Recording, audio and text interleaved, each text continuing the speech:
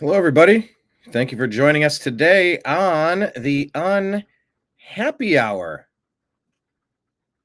So glad you could make it.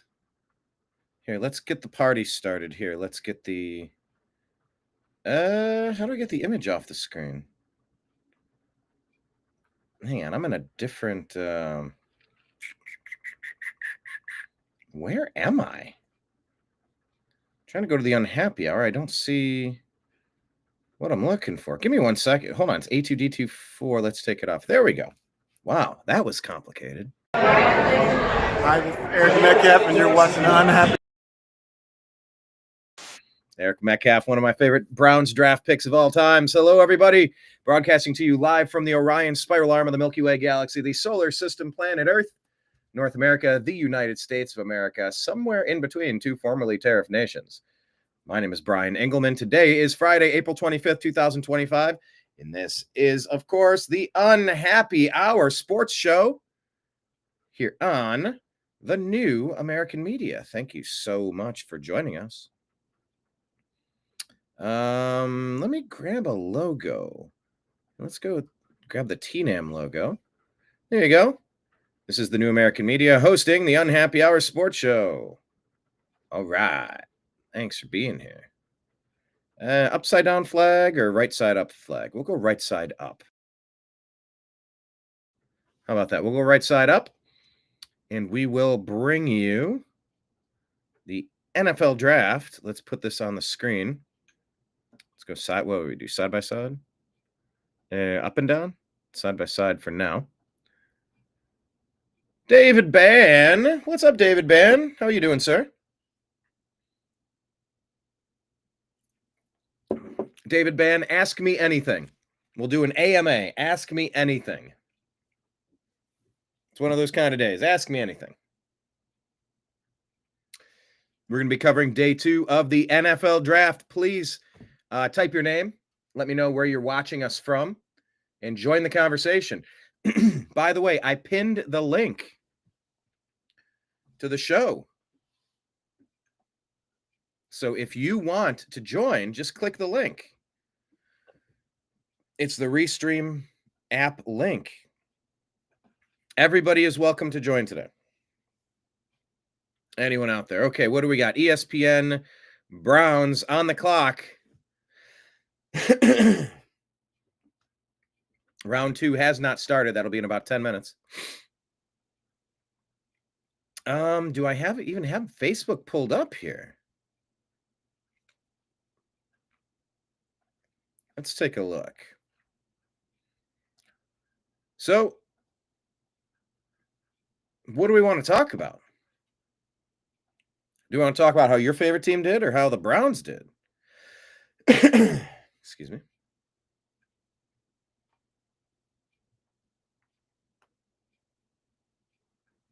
Oh.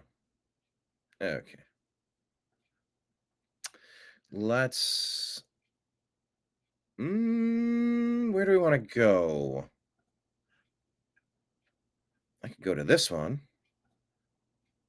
We could do a preview. Yeah, that's all right. Let's go with that full screen. Here, I'll put me in the corner for a second.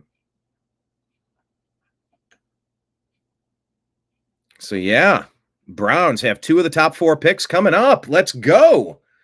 If you're the Browns GM, how do you grade what they did yesterday with that trade? And right now, who do you want the Browns to draft? That is the question. Let me get the link, and I'm going to email it.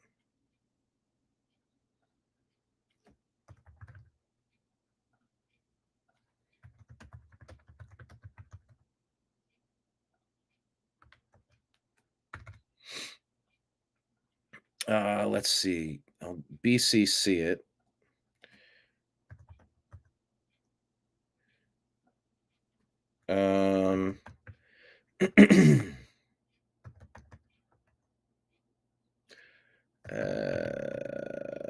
Who else?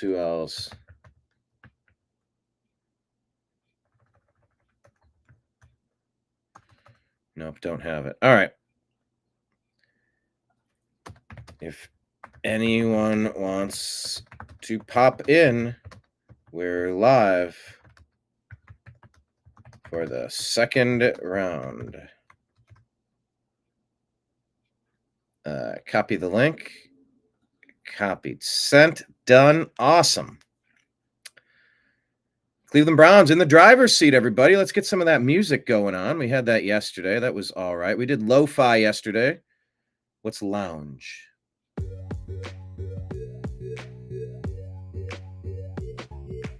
That's sort of terrible. No, not that one.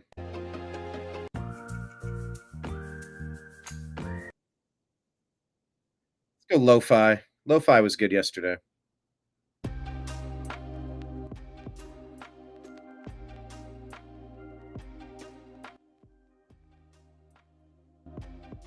There we go. Okay, cool.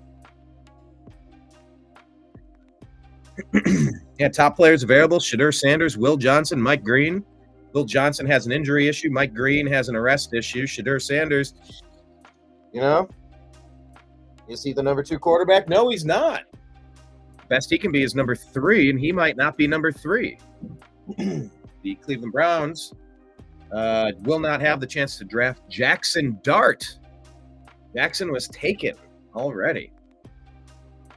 So anyway, give me a second here. We're going to get this ball rolling in just a moment. Let me prepare a couple of things. Cleveland Browns, 2 of the next 4 picks. This is super exciting. Once again, hit like, hit subscribe, however you're watching the Unhappy Hour right now. Right back in 1 second.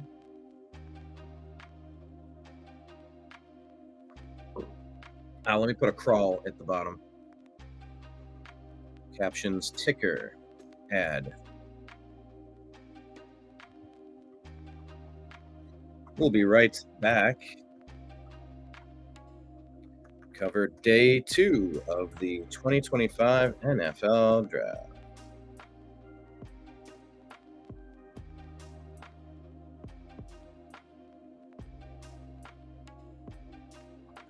On the Unhappy Hour. Cover day 2 of the NFL Draft. There we go.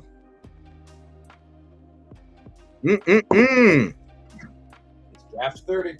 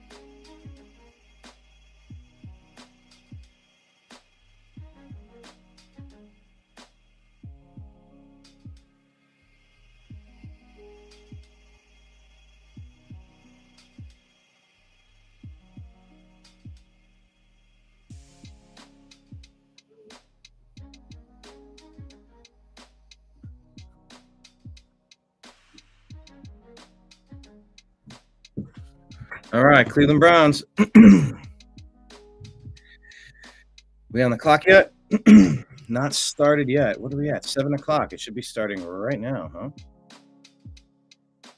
It says on the clock for the Cleveland Browns, everybody. What are you sipping on today? Go ahead and put it on ESPN.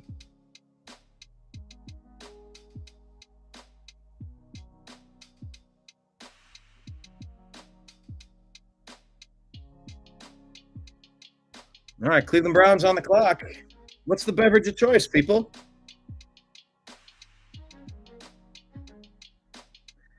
Maybe Deion Sanders, yes. Maybe Deion coming to town.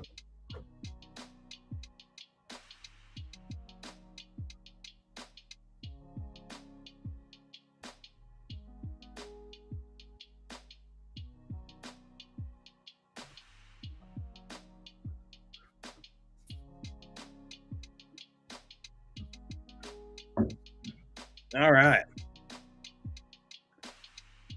Jefferson's Reserve single barrel. I think we're going to go with this again today. Cleveland Browns on the clock. Go ahead and switch to X. Go ahead and get us on the unhappy hour.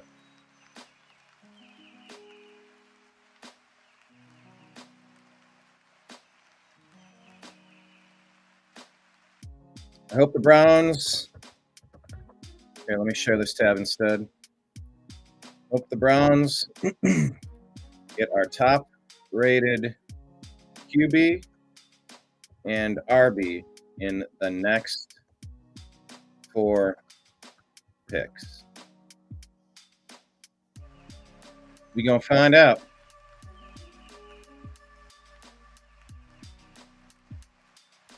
Colin Cowherd saying that the Jaguars overcompensated, sending their 2026 first-round pick to Cleveland so they could draft Travis Hunter.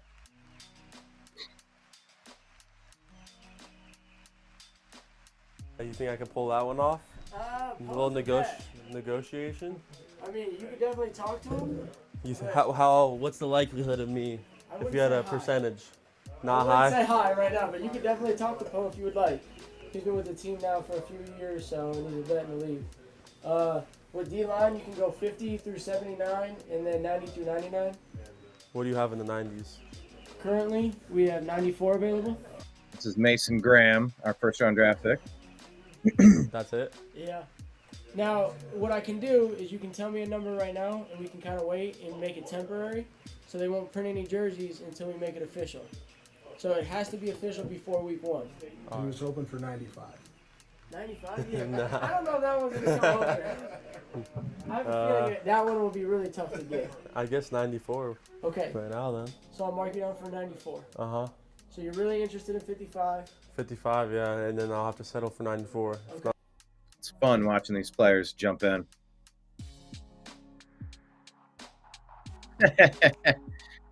Yeah, here's the Browns' mood. I don't care if the Browns win. I need the Jaguars to lose. Because we have their pick. It is sort of fun rooting for someone to lose. Having a coffee and a puff. What do you puff on over there, Mr. Ban? A Marlboro or a Mary Jane? Cavs on. I'm sorry, that Cavs. Cleveland Browns on the clock.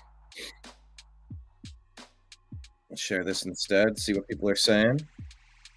Evan Mobley's teammates crashed the interview after he won the Defensive Player of the Year. Good job for Evan Mobley. First time a Cleveland Cavalier has won Defensive Player of the Year. Let's listen to our draft. All right, man. Listen, we're good. Are you okay coming back to Buckeye Country? Mason Graham. Yeah, I guess so. All right, man. Listen, we're gonna take you off the board here. We can't wait to get you back to Cleveland. Rush the passer for us, attack and disrupt. You're tailor-made for this system, and I'm really excited to make you a Cleveland Brown tonight. Cleveland on the clock. Hey, guys. All right, I got Coach here for you. All right. Hey, Coach, how you doing? You're a Brown, dude. Yes, sir. I'm ready. Hey, we need tough, competitive guys up here, and you fit the bill. So We can't wait to get you up here. Ready. I know you are. Hey, Yes, sir. congratulations. Hey, excited, man. This scheme's gonna fit you really well. Love your effort, and you're gonna be the engine that makes us run, Schwartz. right? Big fella, how you doing? How you feeling, huh? Unreal right now. Congratulations, man. Appreciate you. Absolutely. All right, hey, let's get it, man. Hey, can't wait to have you. Can't wait to work with you, man. And I'm happy for you. Congratulations. Enjoy your night, but be ready to work, all right? Yes, sir. All right, cool. I'll see you tomorrow. Yeah, let's get it. Browns on the clock. How many minutes per pick? Let's see. How many? Let's ask Grok. How many minutes per pick in today's NFL draft?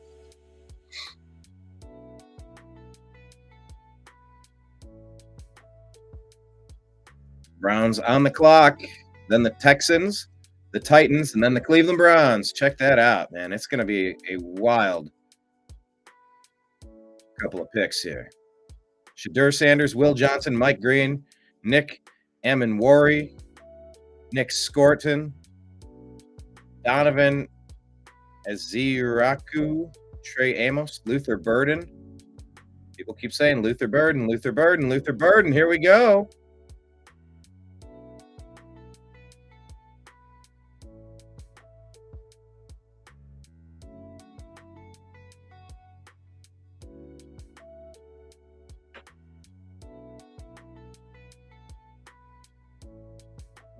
Let's see if we can get Michael to join. Browns on the clock. Waiting. Round 2 is 7 minutes per pick. We're 7:07. It should be done. What are they saying? Oh, they're giving them 4.5 minutes. Okay. We already have Mason Graham, defensive tackle, 6'4", 296 out of Michigan. Graham is an outstanding run defender who led Michigan's defensive lineman with 45 tackles in 24. He stacks blockers, locates the ball, and disengages in time to make plays. He slips blocks, gets into gaps. Graham is stout for his size, fights to hold his ground when getting double-teamed, and doesn't split the blockers. He shoots his hands, drives blockers back, and gets off blocks late. He wins with power rushing off the edge. He's effective picking defenders and looping around running line stunts. Pick is in. Graham reads the quarterback well and gets his hands up in passing lanes. Browns pick is in. It doesn't look like we traded. It looks like we're taking somebody. Who did the Browns take?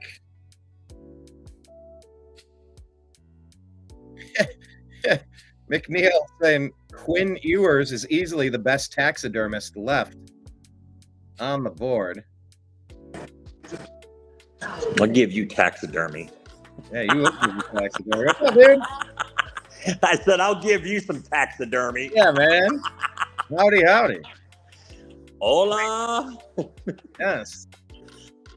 Right? Are you off of your 4-day thing? Are you sipping on a beverage? Oh, that was last week. I went 88 hours. That's right. We golfed last week when I was pushing through the final hours, but I'm ready to the go. pick is in, dude. What is it? Will Howard. Not here. If they're going to take Howard, it's 3rd or 4th round. He may not even be tonight. Well, we're going to find out. I posed this to you earlier. If Will Howard was not at Ohio State, would he be a target? Yes, he won a championship, and all my Baker haters, all they say. Okay, well, take that away Baker's again. never If been he's somewhere else, he may not have won a Baker's title. never won a championship. So all I want is a championship guy, so everyone will shut the front door, right? I think they could go running back here. Travion Henderson. Selection made. What? Who did we get? Carson. They went deep. We're desperate for offense, and we went linebacker. After going defensive tackle, what are we doing? And I'll tell you this right now, Twitter I still say Twitter, is going to blow up. They're going to lose their minds because it was all offense. That was the entire talk. Again, you can throw in a handful of players. It wasn't linebacker from UCLA, nowhere on the radar. And I'm assuming the only reason why they were hanging out, waiting 5-6 minutes to make the friggin' pick is the phone going to ring, and were they going to move back again and grab more, draft capital? But I don't know. I don't know anything about this player. I would say it's somewhat disappointing. I really, really thought these first 2 picks in the second round were offense. I posted just now. So the Browns can't score points. So we draft 2 defensive players. Is Andrew Berry trying to get fired? I think they may not even take a quarterback in this draft, and they're building capital to target next year. And at the end of the day, and I've said this, if you're not going to compete for the playoffs this year, and let's call it what it is with our roster, there's the high likelihood we're not. So what's the difference between going 6-11, 7-10 versus going 2-15 and having the number 1 pick? And at the end of the day, and you and I have gone back and forth on this a little bit too, if you can finally, where we already had it with Baker, but nail down the QB position next year, and you piece it together this year with in Flacco we trust, I like small Flacco. hands in Kenny. Okay. Tiny hand Kenny, yeah. Who cares to go through one more year if all of a sudden, if we actually got it right for the next 10 to 15 years, then you know what? I don't care what we look like this year. Get it right. We're still fans. We're still going to follow every week. It is what it is. But yet at the end of the day, get it right. Because I don't think that person's in this draft. David Bann is saying, I think someone on your defense has a lot of input into who's being drafted. Well, I mean, Jim Schwartz. Yeah. Maybe Jim Schwartz, former head coach, might be waiting in the wings to take over this team if they fire Kevin Stefanski. Well, it was interesting, too, that apparently he was in on all the draft evaluation as it related to the quarterbacks. Who was? Schwartz? They all Schwartz was, yes. Yeah, they all should be. Absolutely. Yeah. By the way, Carson Schweisinger, linebacker out of UCLA, he is the top-rated remaining linebacker on the board, 48th on Pro Football Sports Network here that I'm glancing at. So I'm going to go ahead and select him. It says read a little bit of a bio. Yeah, 6 foot. Actually, let me make sure the screen so you can read it. Let me change it here. So they say about Carson Schweisinger, 6'2", 242 pounds. Carson is a dynamic linebacker known for his high football IQ. All right, is this a white guy then? Like they only say stuff like he's a real gym rat. Let's not be racist. He's sneaky fast. He's a real gym rat.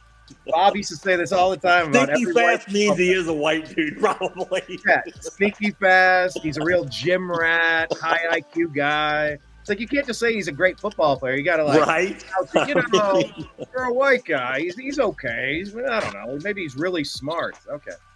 Anyway, Carson. Well, you don't go to UCLA being a dummy. That's kind of number one. So you go linebacker here. What do we know about JOK in his condition? So does that lend into the possibility that we may not have a lot of JOK this season? Yes, it does. Yeah. And by the way, you go this high. Yeah. Well, the Houston Texans just made a pick as well. Here, let me go back. A wide receiver out of Iowa State. Yeah, let me finish up on Carson.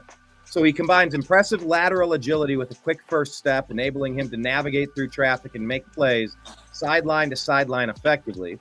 His instincts shine in both run defense and pass coverage as he excels at reading plays, maintaining proper positioning, and disrupting passing lanes. So, yeah, he's a quarterback at middle linebacker. So he's really smart and he understands the right way to be. He doesn't have a lot of mental errors. And don't get me wrong, we got a lot of that. If I can get a guy like that that's got a motor and high energy, and can disrupt, we're getting a lot of JOK, and hopefully we get both. That can really, at times get after the quarterback, but also drop back in coverage and be able to pick up a tight end or some, in coverage. Yeah, our linebacker positions, by and large, for the past 25 years have sort of been an afterthought. Our linebackers, occasionally we draft high, occasionally we get a free agent here or there, but it's sort of an afterthought position for the Browns in general. I don't disagree. And it smells like a lot of times that we're going to be able to defend well. So are we going to be in a lot of 17-13 football games? And in those situations, it comes down to a lot of times, and you've heard me say this so many times, don't turn the football over. So if you don't make mistakes, you're going to be in games. Exactly. Finishing up the player card on him, says there are some concerns over his experience as a starter, and he is sometimes overly ambitious when it comes to his tackling angles. Additionally, his play strength, taking on blocks, can also improve. That said, Schweisinger's tackling is generally reliable, and he brings added value as a blitzer, demonstrating a knack for pressuring quarterbacks. His IQ inside the box and playmaking response, combined with his high-level zone coverage feel, gives him impact starter upside. So that's who the Browns have just got, Carson Schweisinger. Two defensive players on a team that is begging for offensive experience, begging for offensive ability here.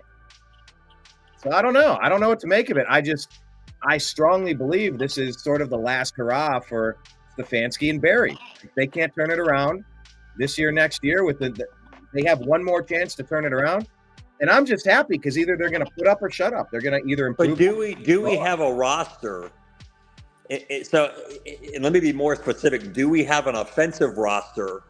Because we saw last year at times the inability to score points. Now, granted, that changed a little bit with the vertical game of Jameis and what he brought, even though he brought mistakes and turning the football over. But at the end of the day, this league doesn't change much. If you can control the clock and run the football, which what we had with Chubb, and you minimize mistakes and you can defend, you're in most of the games and an opportunity to win. So do we go offense finally at 36? Well, we're going to find out. The Seahawks are on the clock. We'll see what Mike Barra, I don't know if you've ever seen an episode of our Strictly Browns football show. I have. Mike Barra. He's a huge Seahawks fan. I'm a huge Browns fan. We did our mock draft. We did 2 rounds. I got a couple of picks right. I picked the wide receiver going to Carolina in the first round. Nailed it. Hey, how about Emeka Egbuka going to play with our boy? I saw that yesterday, dude. I felt your hype when I saw that. You instantly thought of me. You instantly knew. I'm like, Baker's going to be hucking it around, and I saw some analysis on that too. There's a little bit of uncertainty with Godwin. So does that give them the opportunity to plug him in and get production, Because sometimes as a rookie, you don't know, especially at wide receiver, what you're going to get as far as production. But he's a talented kid. Absolutely. Sal, welcome to the program, buddy. How you feeling, sir? I don't know what's going on. This is crazy. We've been saying that. How did we go defense again, man? How did it happen? Either they're trying to build the best defense possible, which will be good, but we got so many holes on the offense, it doesn't make any sense. No, I'm struggling, except I'm happy because whatever happens, this will be the last hurrah for this administration. But you know what? I think if we don't go offense at 36 here after the Seahawks pick, there will be a nuclear meltdown on social media. What are we doing at running back? We haven't re-signed Nick Chubb. For some reason, I don't understand. I don't know why we can't get 3 backs. Get our back for the future. Keep Jerome Ford as your change of pace, and keep Nick Chubb as your bruiser, your veteran. Now you got 3 running backs. Figure it out. Carry 3 running backs, and draft somebody high. I want Travion Henderson. I want him bad. I think we're about 7 or 8 minutes away of knowing. I think you're right. Yeah, I'm living for this moment right now at 36. I know. Fingers crossed. Michael Ray meets Sal. Sal was with us for the most of the program yesterday. Man, we did a marathon, buddy. That was a heck of a performance from both of us. Roughly a 5-hour show yesterday, fellas. Right. And I stayed through it all just seeing if we would trade back into the first round. And I knew after the Giants took Jackson Dart and they traded back in, I'm like, we're not making a move back into the first. We have a draft selection. It has gone to Nick. The Seattle Seahawks have selected Nick Emenwari, safety from the South Carolina Gamecocks. That kid's Cocks are up good. and coming. That kid's good. Tell me about him. What do you like? He is. I saw South Carolina. They beat Alabama, and that kid was one of the reasons why. I saw him when they played Kentucky, and yeah, he's a baller. Yeah. So he goes to Tennessee. They're that's going to help them on the But back. that's Seattle. Oh yeah, I guess maybe a trade was made. So my trade projector is going to be a little weird here, isn't it? That's Wow, what the I'm Browns pick is already in. Oh, dear Heavenly Father, maybe we should do a kumbaya. I know, right? And I'll take my hat off. All right, fellas, let's engage. And here comes Joe Thomas back to the podium, baby. Dear Lord, Heavenly Father, give the Browns exactly what we need and keep them safe throughout. I want to feel your excitement. If they go defense here, I'm going to scream. Maybe I'm going to scream anyway. That's true.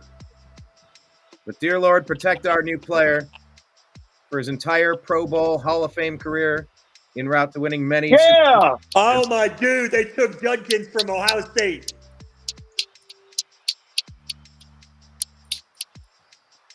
I like Henderson better, but Junkins is good. I don't disagree. They're both solid. Yeah. I feel like this is one of those Vontae Mack picks. Ohio State kid, stay in Ohio, playing for the Browns. Wow, Judkins going right now.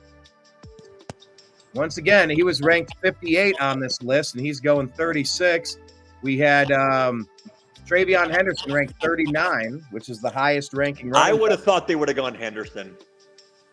I don't know how you don't. He's such a good blocker. I'm okay with the pick, but I think there would have been more genuine excitement with Henderson here. Why is that? Because he's a better blocker? He's more of a no-nonsense guy. Exactly. Yeah. So what kind of guy is Judkins, though? Quinshon Judkins. Well, I don't know. I'm just saying, from what I see of the kid, he's more of a no-nonsense guy. Quinshon is no nonsense?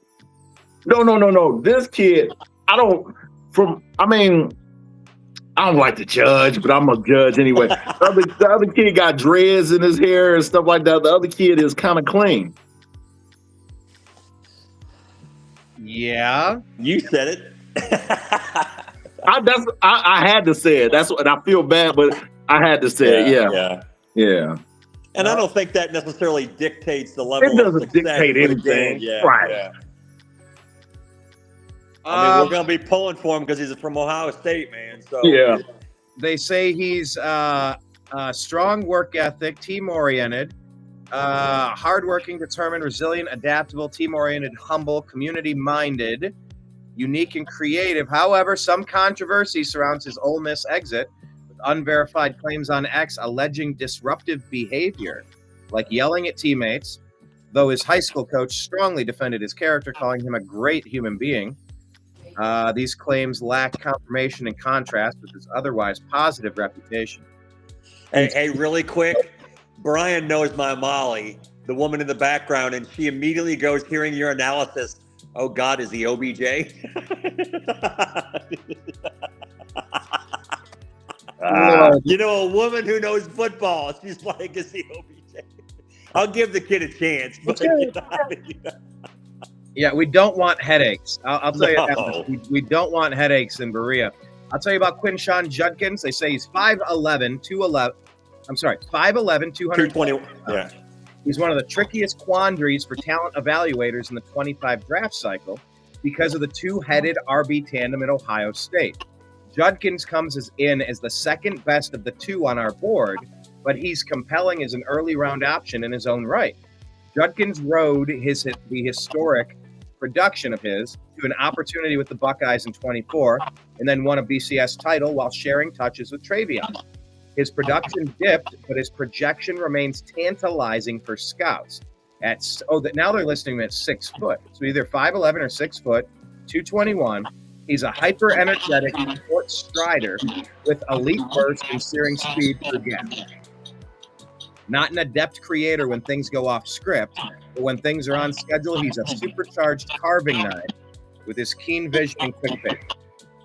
And look, we're so used to the beauty that surrounds Nick Chubb to where he just works insanely hard and stays quiet. I want that. Exactly. That. I mean, this kid, he reminds me of Kareem Hunt, to be honest with you. That's who he reminds me of. I'm okay if I get Kareem because Brian and I have gone round and round, man.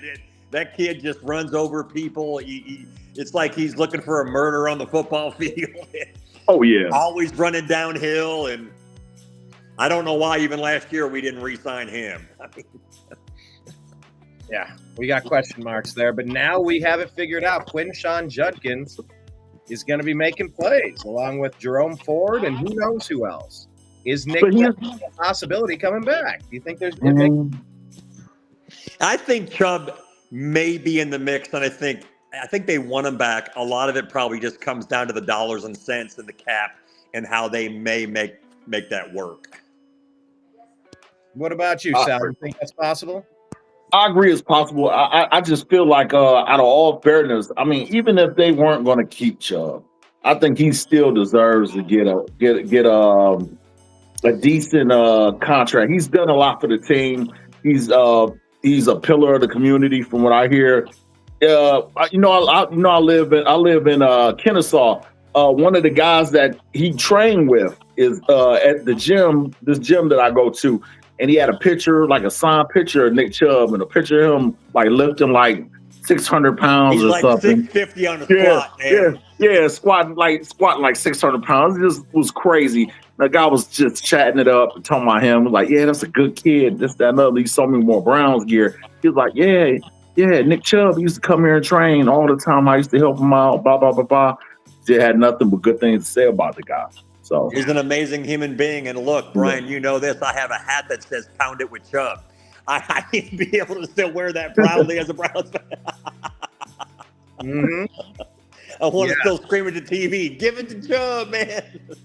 Now, did any of you guys happen to see the funny graphic that was posted in the Unhappy Hour today on Facebook? It was me cheersing Baker Mayfield. Did anyone happen to catch that? I didn't see that. No. I'm going to see if I can pull that one up. By the way, in the meantime, a pick is in. Offensive guard has been drafted by the Miami Dolphins, Jonah Savaianea. Offensive guard. Jonah Savaianea. That's what they need. That's what they need to take it out? Because that's what they need. They need to take care of their quarterback, man. That's scary. They need to take care of him. And the Patriots are on the clock. And as Brian and I, a couple of years ago, when Baker was still here, we were blessed and grateful to go up to New England with my son. My son, who's 18, is a huge Patriots fan, unfortunately. And we go up there, and what happens? Baker goes right down the field. We go up 7-0, and then we get curb stomped after that. It started off nice, and man, it did not end. I was like, sweet, it's going to be a good day, and we lost like 45-7. Yeah, that was post-injury Baker, and he didn't have it. You could see he just couldn't get it. I mean it was like mid-November of that season when we went up there. So yeah, it was like watching a stripper that's put on a few extra pounds. She was up there trying really hard, but it wasn't really. You either need to step away from the buffet table or retire. It wasn't really working for Baker. He was like he was playing with his arm tied behind his back. He didn't have his usual repertoire, if you will. I don't know how I worked a stripper into that, but I'll take it. All right, Patriots on the clock. I'm excited for you. Thanks. Patriots, and then the Bears, and then the Saints. Shedeur is slipping.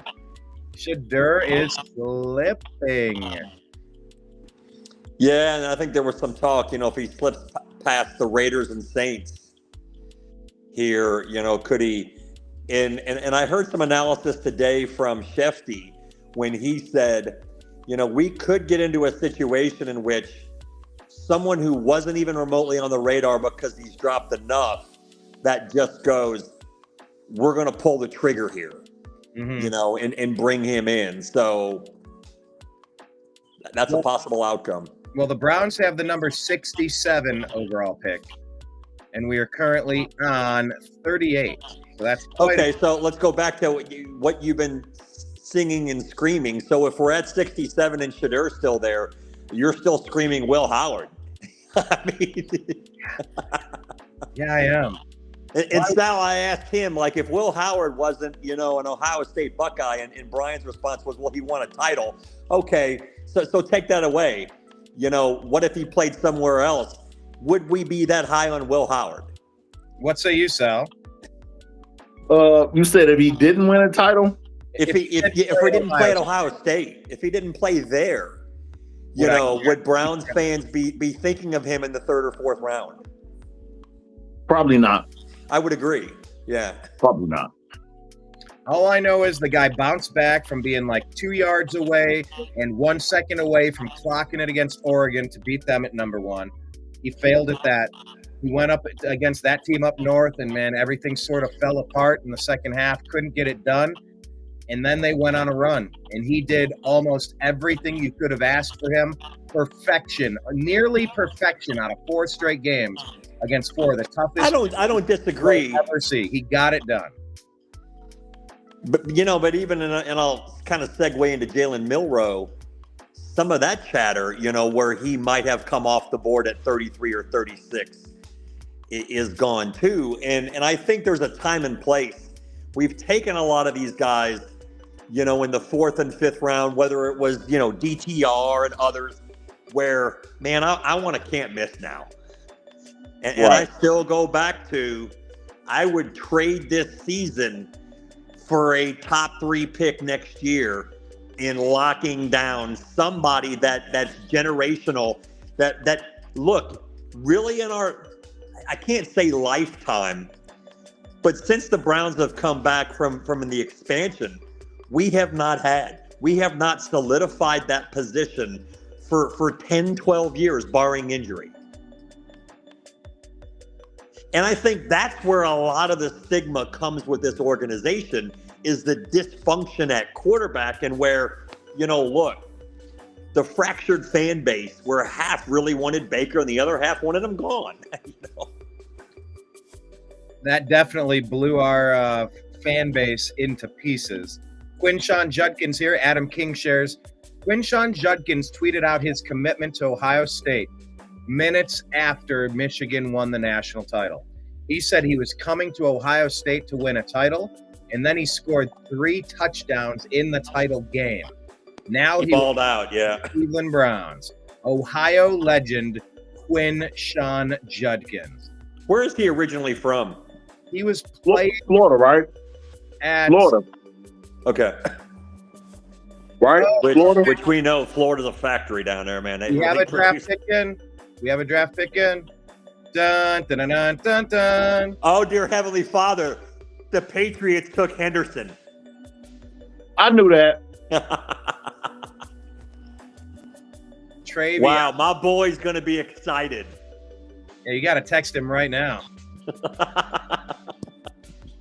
See, what I like about Henderson, he can do almost anything. He can block. He can catch the ball. He's a good north-south runner. And look, are we surprised? Because Vrabel's there now, an Ohio State guy. So, of course, yeah. Woo. Man, oh man, Henderson, they got a baller. 38 career touchdowns, ranking 4th all time in Ohio State.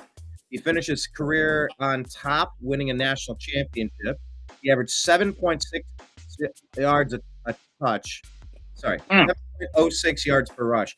And yeah, of course, this play that they're showing in the bottom right corner here. Hey, fellas, I'll be back in a minute. I got to manage a child. Yes, sir. Going and taking it to the house against Texas. Remember that play? He took that screen right before halftime. Yeah. That's when you knew it was over. He was like, Travion Henderson, man, almost back-to-back picks. Woo! Good running backs. Good running backs. I wish we could have. I really wanted Henderson. I like Quinshawn Judkins. I like him a lot. I really do. But I don't know. I thought he was. I thought I read somewhere that Ford is our guy. Ford would be the guy that's kind of like Henderson. Junkins is that change of pace back that we kind of need. So I get it, but out of the two, I prefer Henderson. So I'm happy. We got one of the Ohio State running backs. And it's a huge position of need because the Pittsburgh Steelers ruined Nick Chubb's career. No other way to say it, on a completely unnecessary hit. Something, if you did that hit in practice, you'd get cut from your team. You'd get beat up and cut from your team if you dove at somebody's knee like that. That's not a football play. Nick Chubb didn't deserve that. No.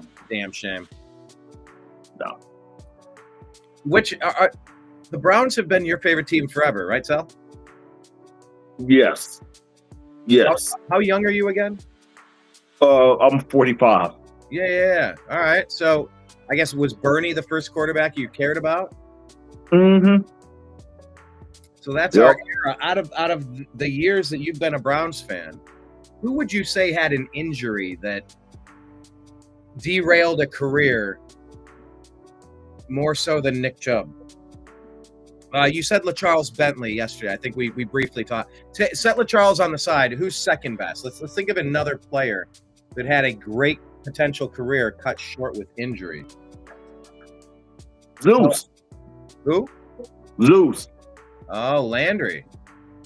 No, Zeus. Brown. I thought you said Juice Landry. Okay. No, not Juice. Zeus. That's right. Yeah. Orlando Brown. Threw a penalty flag into his eyeball. What? I mean, talk about a snake-bitten franchise. That's not even a thing anyone's ever heard of. And, of course, it happens to us. Go for it. Yeah, well, I still hope we can bring Nick Chubb back as a third back. Just get him somehow. Nobody else has signed him. Get him. Bring him in some capacity. Help him mentor Quinshawn Judkins to, keep his mouth shut, put his head down, learn the work ethic. Yeah, I'd be all about that. Let's bring William into the show. William! Hey, Chief, what's happening? Hey, good to have you. William and Sal were on a month or two ago. We did a show. William, welcome back. The Cleveland Browns made 2 selections in this round. Mr. Judkins and, Schlesinger or something Carson like that? Schweissinger, yes. Carson Schweissinger from UCLA. So let's talk about Carson Schweissinger. Number one, how surprised were you with the number 1 pick in the second round that they went with this linebacker out of UCLA? I thought we were going offense because our offense is terrible. I would have liked to have seen some offensive moves, minus the Judkins move, but I'm not disappointed in the pick. He's a decent. I think he'll be a decent fit for this team. Whether our offense is going to be any good or not, that's kind of obviously the biggest quandary we have. But defensively, I think this team's going to be pretty solid. Yeah, I mean, talk about Mason Graham, what it means to get him clogging up the interior of the line. We saw what kind of damage he did against Ohio State last year in the final regular season game. And now we thought we were going to maybe pair Myles Garrett up with Abdul Carter at defensive end, but it turns out, now we got a defensive tackle to help Myles Garrett out, which should help him immensely as well. Oh, yeah. Me and you have had, obscure conversations I was really hoping we'd pick up Carter. It wasn't in the works, but on the other side of the coin is we did, in my opinion, we raked Jacksonville over the coals with that trade. I mean, we packed a lot of stuff into that 5-pound bag.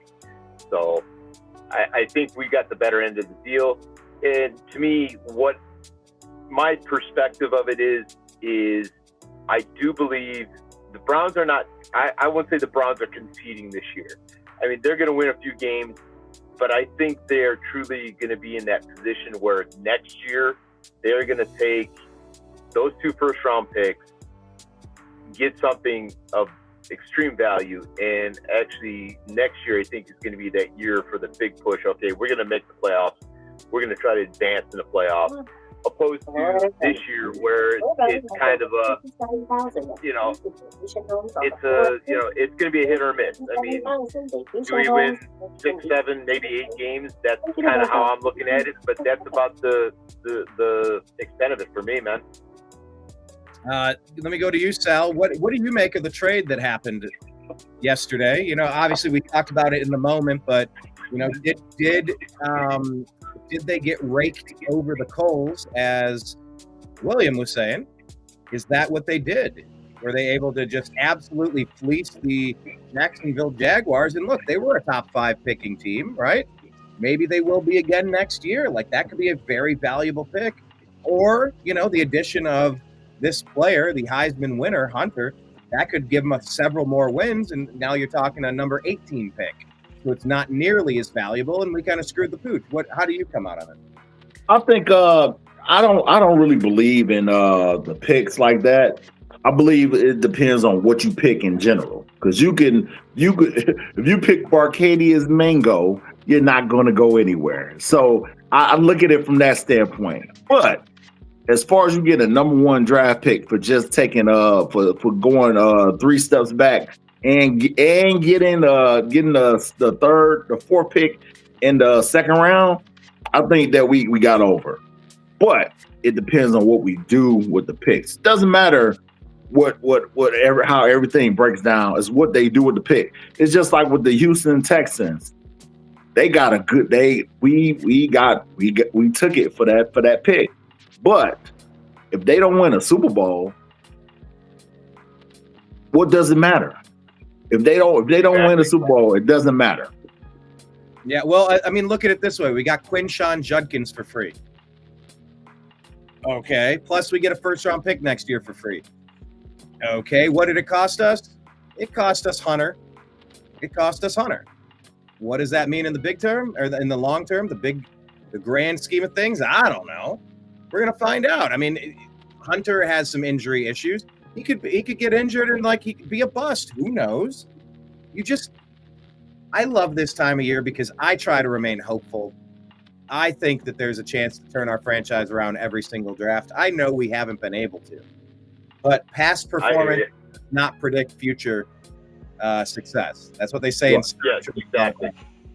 So, you know, I'm just happy that this is going to be the last hurrah for Stefanski and Barry. Like, this is the last turnaround attempt that they should have. I don't think this is the last turnaround attempt at all. I think that they I think they have a good relationship with the Haslams, and they're what's gonna happen is when they went to the Haslams, they explained to them what the plan was. Now, if they didn't have a plan, then I could understand why that would be the case. But it seems like they have some type of plan. Carson Swillinger, never heard of him in my life. Okay, but my point is that there's a reason behind them picking him. You know, and I like this pick way better than when Hugh Jackson had picked the kid from the quarterback from UCLA, saying that, oh, this guy's good. He's really good. You'll see. I feel better about this pick than I felt when he was trying to sell us on Kessler. Oh man, remember that? Yes, he tried to. Yeah. You'll see. He's a good player. Oh, Cody Kessler. I remember. I'll never. Once that happened, I was like, oh my god. Well, at least they're not trying to sell us beachfront property in Death Valley or something like that. Oh, hey, we got a pick in. The Saints have made a pick, and they went quarterback. They take Tyler Shook. Wow. Tyler Shook. Wow. Louisville Cardinals going to the New Orleans Saints. They have needed a quarterback, and they just got one. Louisville. Tyler Shook.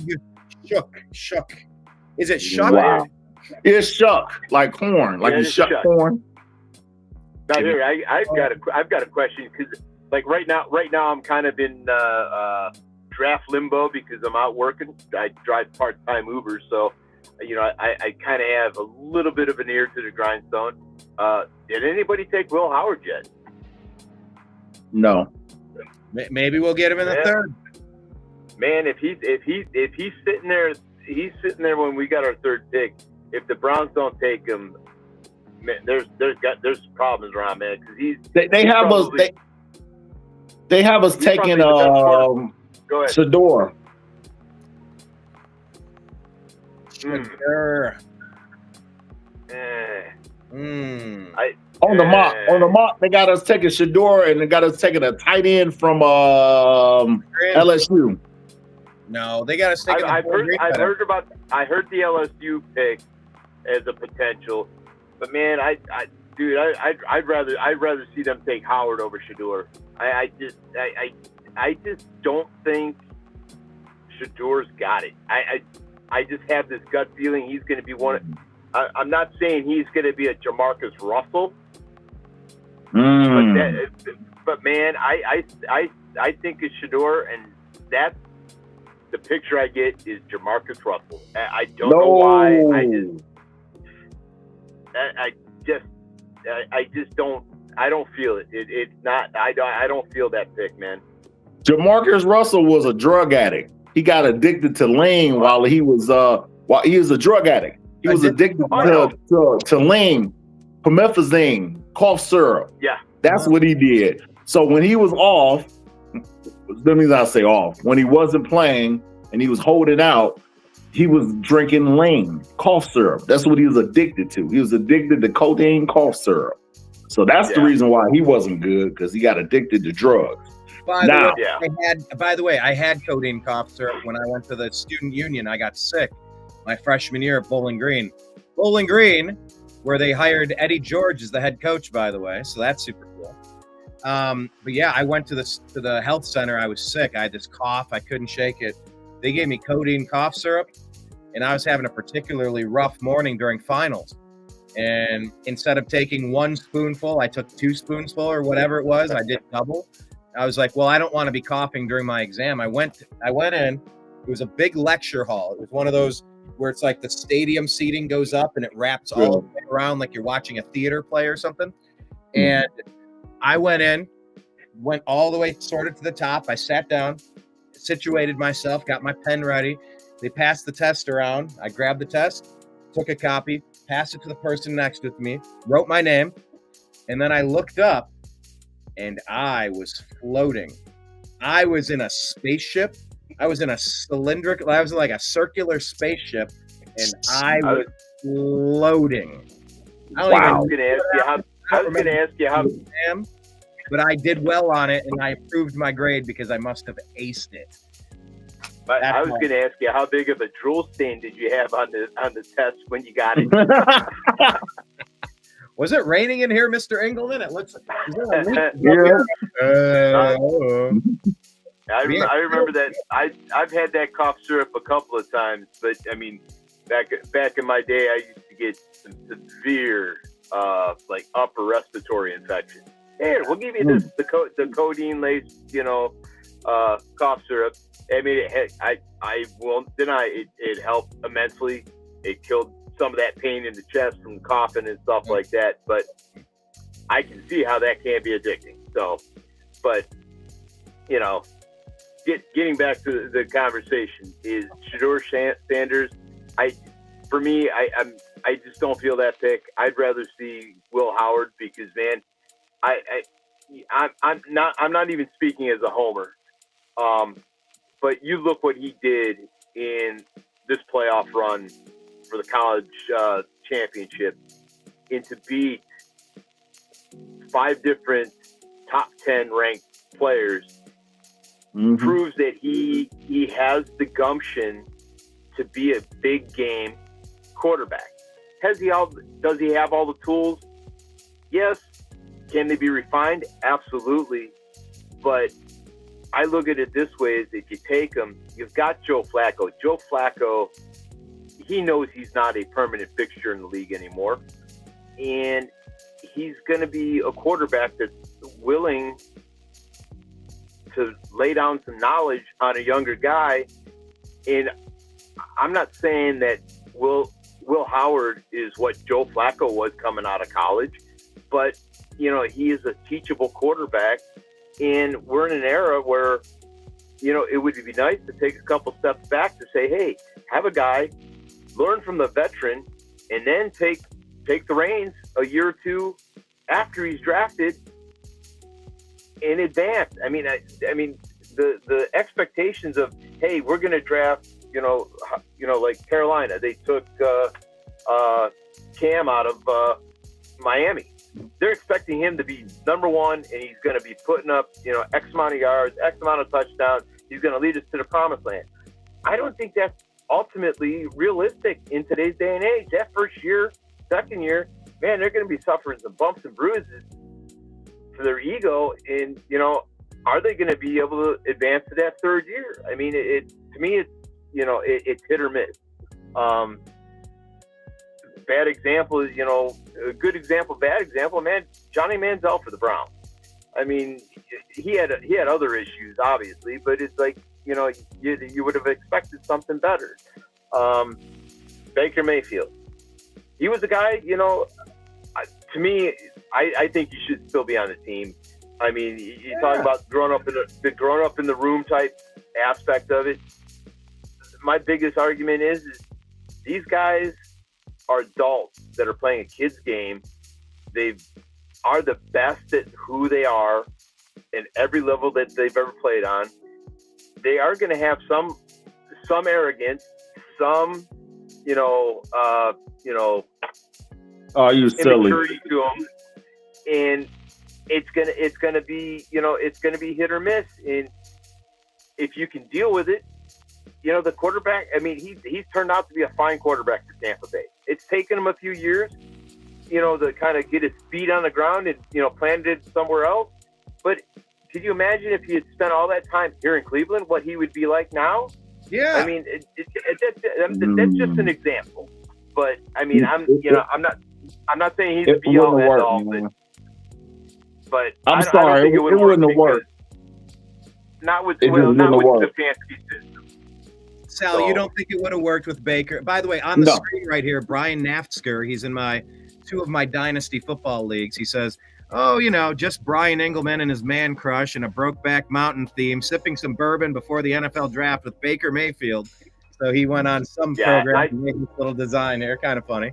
Cheers to I saw that earlier. That's silly. But I mean, I look at it this way. I get what you're saying, but you got to look at hindsight for being 2020 and what actually happened.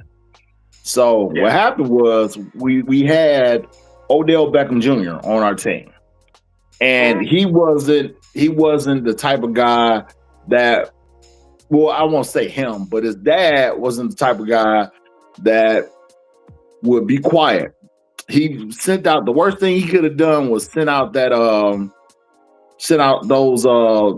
that video of Baker like either missing or not catching him when he opened. I think that was kind of like the beginning of the end. Yeah. Because Odell Beckham was such a pulverizing figure. And for him to say that this is the reason why he's not getting the ball, and Baker being who he is, that caused a problem.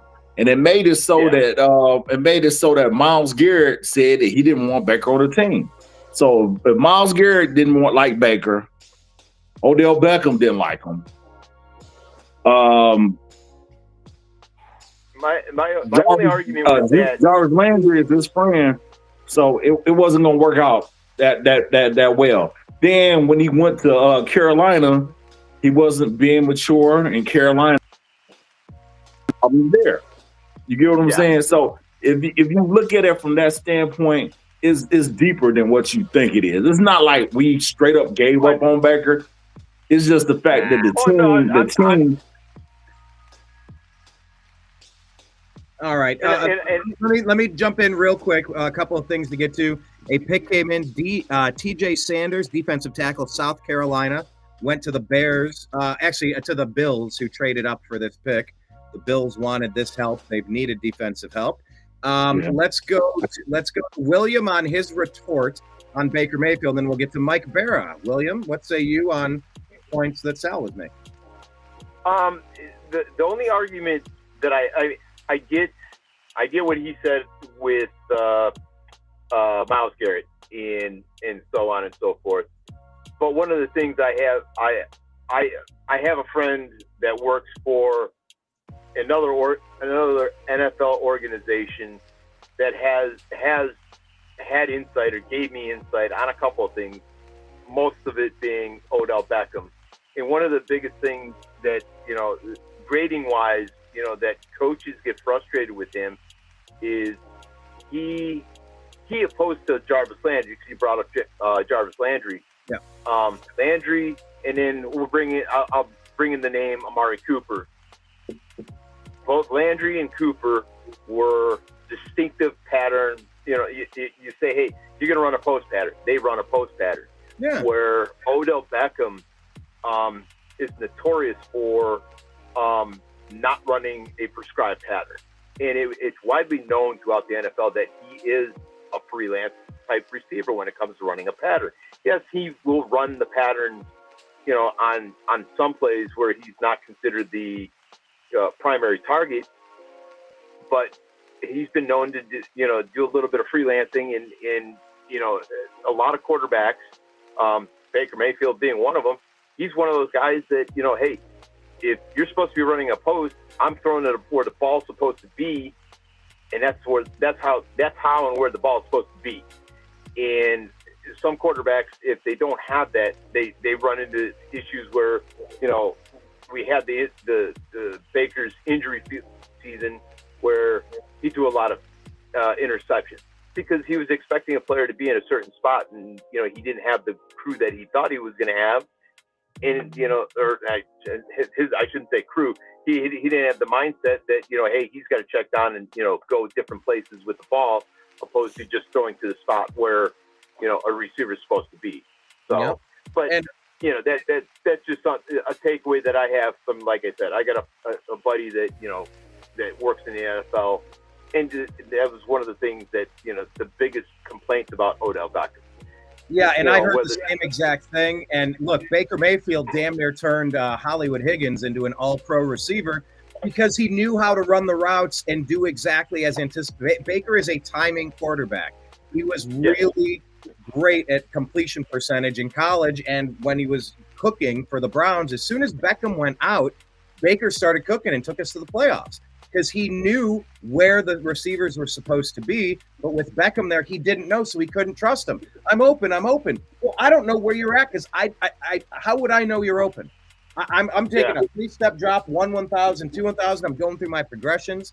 Beckham was the worst thing that happened to us in hindsight. By the way, Mason Taylor is the pick that's in now out of LSU, another tight end. I believe this is the third tight end off the board now. He will be going to the New York Football Jets. Another quick pick, Alfred Collins, is now going to the Santa Clara 09ers, as Mike Berra likes to call the San Francisco 49ers. Alfred Collins, 6'5", 320-pound defensive tackle. Mike, let's jump to you, sir. How are you doing with your Seahawks and all of this shenanigans? You have to be completely fucking retarded to trade a second and a third round pick to move up in the second round, take a fucking safety. Okay, if this safety was any good, he would have gone in the first round. Or you could wait and get him at 50. So they traded 50 and 82, the highest of their 2 third-round picks, to go up and get a guy that nobody thought was good enough to draft in the first round. He's had injury issues. I'm looking at Seahawks Twitter, and they're like, oh, the next Cam Chancellor. Yeah, he loves Cam Chancellor. He's going to be the next Cam. He's not fucking Cam, okay? Cam used to destroy buildings in his spare time. Cam was fucking Godzilla out there. And it's like we had two good starters. We have Kobe Bryant and Julian Love at safety.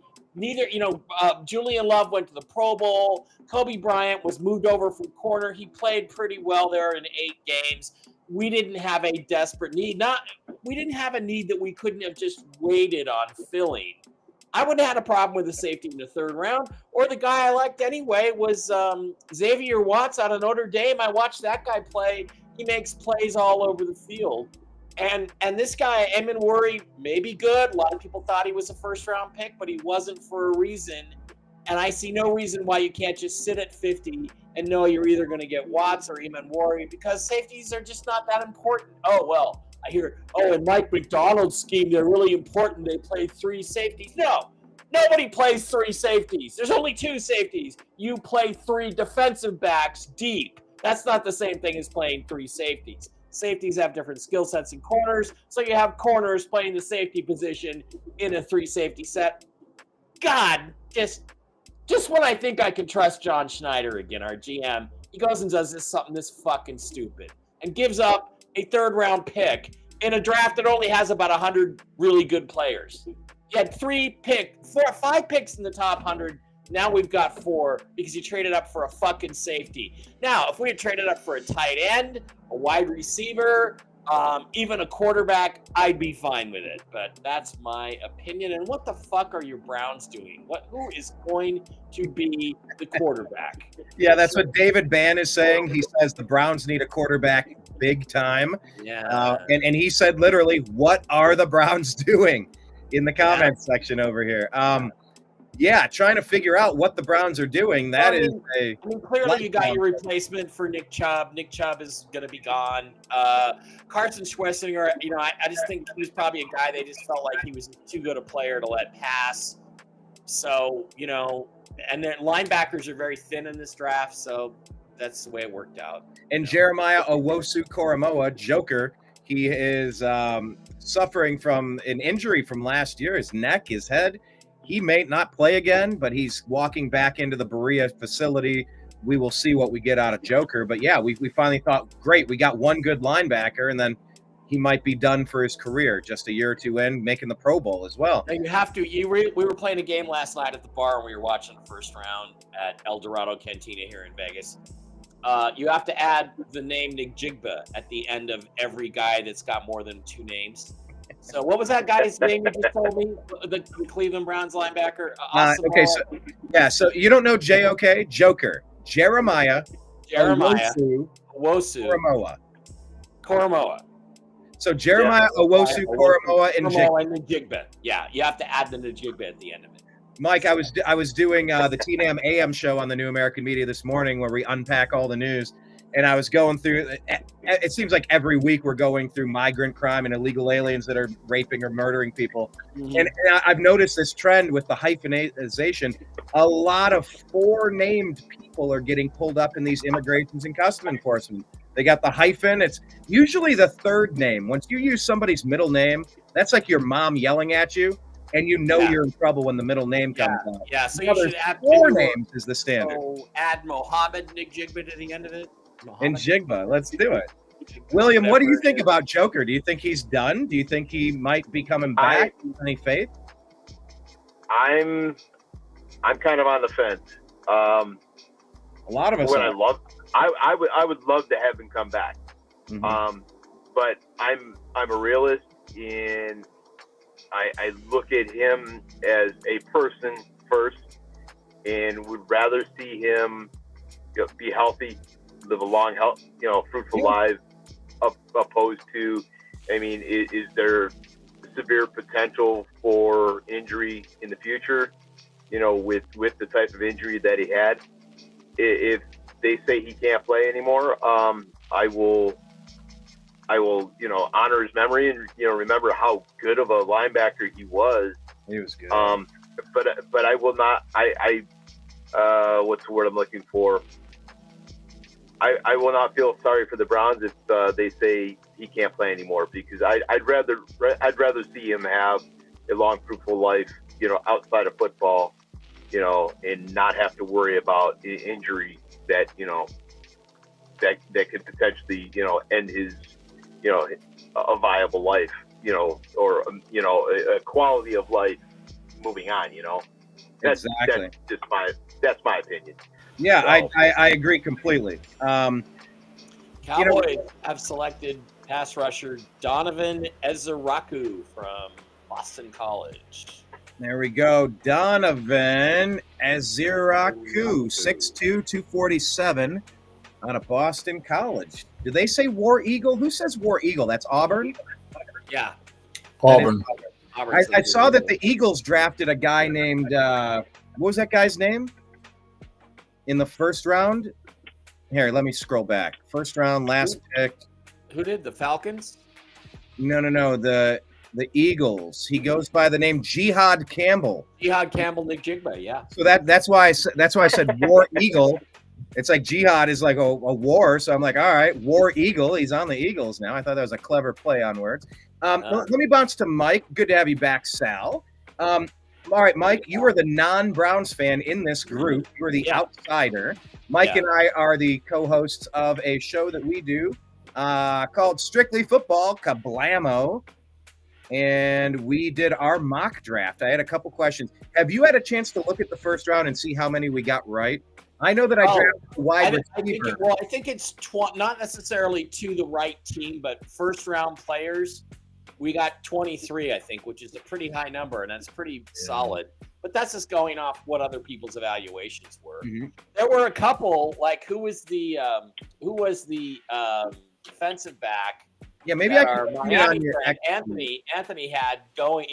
We didn't even think of him as a first rounder, and he went in the first round, so that was one. We did pretty good yesterday. It wasn't bad at all. Yeah, we did our 2 draft. Actually, let me pull this up. We have it right here. Share this tab. This was our draft that we did. So we got Cam Ward. I mean, Travis Hunter went number 2, just not to Cleveland, so we couldn't have predicted that. We got Abdul Carter. Will Campbell, we got that. And then McMillan, I picked him for Carolina.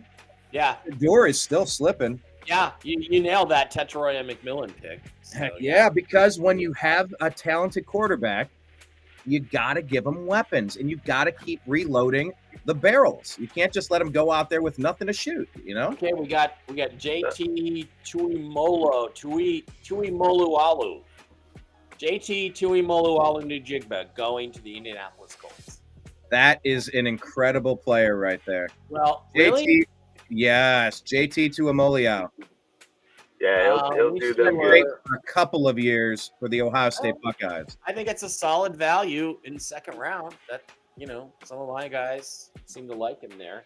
I don't know how they're going to get the helmet to fit over that hair. That is a lot of hair, looking some Sideshow Bob going action there. But he's a beast, JT Tuimoloau. So what do you make of him? You watched a lot of the Buckeyes games, right? What did you make of JT? He saved us one game. I remember he did a couple of stops that helped us won a game. I can't think of who we were playing, but it was a close. Yeah, he's the real deal. That's a good pick for the Colts. William, you watch a lot of the Buckeye games? What do you think about the JT pick right here? Oh, hell yeah. Indianapolis is going to benefit from having him on the team. I mean, he's a team-oriented player, and the fans are going to love him out there. Absolutely, I think so. Let me ask Mike. Let me ask you this question because, like I was starting to get to, and then the new pick came in. You were on the outside looking in. You saw the trade at number 2. I'm a huge Cleveland Browns fan. Like, this. But as the outsider, what was your initial thought? And then once you learned what we gave up, what did you think then? And then now seeing who we picked at 5 and who they picked at 2. So I guess 3 different questions. Gut instinct. Then did we get a haul back? And what do you think of who we picked there? You got some good picks back. I don't know if you trade out a number 2 you're sitting there looking at the best player in the draft, who is probably Travis Hunter, who's got all that versatility. Not sure I would have given that up, but you wanted the picks more, so that's a decision you make. I am not a fan of Mason Graham. I thought he was overrated. I don't think he went until between 10 and 15 in our mock yesterday. A lot of people were saying that, the guy didn't do any testing. When a guy doesn't do testing, it's typically because he's hiding something. And I'm not sure I look at him as an impact player. Now, obviously, we've all been wrong many times before, but I would not have taken Mason Taylor at number 5. I might have gone with Genty, or I would have gone maybe even with one of the quarterbacks, because I think you guys still have to face the fact that you need a quarterback. Or just, I understand people had him rated there. Okay. Not a pick I would have made. I would not have, forgetting about the other picks, I would not have traded out of Travis Hunter for Mason Graham. I might have traded out of Travis Hunter for some of the other players that were a better fit, I feel like, for your team than Mason Graham, but that was my impression. That was my honest impression. And I don't like what you've really done since then. I think you should have taken a quarterback already with one of your first 2 picks here in the second round, and you didn't do it. So, well, look, Will Hall's still sitting there, and maybe we get him in the 3rd round. Maybe he'll slide. I mean, it's looking like it might fall that way right now, because I don't see a lot of quarterbacks going in the second round. It seems like teams are going for position players. Although, I like Judkins. He's a replacement for Nick Chubb. You can say goodbye to Nick Chubb. But I think you could have gotten a really good running back still at the top of the 3rd round, and I would have taken a quarterback right there. But that's me. Yeah, I'm not running the Browns. How about I ask you this question? How surprised are you that Shedeur Sanders has slid down as far as he's gone down so far? I think it's crazy. Because I realize there's baggage with this guy. Shedeur Sanders, you know what he is? He's a 34-year-old, super hot single mother. Okay? And he's finding out that his market value is not a first-round pick anymore. Okay. It's second to 3rd round, because he's got all this baggage. He's got baggage. Yes. All right, hold on. Mike, you missed the beginning of the show where who did I reference as an overweight stripper? A stripper that put on too many pounds? Who was I just? I didn't hear that one, so you're asking. I heard you say that. That was insane. Let's just wash it under the bridge. But yes, you ain't quite what you used to. I'm just making a joke, man. We're all just making it. Is this whiskey and wisdom? By the way, are we sipping on anything this evening? Anybody? He has this perceived baggage that I don't agree with. I think he's the best. I think he's the 2nd best quarterback in the draft. I would have taken him in the 1st round.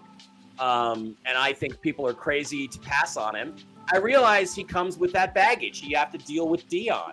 But, look, I mean, some guys have it, whatever it is, and Sanders has it. And you look at his touchdown to interception ratio, 37-11.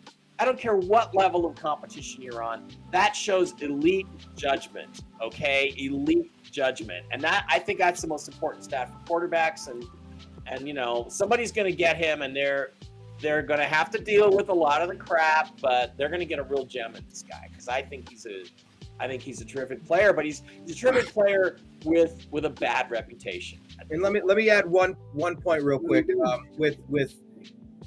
Sanders. I was reading a report that said he had one of the worst in-person interviews. This report got leaked, but just completely. He just, coming in, this is the way things are good, just already walking in, trying to run the program, just kind of really rubbed some people the wrong way. And, how many teams still need quarterbacks? And the other thing with Sanders, people say he doesn't have the arm talent to get it downfield, obviously like a Cam Ward. But I think, Sal, you compared Cam Ward yesterday to Tyrod Taylor, right? But the conversation. I'm Well, sorry, that if was Sal you. did Mike. that, if Sal did that, then Sal's really smart because I No, think Cam Ward is Tyrod Taylor. I agree with him. No, I think it was you, Mike. You called him to Tyrod Taylor. But that being said, That's what I saw. That's what I saw at Washington State for 2 years. okay, well, yeah, I guess he's a different He's player. not a bad player. He's a good pro, but he's not going to lead you to the promised land. So we had 2 more picks, Brian. Oh, hold on one second. Let me just finish this point. What I was saying with Shadur is that most of the game, most of the throws are 20 yards.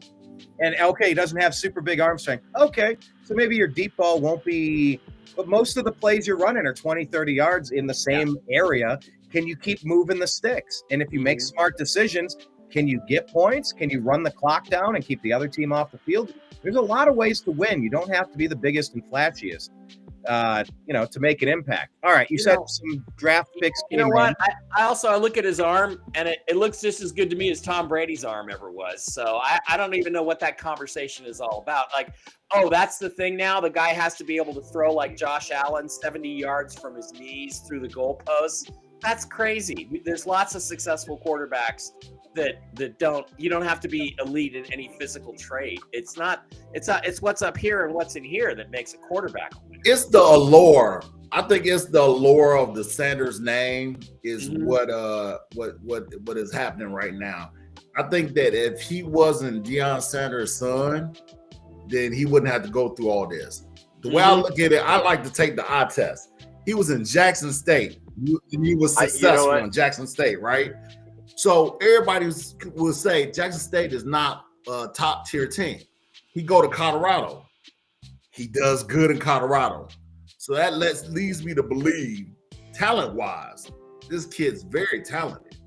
And He's been around the game his whole life. His dad is one of the greatest players in NFL history. Right. The guy knows the game. And yeah, maybe he's a jerk off. Maybe he takes a little too much neon Dion in his personality. I hear you, but get real, folks. I mean, I've heard people say he can't run. And I'm like, I'm sorry. I saw him run. Come on. Is he Dion? No, he's not his dad, but he can freaking run. He can fly. Yeah.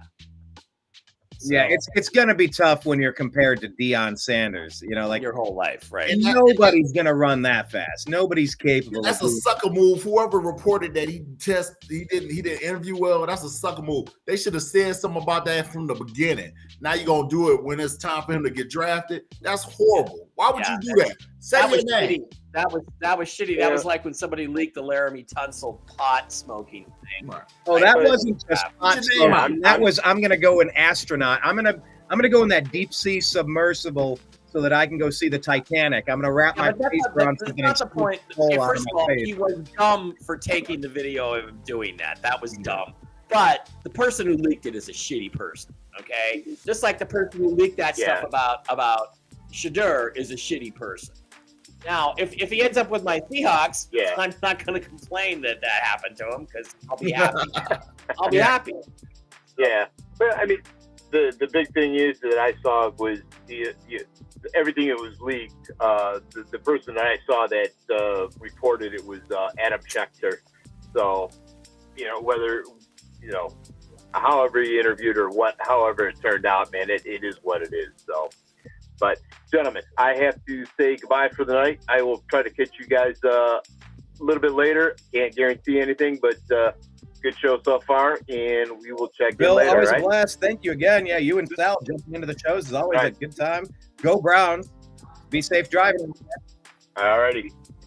All right, there take care, goes guys. William, everybody.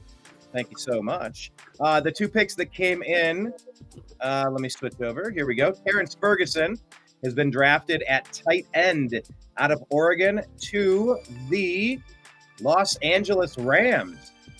Any thoughts on this pick, fellas? Tight end, Oregon. You're used to be in Oregon, you're familiar with Oregon football, Mike, right? Well, yeah, I had him as a 3rd round pick. The Rams needed a tight end. The Rams are smart. They got a good one.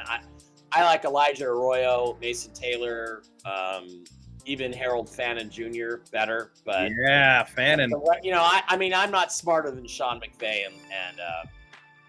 and what's his name, Les Snead or whatever their GM is. I'm not smart enough. So I think they know their tight ends. They do a good job there. He'll be a big, giant, fast guy that will slam into the line when he catches the ball. So. And that's what they need. Any thoughts, Phil? Hey, Oregon has some of the best tight ends, man. They got some good. They always have good tight ends. They do. And now we got Will Johnson going next. He ends up on the Cardinals. That's a good one. Dude fell a long way. Yeah. So I guess Will Johnson had some injury concerns, right? Yeah, that's why they say he slid, and I guess he's not necessarily considered the fastest corner out there. I know another corner who really wasn't all that fast. His name was Richard Sherman, and he's gonna go to the Hall of Fame because he's probably the best corner I've ever seen, including Dion, by the way. It basically, if he could maul guys the way Dion was allowed to maul guys back in the 90s, trust me, nobody would ever have caught anything on Richard Sherman. So your intelligence and your film study at that position means so much more. So good luck to this guy. He slipped, and we'll see how he ends up being. But that's an excellent pick in terms of value for the Cardinals, even if they have to wait a little bit for him to get healthy. So, yeah, and you are no Cardinals fan, so you're not going to be super excited that he's no. I mean, I think that this is a time of the draft where you take a guy that has questions, but if he's also got a lot of upside, you take that. Absolutely. On the clock right now, the Houston Texans from Miami through Las Vegas. This is a pick that just keeps being tossed around. Maybe like that 35-year-old with the kids that you were mentioning earlier, Mike.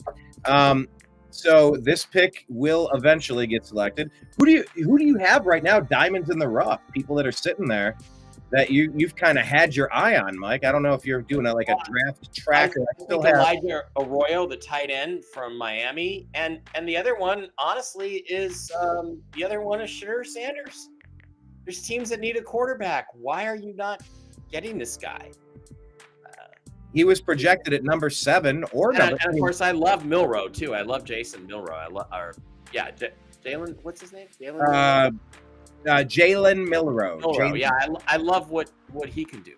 So yeah, he's got a bunch of talent. They say he's the most athletic. Just what did you say? Didn't you say he has the potential to be bigger than, or maybe the most talent? How did you phrase it? I thought it was you, Mike, but someone was saying somebody was saying Milroe to be the most athletic quarterback of all time. Best running quarterback the guy has ever seen, better than Cam Newton, he said. So that's saying something. That is saying something. But he's kind of a raw product.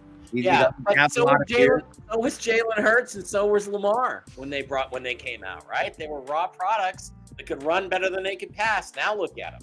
So exactly. Coming up world champion and a 2-time MVP out of a couple of guys who were runners, not passers. All right. Yeah, they're athletic. They're not football players. They're not quarterbacks. They're just athletes. Well, they're weapons.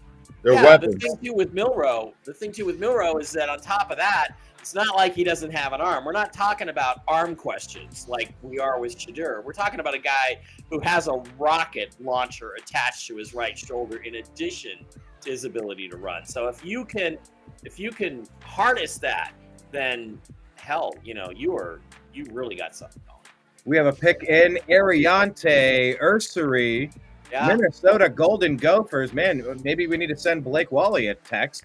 Yeah. If he wants to talk about his Minnesota Golden Gophers, but this guy, offensive tackle, 6'6", 330 pounds, is going to be blocking for a quarterback that needs a line to be repaired. Stroud, yeah. CJ Stroud needs some help on that offensive line. They took a step back. Houston traded up to go get that. So, they traded up with the Raiders. So you just have to prioritize surrounding your quarterback with talent when you get him. That's offensive line, running back, wide receiver, and tight end. And just ignoring those skill positions and those offensive complements. It's just to the detriment of your team. Let your defense suffer. Then you got to front load the assistance to your quarterback, I think, to speed the development along, to build that camaraderie and the timing and the intangibles. Yeah. You know, Okay, it looks like the Bengals have made a pick because I'm hearing the Seahawks at 50 are on the clock, but I am not getting anything on who the Bengals have selected. They must have already. it says the pick is in. I'm looking at M. Green as best available. Mike Green, yeah, maybe. Yeah. But Green has some domestic abuse situation on his rap sheet. I believe I was listening to earlier. They were saying that. Yeah. Let's take a look. ESPN still not calling it. Number 49 overall pick. Pick number 17 in the second round here. You're watching the Unhappy Hour. We're doing a live day 2 coverage while we all try to figure out how our teams are going to improve. Now, Mike, don't you have several picks? Your Seahawks have We did, but we just traded one of our thirds away. So now we got this second round pick, and then we have a late third round pick at 92, and then that's it. And this, Okay. you know. And today, the Bengals have. This is a great pick. This is a smart pick. The Bengals have selected South Carolina linebacker Demetrius Knight Jr., who is, by the way, the cousin of Gladys Knight and the Pips. And I think he might be related to Tyrese Knight, who the Seahawks took last year and who was an outstanding linebacker for them, but I don't know for sure. Well, doing the dance. Yeah, he's a good player. Let's see where I had him. I had him as a second or third round on the cusp kind of guy. So good for him. You know, he's there. Here you go. Where you think we're going? You're going with the Seahawks. You're up next. Look, before they traded some very valuable draft capital to take a fucking safety, I would have thought I knew where we were going, but I don't. There have been some rumors that they're finally ready to take a quarterback, a young quarterback. So I would look for Will Howard or Quinn Ewers possibly, unless they're positive they can get one of those guys in the third round, which I don't think they can. Or even possibly Shadur here is a possibility, but based on what's happened earlier today, I'm thinking tight end, wide receiver, honestly. Tight end or wide receiver. And now another guy I really like for them is the Nebraska defensive tackle. What's his name? Ty Robinson. Ty Robinson is a monster, so I like him, but we'll see what happens. I love it. Your team's on the clock. We're gonna here. Let's just go to Mike. We're gonna watch every facial muscle, every tick. We're gonna get your live reaction to your favorite team. Who is the best draft pick that you guys have taken since you've been Russell Wilson is the best draft pick in team history. I mean, good God, you got a Hall of Fame quarterback in the third round. Give me a break, okay? The guy made them into champions. People say, "Oh, well, we had the Legion of Boom." You know what? If you'd have had the Legion of Boom and you had Matt Hasselbeck or Travaris Jackson or Matt Flynn or Colin Kaepernick at quarterback, you would have 0 Super Bowls in Seattle. Russ was the guy who made the difference in the end. So, best pick we ever made. And thank God the Jaguars picked a punter that year. A punter? Okay. The pick is in, but nobody's telling me who it is. And there's a trade for 51. Apparently, the Panthers have traded up to 51 with the Broncos. But let's see if I can find out who the Seahawks. You think he's better than Sean Alexander? Sean Alexander is one of the best pure runners I ever saw. But yeah, he's a better pick. He's a better draft pick. Yeah. I keep on forgetting that Russell was like a third round pick, right? Yeah, 75th. He was Wisconsin, where he came from, right? Wisconsin. Well, yes. Wisconsin, and he had gone to North Carolina, but they didn't want him back because he went to play baseball, and they didn't want him back because they had Mike. What's his name? Not Garofalo, the guy with the G. Mike Glennon. They had Mike Glennon, so he went to Wisconsin instead because they had Mike Glennon.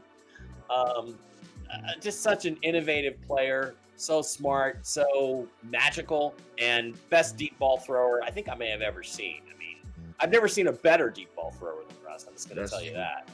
And he could still do it. I hope the Giants let him change plays at the line of scrimmage and innovate. If they do, he'll be very successful there. But the last couple of coaches haven't wanted him to do that. So. let's wait and see who the Seahawks are taking. Okay, so the Panthers made a trade. A lot of stuff on the Panthers trade, but nothing on the Seahawks pick. Waiting to see what comes Well, in. that's because we're not relevant. Oh, and by the way, guess what? The Seahawks are on the clock, and guess what TV's doing? They're at a commercial. Commercial break. Yeah, now it's time. Yeah. So let me flash update this. How long have you been a Seahawks fan? Since the very first Seahawks game ever played in the Kingdom in 1976, when my Uncle John took me and my brother. I saw the first pass Jim Zorn ever threw to Steve Largent. That's Preseason game, exhibition game, didn't count, but from there. You know, I mean, I started watching football. The first game I ever saw was like 9 years old. Super Bowl III, Joe Namath beats the Colts. You know, I had a little electric football set with the Colts, and they were my team. That sucked when they lost to Joe Namath. But, you know, and then what? 7 or 8 years later, we got the Seahawks. So since then, I've suffered a lot, but I've had a few good moments too. All right. I want to bet. All right. Yes. Seahawks select Miami tight end He's Elijah good. Arroyo. That kid's good. Yes. They needed a receiver. They got a receiver. Tell me about what this does to you. You mentioned his name specifically as one of your favorites that's available right now. Yeah, the new coordinator, Clint Kubiak, who came from New Orleans, likes to use a lot of two tight end sets. So they have Noah Fant, who they got in the Russell Wilson trade in 2022, who's been, you know, productive but not impactful. Like, you know, you look and you see he had 7 catches for, you know, 89 yards and a touchdown, and you're like, I don't even remember him being in the game, right? And he's not a very good blocker, but he's an athletic tight end. And then they went and drafted last year. They drafted a Michigan guy to be their inline blocking tight end, but they want to use 2 tight end sets with 2 receivers split out more this year. So they got a guy who can actually catch passes downfield at the tight end position. And so that's something that they needed. And the thing is, they traded DK Metcalf, which hurt, and I didn't want to trade him, but I did want to trade him because I didn't want to pay him. So this helps. You know, it doesn't matter where the catches are coming from. They signed a couple of wide receivers. They signed Cooper Kupp. They signed Marquez Valdez-Scantling, who's I remember watching him this year from New Orleans, going, "Wow, that guy's really fast." And now they've added Arroyo. So they didn't replace a receiver with a receiver, but they replaced him with a tight end who's going to play a lot of slot receivers. So that's a good pick for me. That's logical. Nice. Well, good. I'm pleased about that. That worked out. Good. Is this the first time you've been pleased about the Seahawks in this draft? No, I thought Gray Zabel was exactly the right pick yesterday. Yeah, you know what? I didn't get your I want your reaction to Gray Zabel, but first, B Hema over here in on Rumble, he said, "Yes, I think it was a good move for Cleveland, moving around like they did." He goes, "Like Sal said, it all just depends on who you pick." You know, so it's going to be impossible for us to know how the trade was until we figure out what we do with that first rounder next year. So the jury's still out. They kick the can down the road, and Tabitis says Arroyo to Seattle. Super excited about that one. Arroyo in Seattle. So, Sal, talk about that for a second. About depends who you pick. You got some attention on the comment section over on Rumble over here. Depending who we pick. Yeah, I mean, like I said, it all depends on who we pick and us being able to develop the talent. If we're going defense, we got Jim Schwartz. Jim Schwartz is a guy that knows how to cultivate that talent. When his first year coming to Cleveland, we saw how good the team was defensively. Last year, a lot of people got hurt, and a whole bunch of other things happened that I'm willing to bet is going to come out later that was going on in that locker room. Such as? I think a lot of people weren't happy with what was going on. What's the safety, the one safety that played for Kansas City? Talking about I would have won a championship if I was with Kansas City. Can't think of the guy name, but he got a lot of flack for talking crazy. Hold on, which player said this? It's a Browns player that we got from Kansas City. Kansas City didn't want to pay him.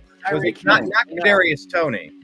No, Tyreek, the running back? No. The running back. It was a safety. Oh, Juan Thornhill. Yes. So you got this is my humble opinion. When you got players like that that rubs off on the team real bad, especially with him being a vet. You can't have that going on in the locker room, and that causes confusions and problems. So when you got players like that, we already got the stigma of us being the same old Browns. But then you got players coming in like that, that causes a lot of problems, man. Agreed. Nick Scorton selected at pick number 51 by the Carolina Panthers. He's an edge rusher from Tampa. Pass rusher, yeah. From Texas They needed A&M. that since they unloaded Brian Burns. They've needed a pass rusher, so maybe he'll be one for him. Yeah. Good. Yeah, the edge position is maybe more important than it's ever been. That's a position I play. I loved playing defensive end. One of the best things I've ever done. Yep.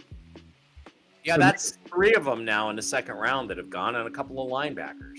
Yeah, 4. we got another edge that just went, going over to, hang on, I think my screen reset, to the Tennessee Titans. Yeah. Oluwafemi Oladejo. Okay, hold on. We're all going to take a stab at this. You gave your first try. Sal, give a second try at his name. Oluwafemi Oland. Oh man. Oladeo. Because the J would be silent. Yeah. Oluwafemi Oladeo. Olawafemi. Yeah. Anyway, like the end of a UT song. O'Reilly Auto Parts. I'm going to say Oluwafemi Oladejo. Or Yeah. I don't know how to pronounce it. But yeah, I'm glad we did that. That was a fun exercise. Grade us in the comments if you thought we did a good job at explaining his name. Okay, let me pick him. Oluwafemi Oladejo. Oladeo. There he goes. That was supposed to be the Seahawks pick, right? Yeah, 52. Yeah. That could have been you. Well, again, it reinforces to me that Xavier Watts, the safety, who I think is just as good as Amanawari, would have been there if they'd have just kept their picks. They'd still have 2 picks in the third round. By the way, look at his smile in this picture. Yeah. It reminds me of like a kindergartner. Smile. Got the Hancock smile. Yeah. This is interesting because some people are saying that the guy we just drafted, Seahawks just drafted, Elijah Arroyo, that he was a top 25 talent, but he had injury concerns. So you're starting to see the guys like him and Will Campbell that had injury concerns. Teams are willing to take a risk on him in the second round. They're not willing to take a risk on him in the first. Yes. And so to recap, let's go through this real quick. In round 2, let me make sure I have this pulled up the correct way. Let's do a quick recap. Carson Schweisinger, linebacker, UCLA, goes to Cleveland at pick number 33, starting round 2. Jaden Higgins, wide receiver, Iowa State, goes to the Houston Texans at 34. Nick Amenwari, safety, South Carolina, goes to the Tennessee Titans. Quinshawn Judkins, running back, Ohio State, goes to Cleveland. Jonah Savianea, offensive guard, Arizona, goes to the Las Vegas Raiders. Pick number 38, the Patriots take Travion Henderson. So Ohio State backs go almost back-to-back. They sandwich someone together, but, man, great running backs at Ohio State. They're both getting winners there. Luther Burden III, wide receiver, Missouri, goes to the Chicago Bears. Tyler Shuck. Hey, let me ask you about this, Mike. We talked about the quarterback situation in New Orleans. They took Tyler Shuck. I think this was right before you jumped into the show. Do you have any thoughts on Tyler Shuck? Cray. The guy, he's not as good. He's not as good as three of the guys that are left. Shadur Sanders, Jalen Milroe, and Will Howard. They're all better than him. I don't know what they're thinking, but they must love him. They must love him. But I if this guy turns out to be anything more than Kenny Pickett 2.0, I'll be stunned. Sal, you said, "Wow." Yeah, I've seen him play. He got a pretty good arm, man. He's pretty good arm. He's a big guy. He's not a little guy. But you know who else has a big arm and big body? Will Levis, and he hasn't been very successful yet. Now this is the thing: the Seahawks are probably out of it on a quarterback now. And the guys that are going to be gone by the third round aren't going to be worth taking you can't at least get Quinn Ewers, it's not worth taking one, and I don't think they're prioritizing it. So you might see something like a team like them that wants a young quarterback. You might see them trade for Will Levis, but I don't think a day 2 pick. I think he's going to have to go for a 4th or a 5th or something like that. So you can expect to see some action on that, I would think.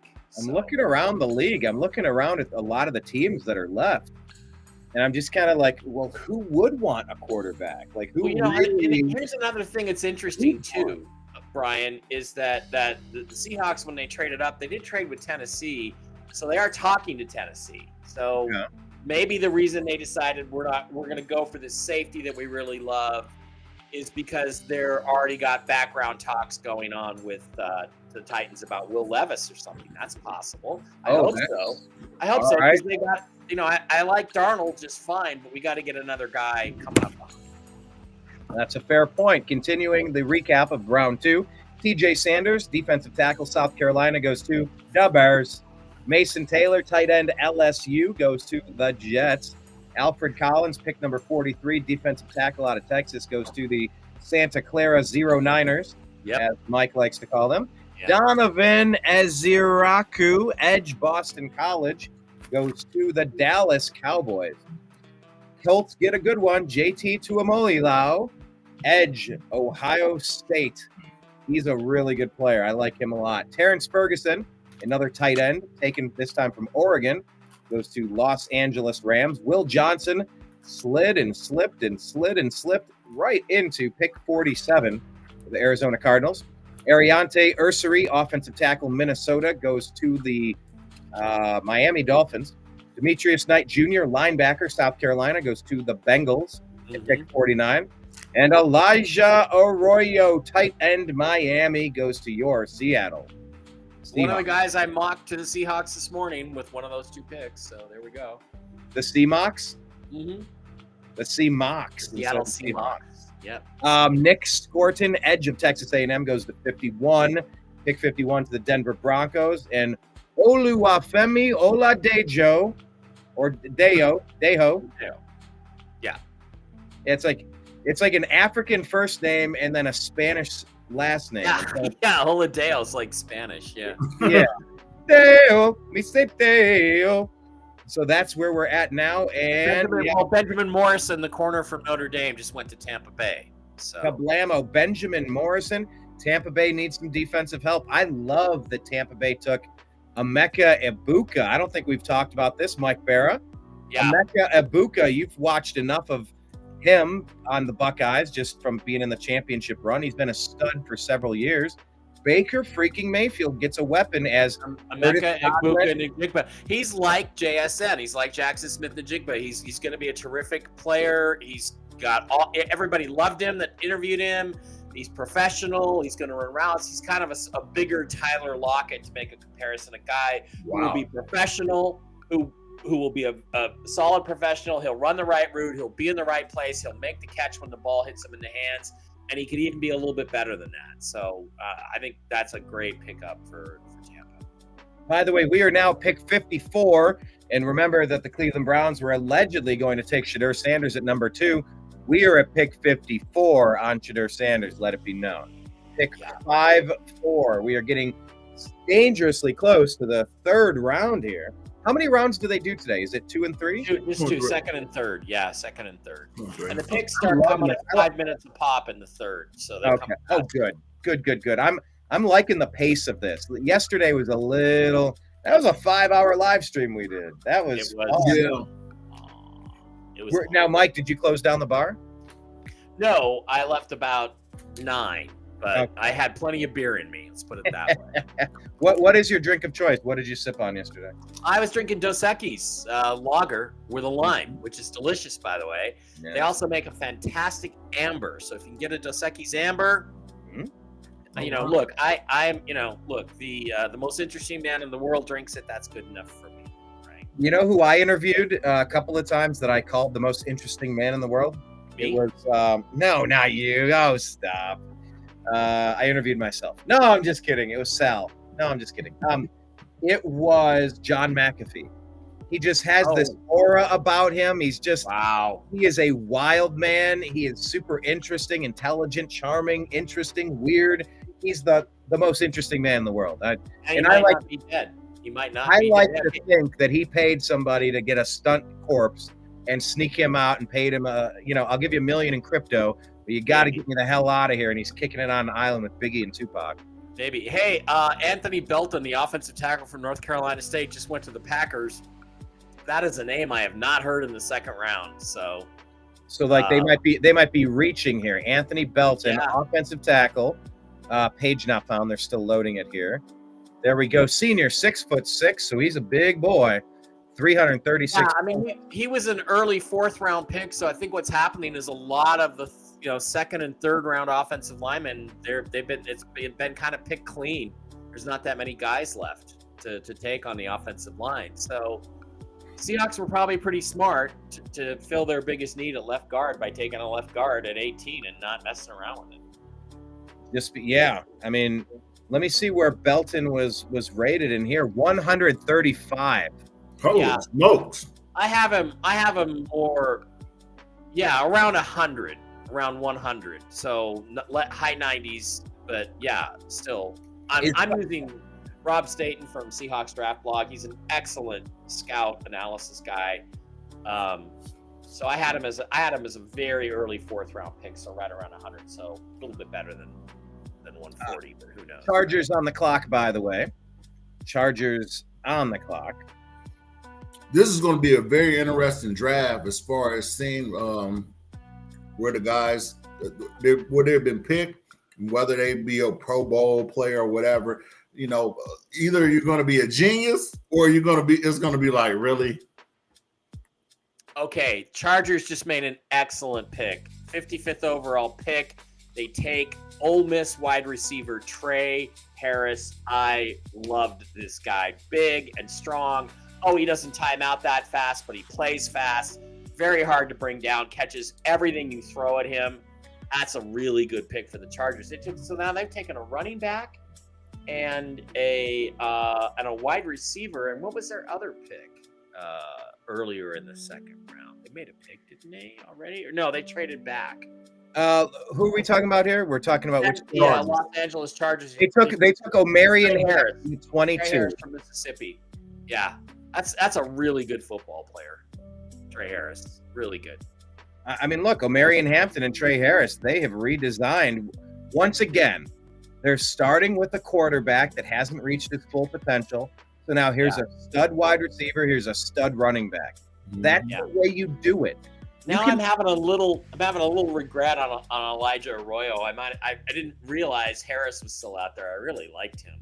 Oh, so now you might regrade your position. Well, no, I mean, I think Arroyo was a good call because they're going to use more two tight end sets. And A.J. Barner, the Michigan tight end they took last year in the fourth round for the Seahawks, he can't really play downfield. He's no threat to beat anybody in the passing game, so that makes sense. But wow, I really liked Trey Harris. Trey Harris, Ole Miss, off the board now. We got Chicago on the clock.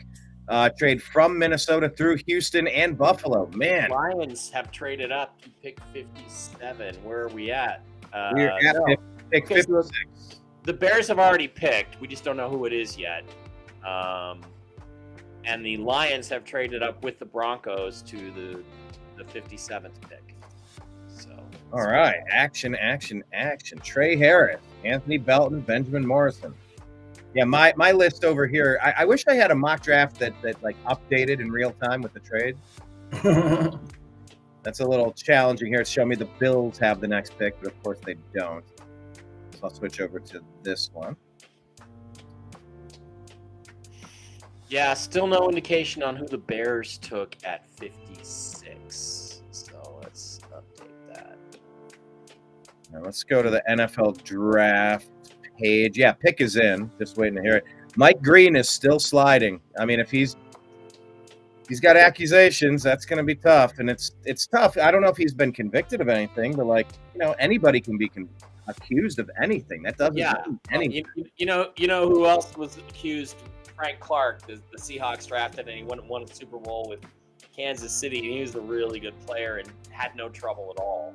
So, a lot of times it's somebody trying to make money off of a player, And we had dinner last night with Jim Mitchell and Regina, our friends here. He's an ex-Vegas PD guy, and he was going on and told a lot of stories about guys getting falsely accused. So, you never know. You never know. It doesn't. You got to really investigate these things. And then you see in a different sport, Trevor Bauer. I picked him as a potential Cy Young capable player early in his career, and turns out he won a Cy Young with the Reds, and he was accused of something. And the Dodgers just said, thanks, but no thanks. We don't want you on our team. He was never convicted, and it was a shakedown. It was proven to be a shakedown. And nobody will let him play. Nobody will draft the guy. Or nobody will sign him. At the league minimum, they won't pick him up. And that's cold. That's so cold, man. I think the lady, they gave her they're gonna give her 10 years for what she did. Wait, is that really happening? I think that's what they were talking about. She can get up to 10 years for what she did. Well, okay. She could. Yeah, there was the double check. There was the Tim Waltz campaign staffer that keyed 6 Teslas for $20,000 worth of damage, and their district attorney said, it's all good. We'll do a little restitution. And then she goes around and drops the hammer on somebody for keying a car today, as long as it's not a Tim Waltz campaign staffer. So, the justice system has never been more obviously bullshit than it is at this moment. It is a complete cluster. Trying to figure out how to govern a society. It's all up in the air. Well, there are some people who don't want to govern a society. They want to destroy our society. So, Sal, Sean Alexander, I went to a live game, and it was against the Lions in 2003 or something. And I had low seats near one of the end zones. And, I saw this play. He ran to his play, started out to his left. It was all clogged up. They were at about the 20-yard line. You could see his vision. He looked back. He saw it to the right. He saw that it was open. He made one cut, and he just ran to the corner. And it was Kyle Vanden Bosch had the edge, who was a good player. He was in his third year. He was a good player for the Cardinals. Fast defensive lineman. And it just was. As soon as I saw him take the step to his left when he saw the lane, I'm like, that's a touchdown. And he ran about 30 yards across the field to the corner, and nobody even came close. The guy was such a pure runner. He just, he didn't block, he didn't catch. It's like, yeah, well, you know what? The dude could run, and that was his job. Yeah. Hell of a player. Absolutely a hell of a player. All right, let's see if we got any picks in. Bears still have, their pick has not been announced, I don't think. Still waiting to hear on that. Oh, by the way, Sean Alexander made the 50th pick announcement, apparently, right? Wow. Yeah. Okay. Bears selected tackle Ozzy Trapillo. Okay. Ozzy Trapillo. And then the Lions traded up to the 57th spot. And they have selected a guy like interior offensive lineman Tate Ratledge. He was probably the last of the guards left. Tate Ratledge from Georgia, I believe, and he can play center or guard, and they probably needed that. Although I'm a little surprised the Lions,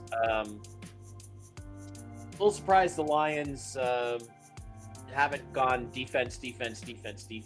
Thank you.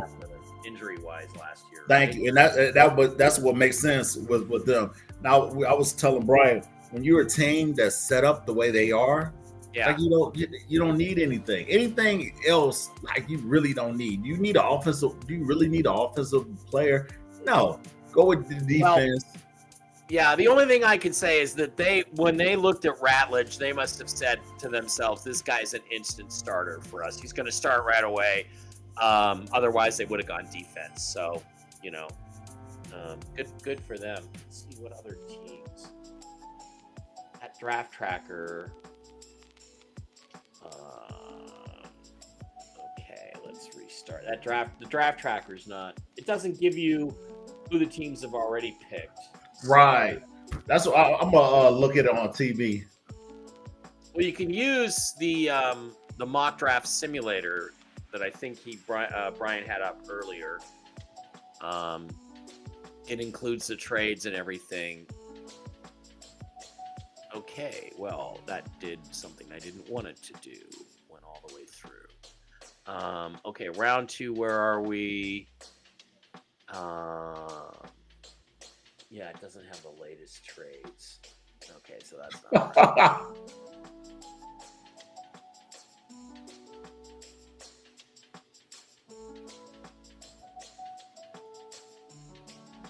Let's go back and look at who the Lions took in the first round. I know it was a defensive player. I think it was the corner, right?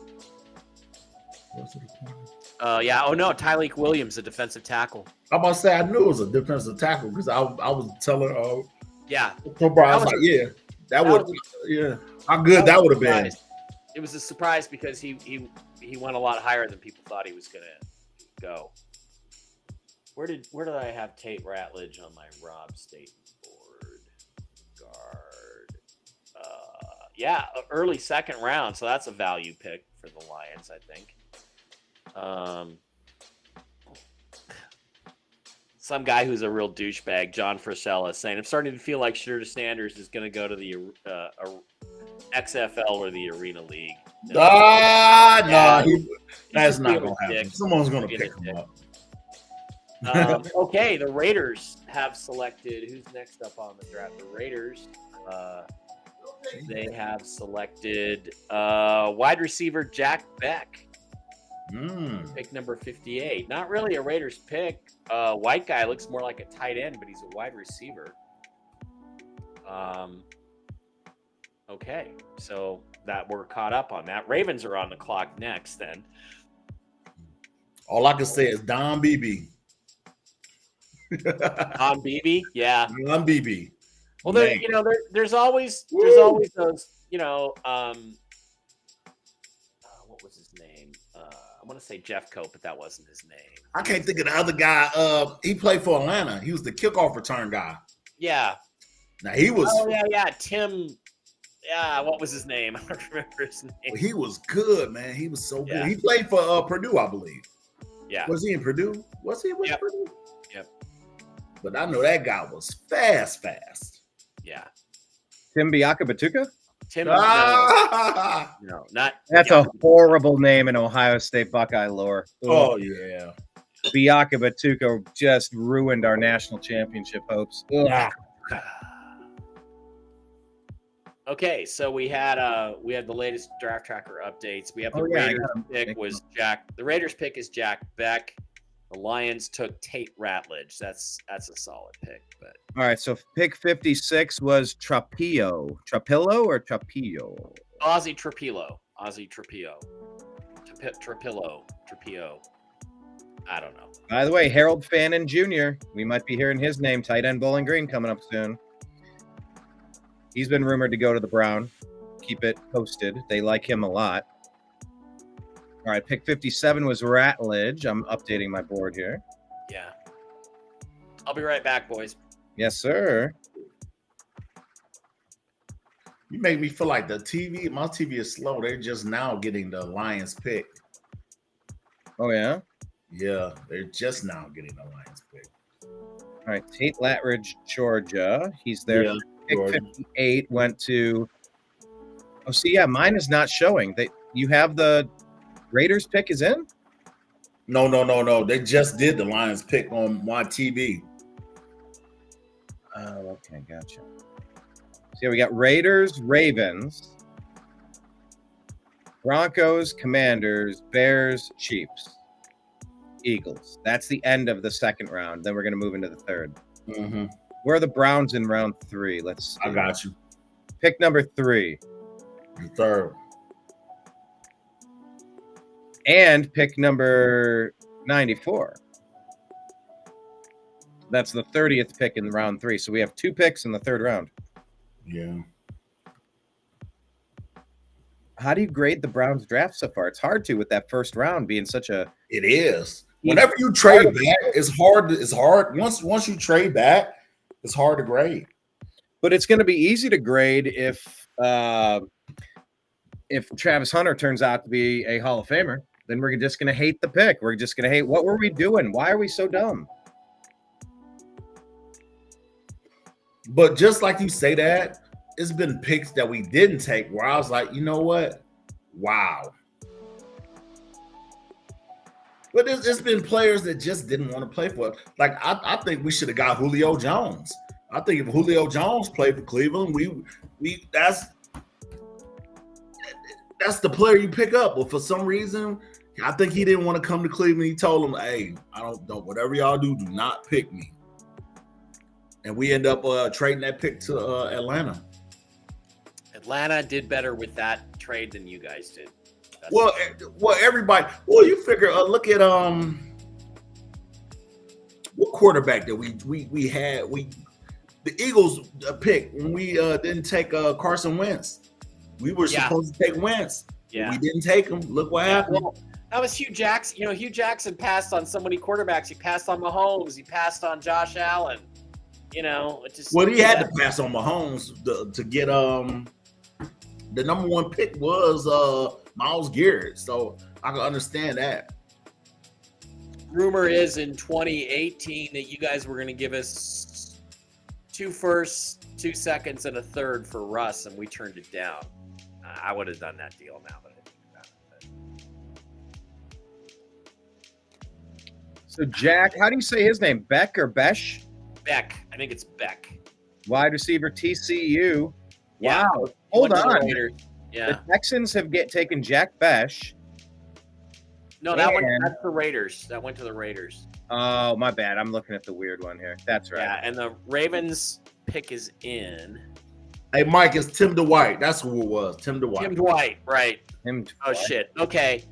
Guys, I have to go on another live for a few minutes. I'll be back after that. So I'll be right here. Yeah, I'll be back. Are you doing another Ingram angle about aliens? No, it's another thing on a financial thing. But I gotta leave here, so I will. Okay, we'll be here. Back. All right. To be continued. Mike Barra, everybody. He'll be back. Or Beck or Besh. Or Beck. Yeah, I'll be back or back now. Be back or Beck or Besh. One of them. How the hell do I get out of here? Good luck. Yeah, Sal, that's have you watched the Strictly Football episode? I forget if I asked you. No, I haven't. I think no. I caught the back end of one. Okay. I was at I think I was somewhere and I saw, I'm like, he online this early? And I was like, I'll check it out. So I went and I checked out the back end of one of the shows and I listened on, and then yeah, we've got like 25 episodes under our belt. We did a weekly show, like a season preview, and then one through the playoffs, and then we did a free agent signing, and then we're going to do a draft recap once we're through all this. It's been fun. It's been fun for sure. That's good. Yeah. So I guess we're just kind of still surprised, perhaps. A little surprised that Shedeur Sanders is still sitting there. That's like the big name. Yeah. And I think it's a gift and a curse when you have a polarizing figure as a father. Look at the Ball boys in basketball, the ball, family, how they were looked upon because of their dad. He was braggadocious about his son, which he should be, but that didn't help him out. LeBron had to get him up out of there. He's like, hey, get him up out of here. I ain't trying to have nobody talking crazy to me, So, things happen like that when you in that type of situation, I don't think it's his fault. I just feel bad for guys like him. I look at it like kind of how like Bronny James is being treated playing in the league now. That Bronny James hate is really stupid. It's a cool story. It's the only time a father's ever played with his son. It's the all-time NBA scoring leader. Oh my gosh, it's nepotism. I can't believe you gave us. You're getting. By the way, I saw a message from Donald Trump today. I don't know if it's true or not, but they said, I can't believe Shedeur Sanders is still on the board. Like, you're getting the pedigree of Deion. I recommend you take him immediately or something. I believe it's true. I don't know if it's true or not, but that sounds like very Trumpian. Yeah. but you're kind of drafting the pedigree, you're drafting the DNA, you're drafting the genetics. And with LeBron James, he's been coached. Ronnie James has been coached by the best player of all time. You and I might disagree on that, but he's been coached by him his whole life. Like, why not take him? Oh, he didn't do anything his first year. He almost dropped dead of a heart condition and almost expired. We have no idea what he would have been capable of if he played a full season. Draft him in the second round, stash him, and now he's on the playoff roster. He can hit some three-pointers. He knows some fundamentals. Man, it's a fun story. Hating just to hate is stupid. We can hate LeBron's politics, his douchiness, his flopping, his whining. We can hate his weird Diddy stuff and the D-Wade transition stuff and all the stories swirling on the backside of all that. But the product on the court, LeBron and his kid, that's a cool story, I think. Am I being too generous, Sal, or do you think he deserves that hate? I think that I think that you are marked. You're not great unless you get hated on. That, in my humble opinion, if you're not great, I'm talking about great, the upper echelon. Only the upper echelon is going to get hated on, and it's up to you how you handle it. With him, he has to handle things a certain way that me or you, we wouldn't be able to handle it. It would be, fisticuff. We're going to duel type situation. If you talk about my kid, you get what I'm saying? But with him, he can't really go there because he has a lot to lose. Everybody that say something to him has nothing to lose. He has the most to lose. So he has to humble himself. And, like in Stephen A. Smith's situation, I think that he thought that they were friends, and Stephen was like, no, I have to make this salacious because of the fact that this is my job. This is how I get paid. So I have to do this. And that's what took on that. And then he was like, no, you don't do that to me. And that ended up being what that was, Yeah. Hey, let's go to Quincy Carrier real quick. He says Browns shock everyone to take Carson Schweizinger. Let's get his take. Yeah, he shot there. Yeah. Team that feels like they value linebacker too highly, even though this kind of puts the evidence in an overwhelmingly different category because they drafted JOK in the second round. Now they go Carson Schweizinger. Maybe the Browns aren't the slaves to positional value that some of us thought they were a couple of years ago. But they take Swess here, 33 overall. He's the consensus number 2 linebacker in this class behind Jihad Campbell. There are a couple of arguments to be made here. The consensus number 2 linebacker behind Jihad Campbell. That's all right. Walker too? Walker linebacker. Walker was doing good in Georgia. But I don't know anything about this kid. So, but I'm in SEC country. So why would I? That's fair. All right, that's fair. Before we get to the evaluation of Carson Schweizinger, which, look, I'm not going to act like I've watched a ton of Carson Schweizinger tape. I will, as the weeks go on, to evaluate this. But from what I hear from the people who do watch tape regularly, they like the pick. I've got multiple people to reach out to me to say, hey, they love this pick here for the Cleveland Browns. They love Schweizinger for the Cleveland Browns. But nonetheless, one of the arguments that I'm partial to is, okay, if you really felt like linebacker was that big of a need, then you should have considered moving up to 30 to get Jihad Campbell.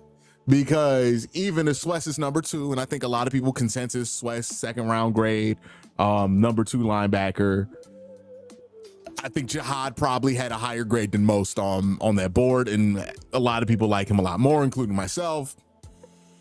I would have been doing backflips if they would have traded back in to get Jihad Campbell. With Schweizinger, I understand why they did it. I understand what the thinking is. And it does bring up some larger questions about some other players on this team, but waiting to do it to 33, always going to be that question, depending on how Jihad Campbell's career goes, if you should have been more aggressive at the position and pursued him. I think that's a fair argument to have, and only time's going to tell what the answer is going to be here. But let's not mistake that with Carson Schlesinger is like not good. Apparently he's pretty good. Everybody who was in my chat that watched UCLA football tells me this guy's a beast. I have not, again, UCLA was not a very relevant team in the college football picture last year, so I didn't get to watch them a ton. And everybody I know, all the film nerds I know, I've reached out to give me good reports back on him. Last year had 18 pressures at UCLA, 4 sacks, 11 hurries, and 2 quarterback hits. He also had 100 tackles, only 11 missed tackles, so a missed tackle percentage of 7.6. Had about 50 stops last year, which is pretty impressive. A frame of 6'2", 225, so a bigger body there at linebacker. I believe JOK was like 6 foot, 225, so bigger body, bigger frame. He can add some more weight. I think that's going to be important when it comes to run stopping in the future. Was a pretty well balanced linebacker as well. His best grade in Pro Football Focus was pass rushing, but he has a really solid coverage grade, really solid tackle grade, really solid run defense grade.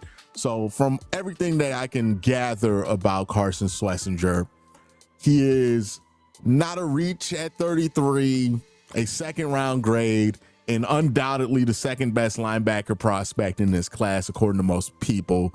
And if linebackers are need, then, you know, you go ahead and you take it, because there is a dip between him and the rest of the linebackers in this class. Here's the thing that why I think Schlesinger took some of us off guard. This does not spell good things for JOK. Like, we just got to be real about it. I have been on the more optimistic. All right, hold on. We'll just pause there. I mean, that's kind of what we're getting at. It doesn't spell good things for JOK. We saw him walking into the facility, but that's a far cry from lacing him up, you know? When you got nerve damage, man, look here. That's the beginning and end. That's forever.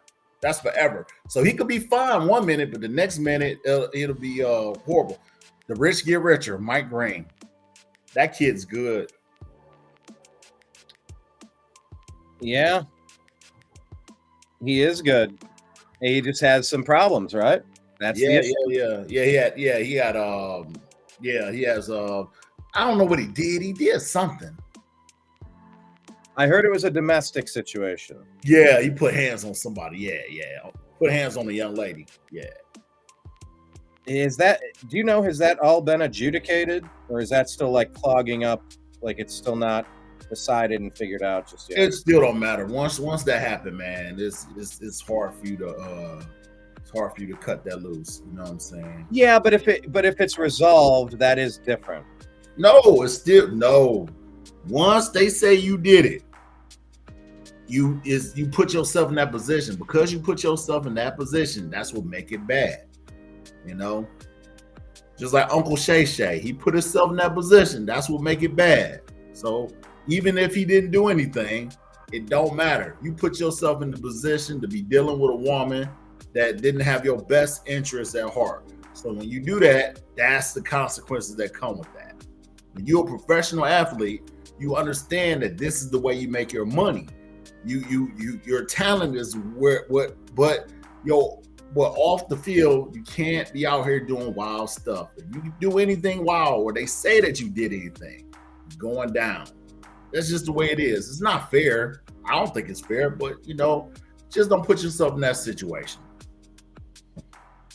Things happen, you know, and you know, and it's like, do you stumble and do you eat shit? Do you trip over something and bang up your elbows? You get a bruise, you get scratched up, like you make a mistake, or do you fall and like you land on a fork that goes right into your eye, into your brain, and you're done? You know, like there's ways that you could make a mistake that's like you can't come back from that. Right. You know, now this is gonna be the Kareem Hunt story, the Kareem Hunt video. Right. I watched that video. He came out, he wound up, he was getting ready to kick a 63-yard field goal. Thank you. And then he paused, he stopped, he kind of like gave it a real light half-ass something. Mm-hmm. He was going to give it everything he had to punt downfield in the rain, and he changed it. Okay, that's really good that he did in that moment. Right. Because he had a moment, but it wasn't like the. Is it something that's unforgivable, or is it like Henry Ruggs? Right? Was that the Right. guy? Yeah. Mm-hmm. Car crash. Right. You don't come back from killing two people and their dog who burn alive in the car because you're an idiot. Right. There's just no coming back from. Oops, I killed a lady and her dog.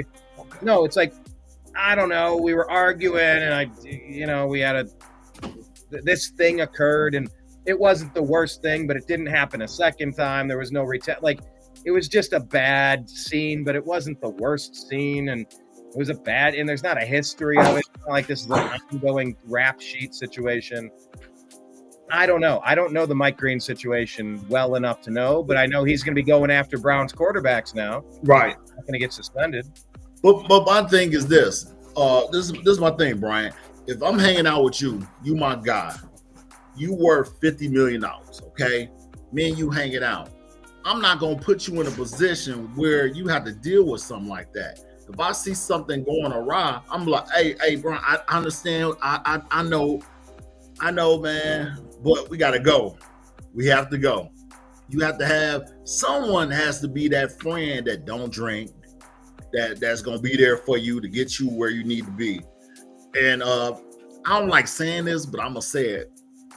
And you got to have a dirty friend that's like dirty, that's grimy. If they see something going on, you got to have that friend that's willing to, you pay the bail money for him. If to say less, you pay the bail money for him. He sees something go down and you just pay the bail money for him. You know what I'm saying? If something happened, you just take care of the family while he's doing whatever you're doing. You got to have that, the do dirt type person. That's what I would do if I had those type of funds. I would have someone to do dirt, and I'll definitely have someone to get me out of whatever type of situation. They not drinking. Hey, I'm gonna buy you a car, man. I'm gonna take care of your family. Just don't drink. If you see me, you my head guy. If you see something going on, get me up out of there. If you got people like that on your team, you shouldn't have to worry about none of this stuff. But you out there wilding out, doing wild stuff, this is what happened. You can't put yourself in that position. There's consequences for anything. It's crazy out here. People are willing to sue for nothing. So when you got $50 million in your back pocket, you can't put yourself in that position. You can't go party where everybody else party at. You had them sign NDAs, had the girls over your house, have them sign the NDA, let them know what it is. Hey, if you feel like you need to leave, you can leave. Ain't no videotapes, no camera. You hang out with us. And once you get ready to leave, we're going to have a limo take you wherever you need to go. That's what you got to do. But if you messing with a chick that's never seen 50 million Black Eyed Peas and she on Instagram or she on OnlyFans and she looking at you and you let her in the house and everything like that, she looking at you as a come up. So she gonna call Bugsby and she gonna try to get 50 million. All right, I pulled up some information to get his story, but let me double check a few things. Some of the comments on Rumble. If you're not watching us on Rumble, you need to do so, please. I think I need to refresh this.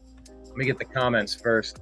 Ratledge looks like a bully, asking if Sanders is going to be a pick. Oakland is his best bet this round, but that came and gone. Mustard Manatee, hello. Sanders is all right. Where are we at now? Let's scroll over.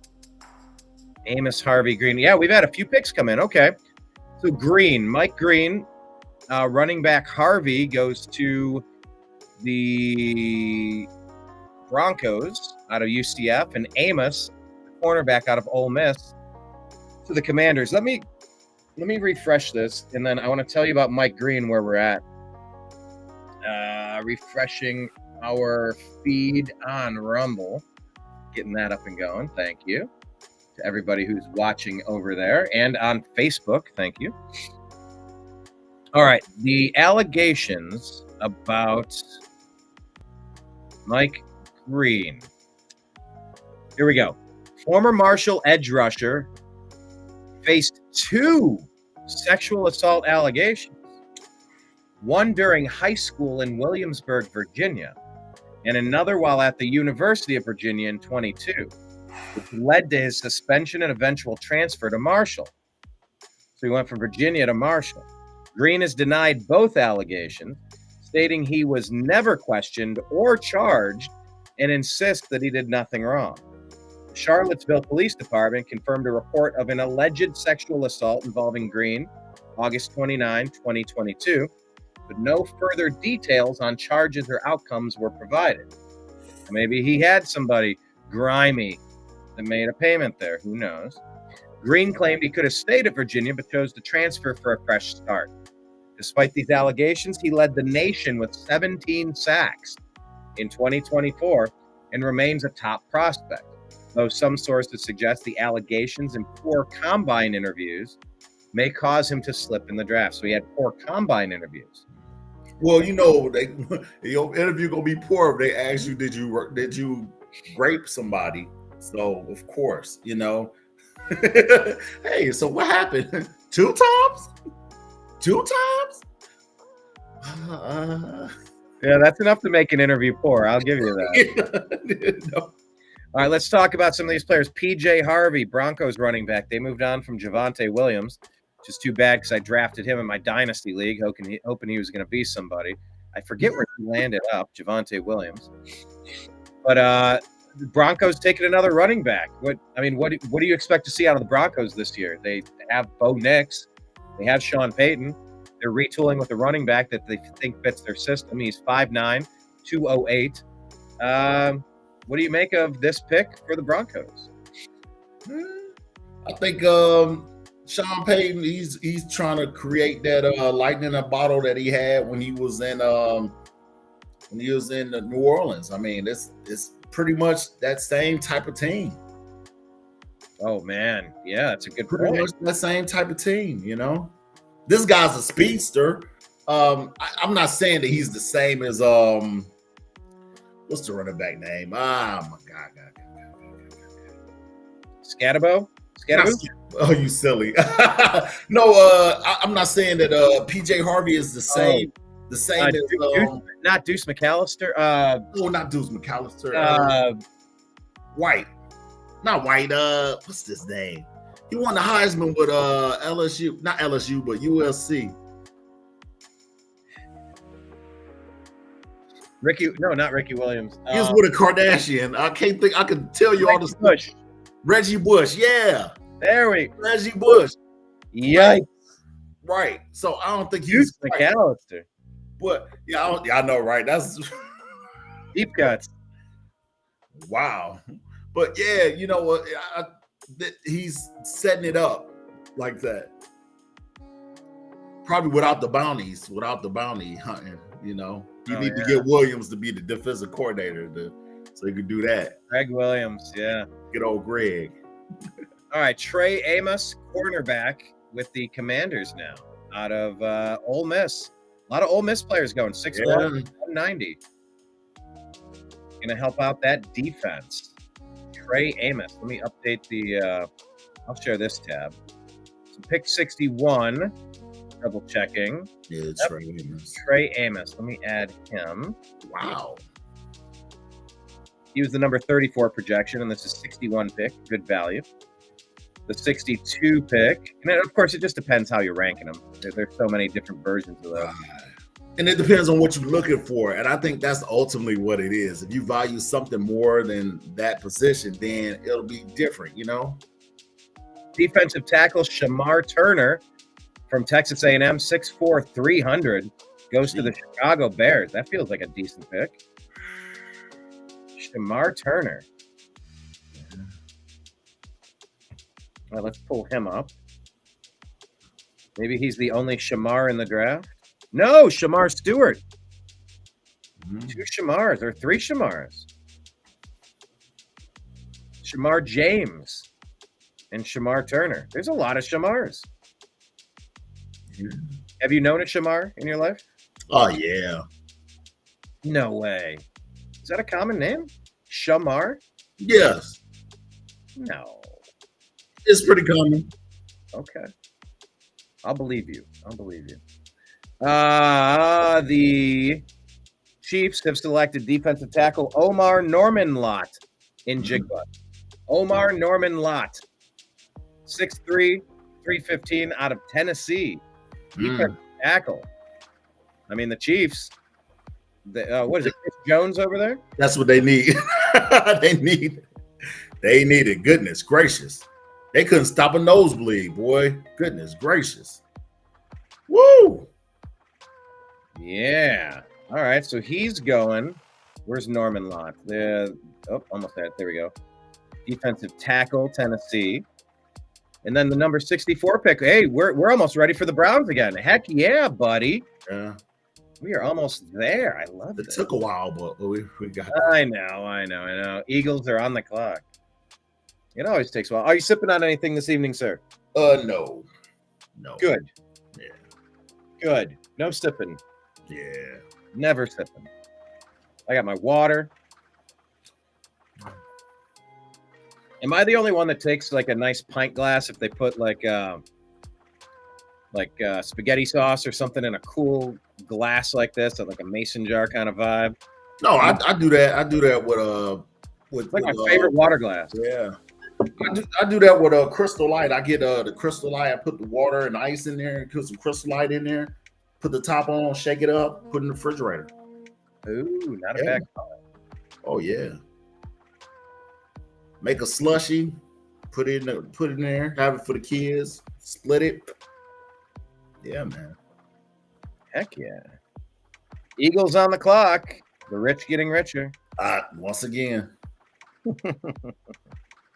Yeah, Jihad Campbell, linebacker, Alabama. Whew. That kid's a beast. And he's going to play on a beast of a defense.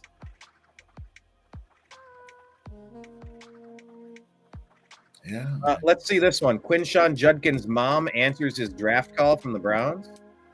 What is this? Let's see. Where's this video? It says it's playing, but it's not playing. It says now playing, but it's nowhere to be seen. That's weird. Yeah. We are at the back end, final pick of the second round. Waiting for the Eagles pick. Selection has been made. SAF. The safety. Andrew Makuba, safety from Texas. Senior, 6 feet, 190 pounds. Andrew Makuba is the pick. Andrew Makuba. We are into the third round now. You know anything about Makuba? Don't know a thing about this guy. I do not either. Trying to find it. There he is. 69. All right. Pick number 65. We are up. New York Football Giants. They already have their quarterback. Kansas City's not going to take a quarterback, I wouldn't imagine. Does Shedeur fall to us in the third? Do we want him in the third? Do we get Will? That's what they had him. They had him fall in the third. Shedeur? Yeah. But I wouldn't be shocked if we picked Will Howard. I wouldn't be shocked. Oh my God! I hope we do. I hope we do. He strikes me as a Kevin Stefanski type guy. Yes, let's go. I mean, he just strikes me as that type of guy that he'd want on the team. You know.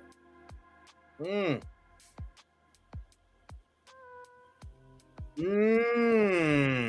shocked that we didn't get any tight ends. Stefanski loves his tight ends. You know. We might take Harold Fannin at this position, by the way. That'd be a good one. And he's the one from the Bowling Green Falcons. Yeah. Harold Fannin Jr. He's a 71 overall pick. So, I mean, he might not be there by the time the Browns get another pick at 94. But we're going to be up at 67 and 3 picks here, 2 ahead of us. Yeah. Some of the top players on the board: Shedeur Sanders, Jalen Milroe, Jalen Noel, wide receiver, Wyatt Millum, a guard, Caleb Johnson, running back. Well, we got our running back, I guess. Yeah, we don't need. Yeah. Marcus Mbow, tackle Purdue. This is a clutch pick right here. I didn't know that Russell Wilson got $21 million for 1 year. Goodness gracious. Is that what it was? The Giants gave him 21 for 1 year. By the way, here's the Schweisingers when they find out who gets selected. 33rd pick in the 2025 NFL Draft, your Cleveland Browns select Carson Swesson.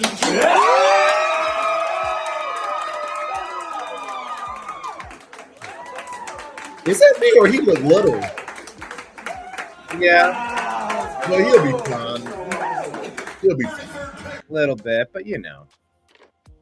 Little bit, but you know. Yeah, he'll be fine though.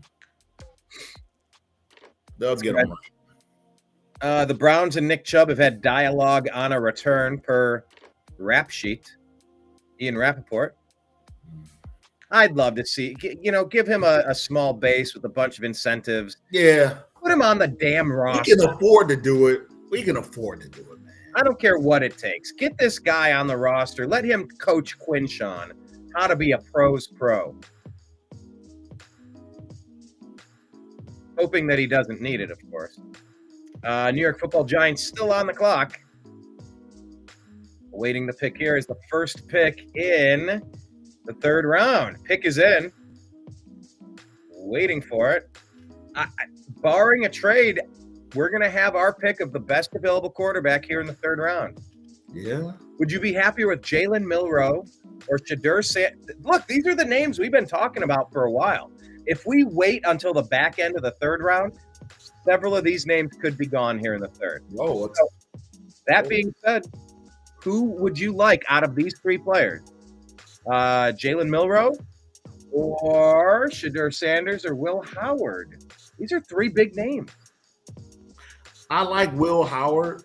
Like me being a homer, I like Will Howard. I think that Shadur is ready. I think he'd be ready. But I think Milroe, I just feel that he's a project. I feel he's a project, but I would hate for us not to take Milroe and then he end up being like the next Michael Vick. Not next Michael Vick, but the next Lamar Jackson. And that would blow my mind. I'm like, dude, really? I know. He's not a little guy. He's 6'1". He's fast. He can throw the ball. I think that Stefanski will be the guy that could like actually get him where he needs to be. But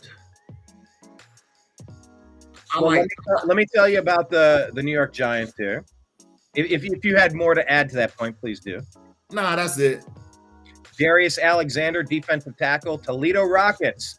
That's 6'4", 310 pounds. Going to the New York Football Giants. The Chiefs, they're on the clock, but the Browns have already tweeted out that they are now up. Whoa. I guess that this Chiefs pick went fast.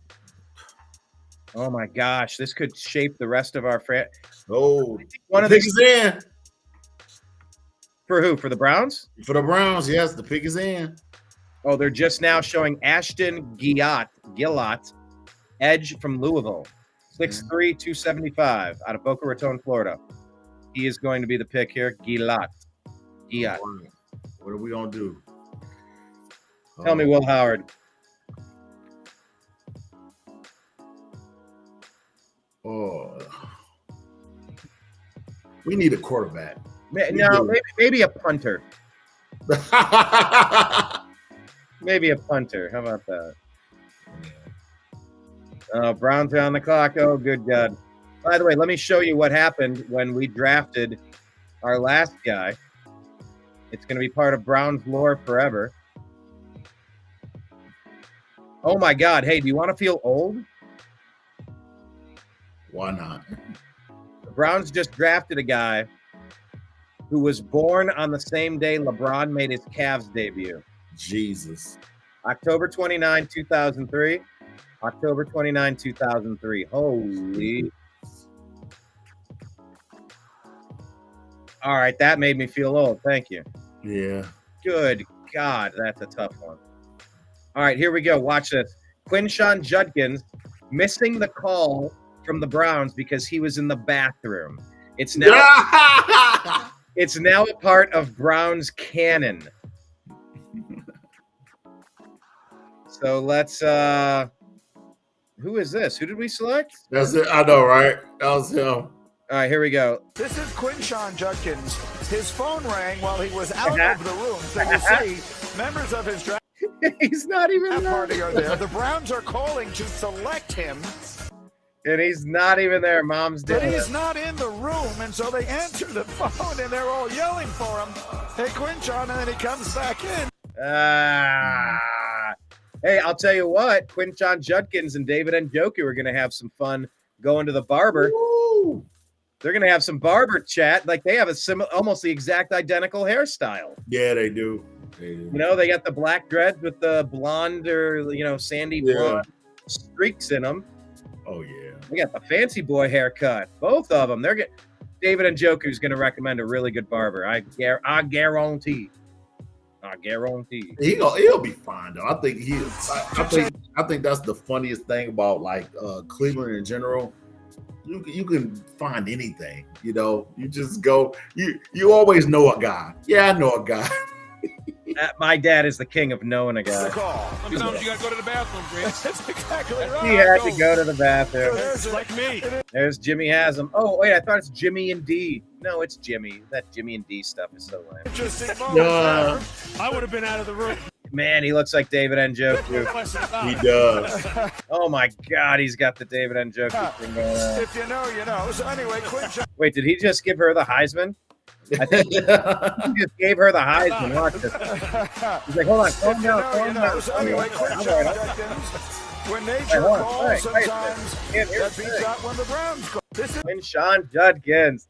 Yeah, hold on, just one more time as the phone rings. Like, hold on a second. Look at, honey, look. This is Quinshawn Judkins. His Baby, phone look, rang he's while he was ringing. out of the room. So you see, members of his draft party are there. I wonder who that is, by the way. Handing the phone. Who is that? That's an assistant. Is it now? All right. Browns are on the clock. Pick is in. Browns are on the clock. Pick is in. Trying to scroll around and find interesting stuff here on X to show you about Quinshawn Judkins. I'm on my way to get to you. I'll be there in a minute. Coach Staley is all of us right now. Heck yeah. Quinshawn Judkins.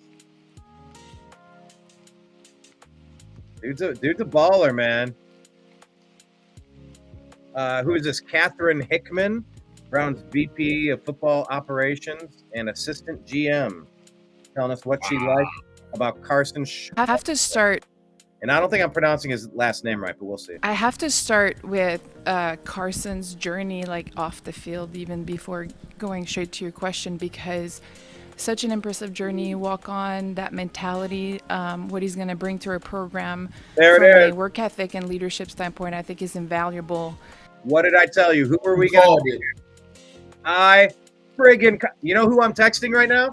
Hang on, check this out. I'm going to text Jay Crawford right now. I called this to the Browns, and I'm going to see if he wants to jump on the show. You know Jay Crawford from Cold Pizza? Yeah.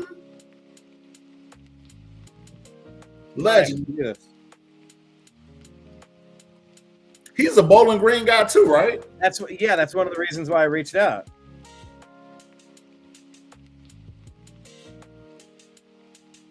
Oh, here, let me just scooch over to. What do you know about Harold Fannin? Anything? I just watched his. I watched him online on the YouTube, like watching his highlights. Yeah, he's good. He's good. He's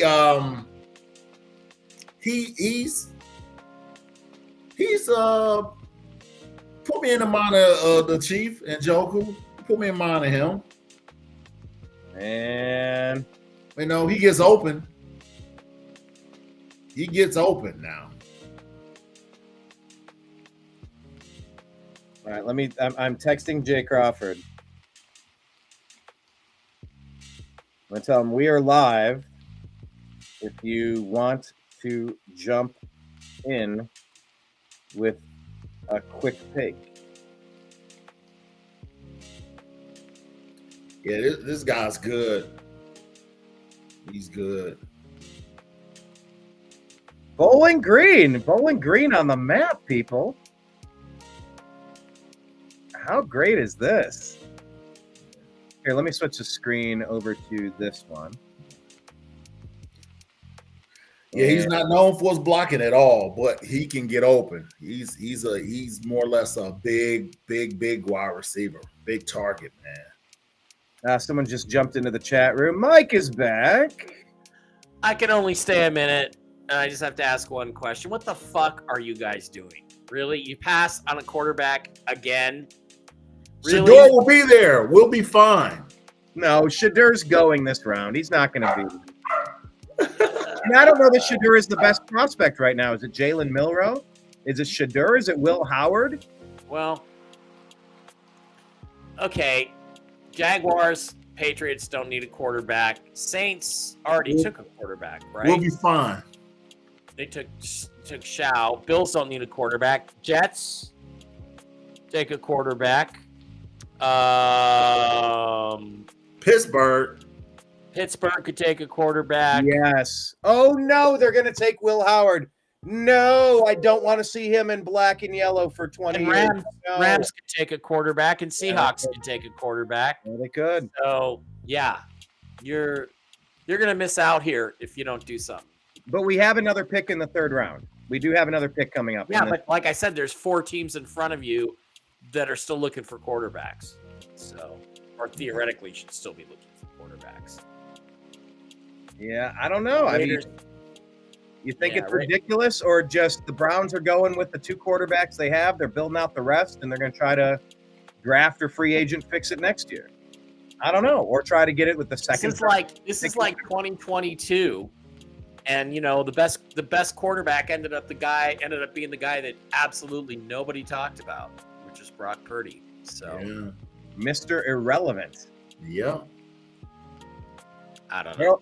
Harold Fannin is from my alma mater where I went to school, Bowling Green. We referenced it earlier with Coach Eddie George, and Urban Meyer, of course, got his head start there. So, I mean, it is a football program over there. But, yeah, Harold Fannin, that's somebody that the Browns worked out. They loved him. He was on my radar, and I had a hunch they were going to take it. I didn't know they were going to take him right now, but I figured he wouldn't be there by the second pick in the third. So – we already have David Njoku. I don't know what this means for Njoku. Or does this mean Patriots are taking wide receiver Kyle Williams at number 69. That's a good pick. Now, what do you know about Kyle Williams? Well, he's a good wide receiver, big guy. You can catch the deep ball. Not the fastest guy you'll ever want, but he's one of those guys that efficiently gets open. He's kind of a kind of a Cooper Kupp type. So, or Puka Nacua type. But good player. Hey, didn't you guys pick him up? No, we took Elijah Arroyo. No. Cooper Kupp. Yeah, he signed with Seattle. Yeah, that's what did you make? I didn't have a chance to talk to you about that. It was a lot of money. I don't know how much he has left in the tank in terms of can he stay healthy. Right. Honestly, when we play the Rams, I'm not even worried about Cooper Kupp anymore because he ain't going to be playing in the game against us because he's going to have some injury. He's going to have some nick, So that's my attitude towards him the last couple of years. I hope that he gets lucky and doesn't get injured for the Seahawks, but you never know. That's true. Kyle Williams, wide receiver, Washington State Cougars. Hey, look, Drake May getting some more weapons. Yeah. There are not a lot of known weapons at wide receiver for the Patriots right now. No. They could definitely benefit from having some youthful skill in that room. That's for damn sure. Yeah. So they did pretty well so far. Who have they taken already? Will Campbell, Travion Henderson, and Kyle Williams. 3 guys on offense out of 3 picks. Do I love Travion Henderson?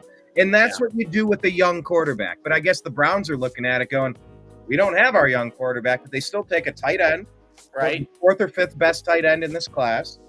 And, they went ahead and got a defensive tackle, but then also got that running back replacement. So it's not like we haven't addressed offense. It's just it's a far cry from like a quarterback and a running back, a quarterback and a receiver. It feels different with a tight end and a running All back. right, Missing boys, you have a good show. I'm heading out.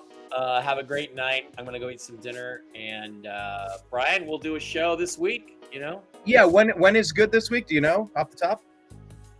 If you're guessing, Tuesday is usually pretty open as long as we do it earlier in the day. So that's the main thing. earlier in the day, Tuesday could work. Yes. Comedy in the evening. To be continued, Mike. Thank you so much. Oh, where do we follow you? We go to Seahawk Boy Mike B. Is that where you want to tell Seahawk Boy Mike B on Twitter. All right. Seahawk Boy Mike Bear on Twitter X.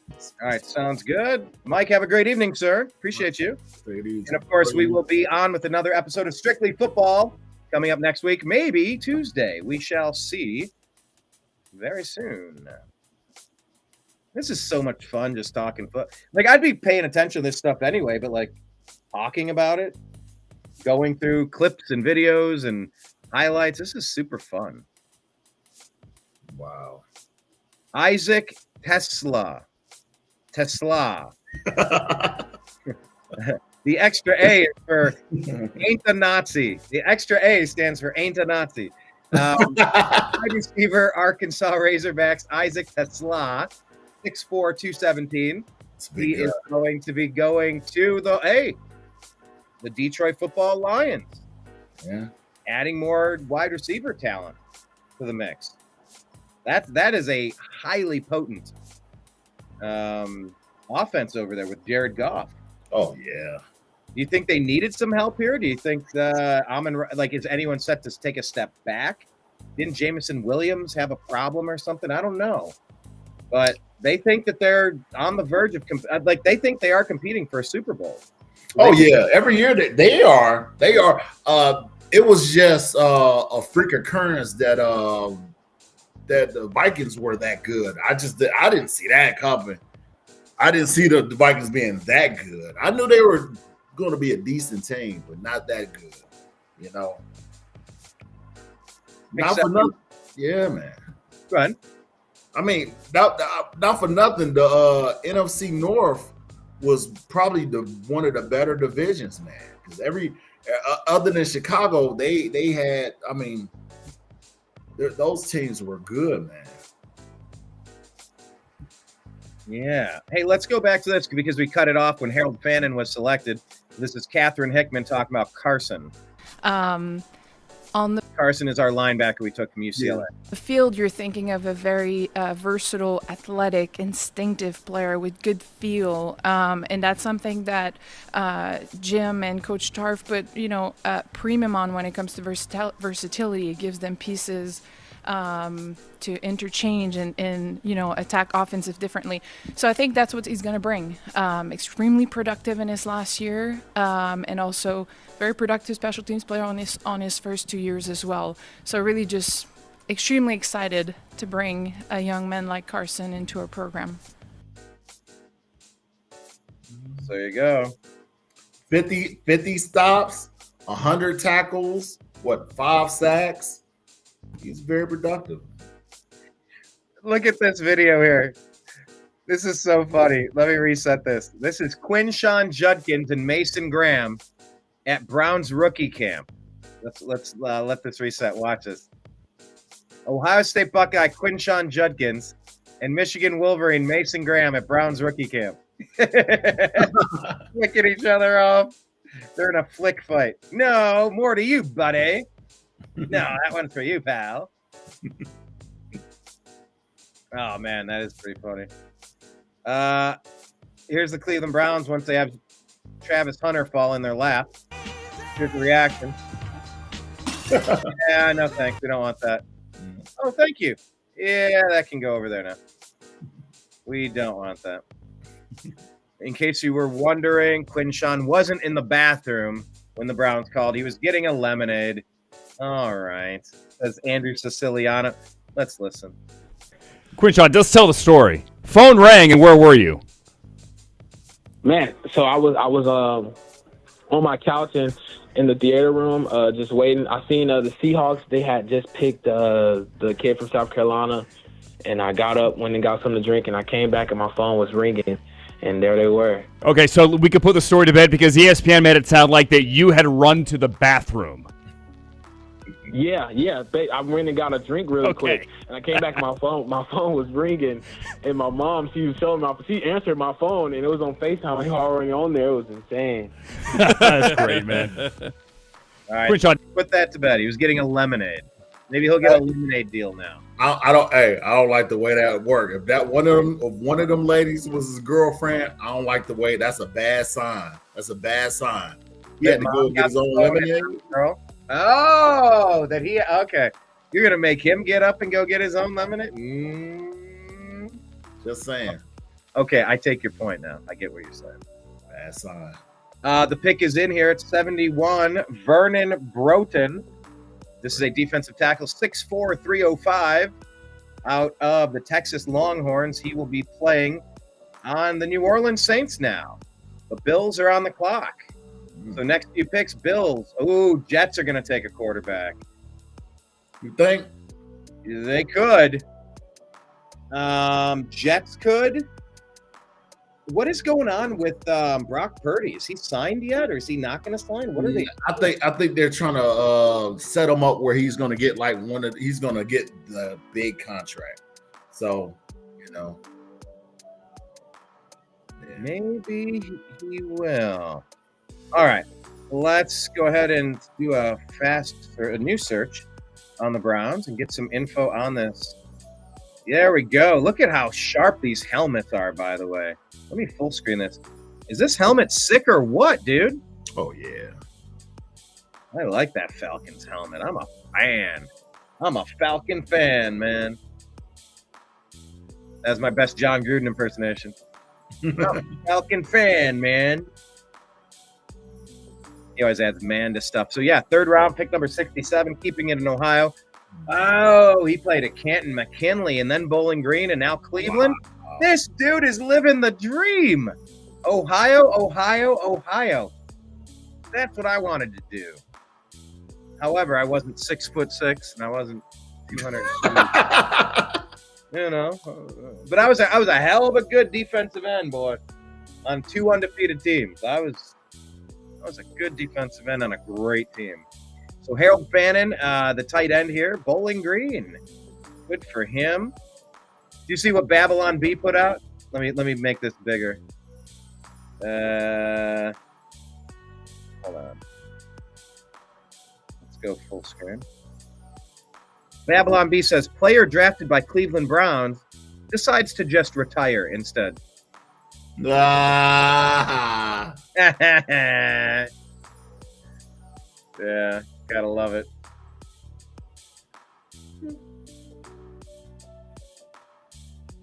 All right, what else we got with the Browns? They got a freaking Harold Fannin, 119 yards per game. Ooh, good hands, good movement. Dude, this guy is a problem. He's a big boy. Hey, I'm talking about they had him running routes. I'm looking at the routes he was running. I was like, goodness gracious. This dude is a big boy. 10 receiving touchdowns, 7.2 yards per carry.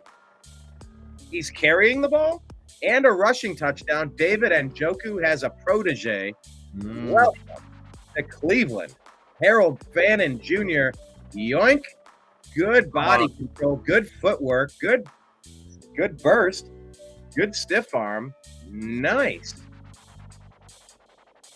Yeah, They picked the cornerback. Or corner. The Jets. Corner or quarter? Corner. Let's see. Harold Fannin had stat lines of 11 catches for 137 yards and a touchdown versus Penn State. 8 catches for 145 yards. That's what put him on the map. That Penn State game put him on the map. Yeah. And then after that, he had 8 catches for 145 yards, including a 65-yarder and a 32-yard catch against Texas A&M. Jeez. Oh, did I mention he's only 20 years old? Jeez. Bro. They were enamored with this guy for a long time. I mean, he's keeping the same color scheme. Yeah, pretty much. Imagine him in the red zone. Goodness gracious. Woo! I want to. Pick your poison. Who you gonna leave open? Whoever was going to catch it. Yeah. I'm just saying they got to. Judy, if Judy can keep up what he had last year. Njoku was our guy, man. He just need to stop barbecuing stuff. He'll be all right. Oh man, I totally forgot about that. Back to barbecuing. Oh, now come on. We forgot about Landon Jackson, the edge rusher, going to the Buffalo Bills here. Let me go ahead and make sure I update. Let me switch over to this. All right, pick 71 was Vernon Broughton. Let me add him. Out of Texas, 202 prospect, went number 71. And then it went to, who was next? Where are we at? Azrael Thomas. Oh, nope, not yet. We need the Jackson guy. Landon Jackson. Oh, the edge. Yeah. Arkansas. Jackson. There we go. And then pick 73 just came in with the Jets.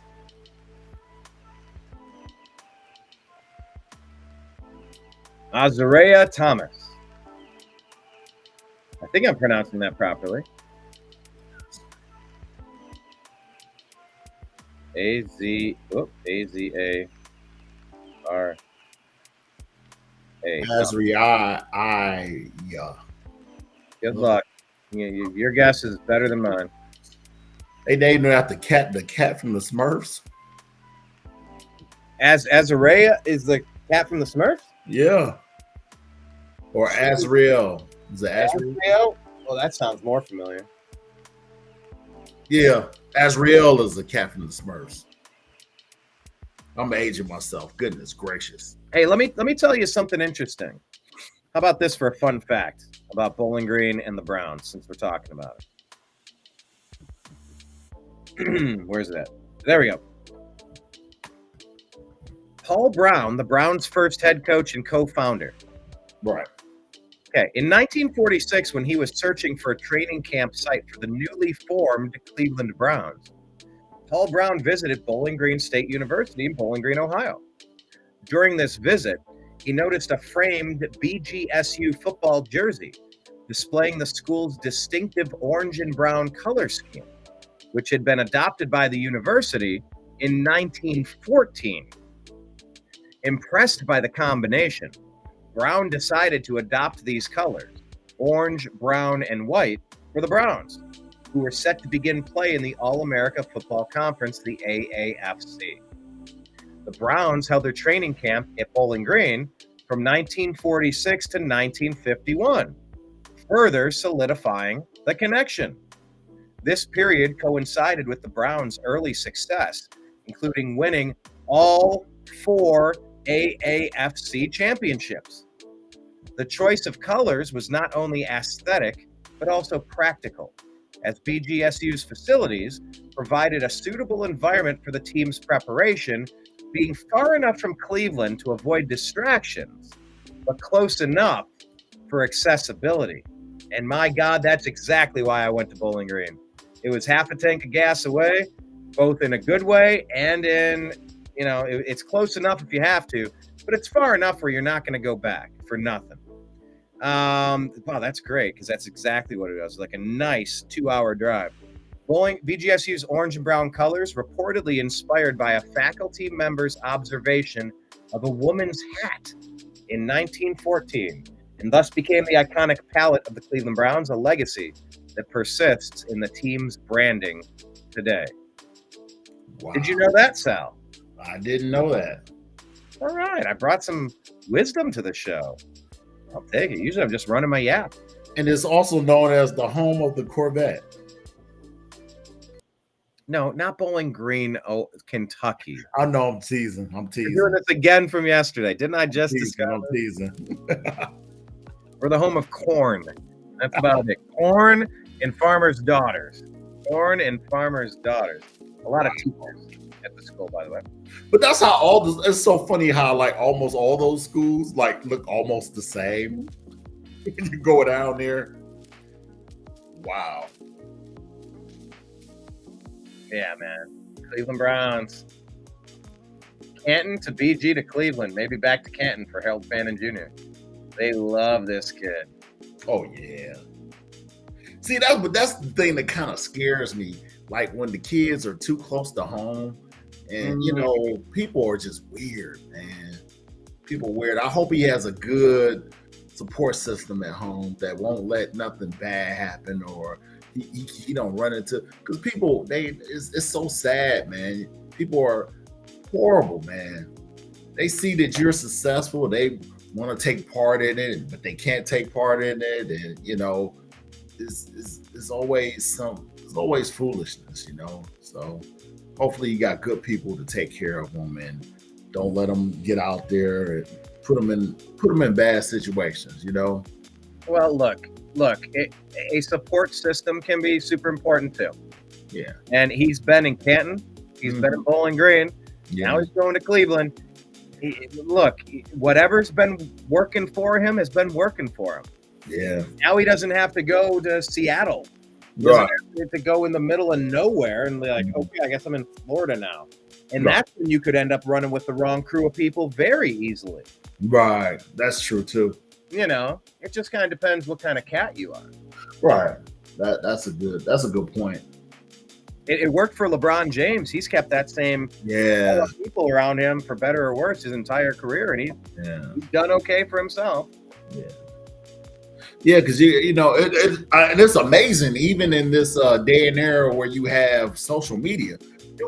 Imagine how much trouble Michael Jordan would be in if he had social media. If people had access to him the way they have access to everybody, you know, he'd be in trouble.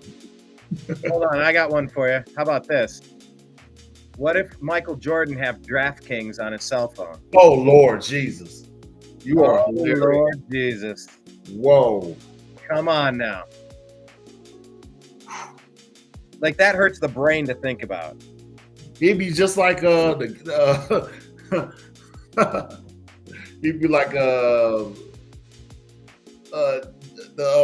can't think of the basketball player name. His brother's good. His brother played for the Nuggets. Porter Jr. That kid. Oh, yeah. It was like, I'm gonna score 5 points. You go out there, score 5 points with somebody else, you know, to set it up, getting paid money hand over fist. Yeah, that's a He's banned from the league. Let's buzz through a couple things here. Pat Bryant has been selected at pick number 74 overall by the Denver Broncos. Look, they're giving Bo Nix another weapon. They just drafted who did they get? Didn't they just get a running back? Where am I at? Pick one, round 3, round 2. They just took a running back at the end of, they got Harvey. Yeah, they got PJ Harvey. I'm saying PJ, but it's RJ Harvey. RJ Harvey? Oh. Running back from UCF. And then in round 3, they get wide receiver. Click it. There we go. Pat Bryant. All right. So look, they're giving Bo Nix some weapons. That's so smart. You called it. Which one, Fannin or?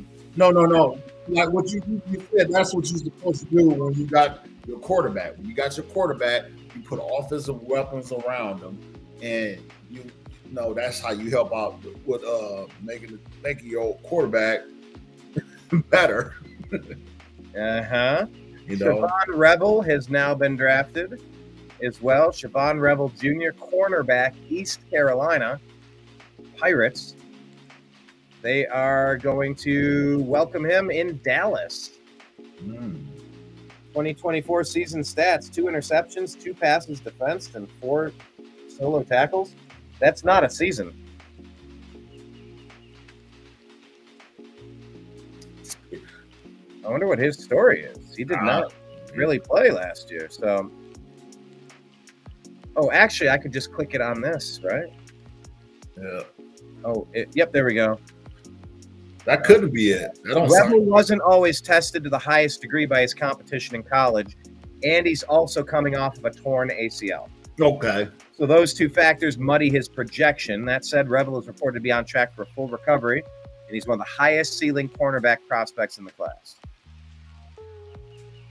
That's who the Cowboys just got. Hey, I just not thought about a player.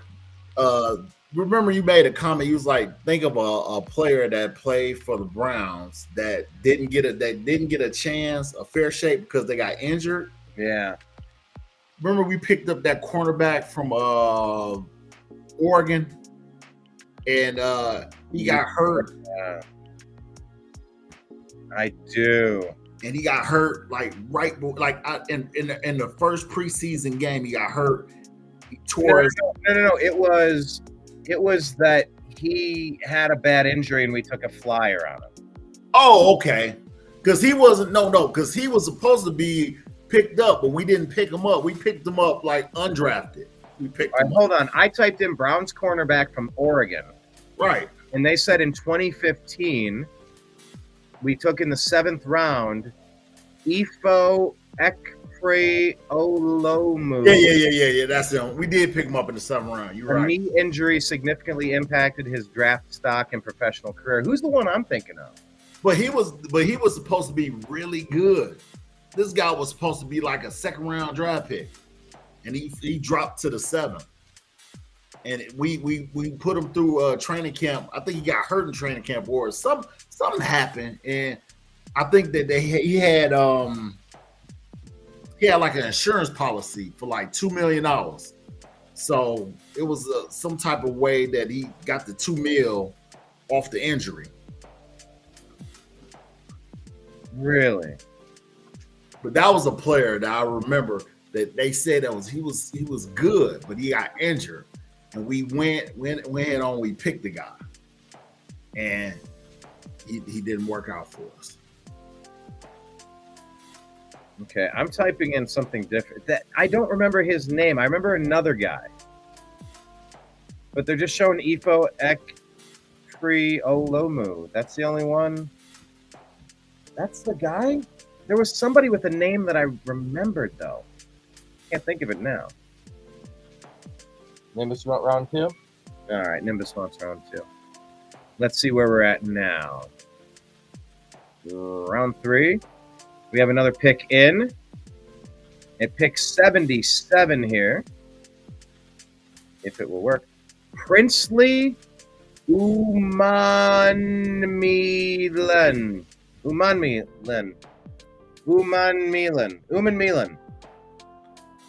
Princely. 6'4", 255. He's an edge rusher going to Carolina now. Princely. Have you known a Princely? No. We've known a Prince. Yes. But not a Prince Lee. Yes. That's one of those. He's going to be in an all-name team. Yeah, I was. Yeah, the all-name team. The Key and Peele skit. Yeah. Pull it up and play it at risk of copyright, though. It's a guy that's in Alabama, I believe. Either Alabama or in Alabama or Mississippi. His name is the coldest ever. I'm sorry, Dakotas ever?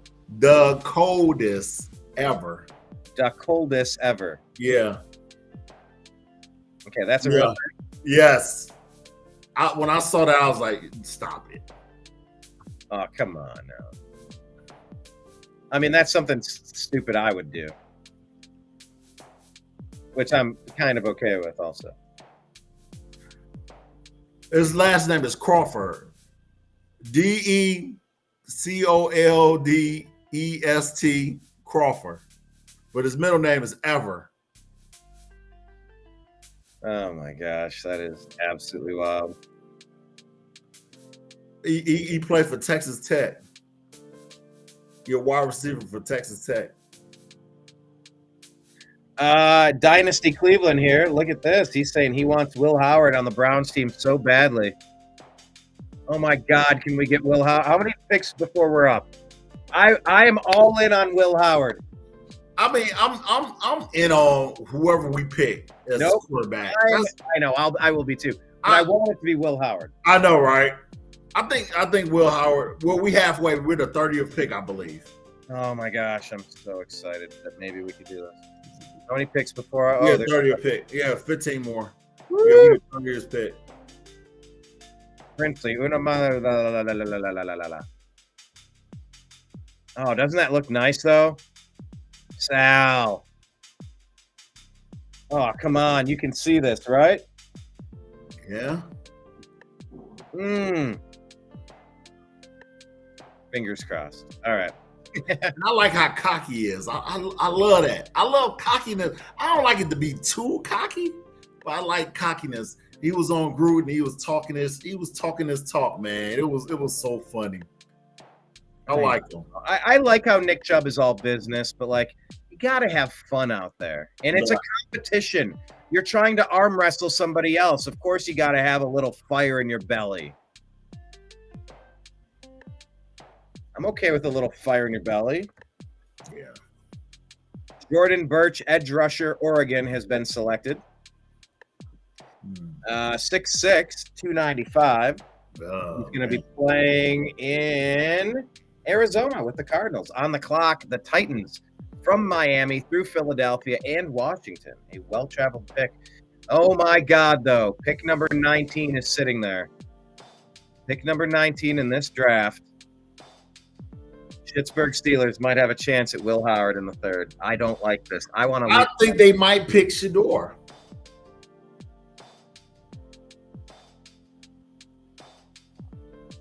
They might pick. I'm getting nervous because I really want a quarterback. I want a new face. They might pick Shador. They just might pick Shador, man.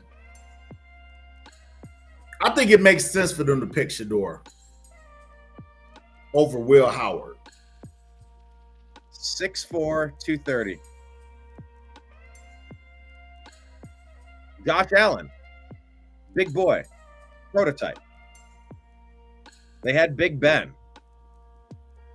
Yeah, but that don't mean that he gonna replicate what Big Ben did, you know. So I think ultimately we were in a copycat league, and I feel that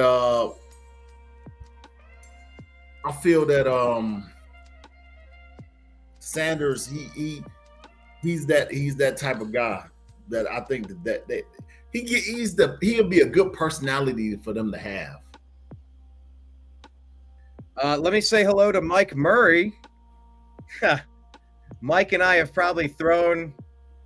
Mike, what would you guess? How many football passes have we thrown to each other? So Mike and I grew up across the street from each other, Sal. That's cool. Mike and I, we used to design playbooks. Hey, Mike, here's the link to join the show. Jump in, talk some football. Jump in for 5 minutes. See if Mike jumps in. I text you the link. But yeah, we were in the backyard designing plays. We had Kansas City plays. And so it was all based off of like we'd fake the handoff and we sketched it all out. It was all about the running back running this route or running an in, or you'll do a stop and go. And so like we were really running real patterns in the backyard, getting good at it. And we'd be calling the audibles at the line of scrimmage, Chase 88, Chase 88. That was a fly pattern. So like Mike, who's jumping in here, he saw us on YouTube. I don't know that actually Mike has been on the Unhappy Hour before. Mike is Mike was on the Unhappy Hour forever ago.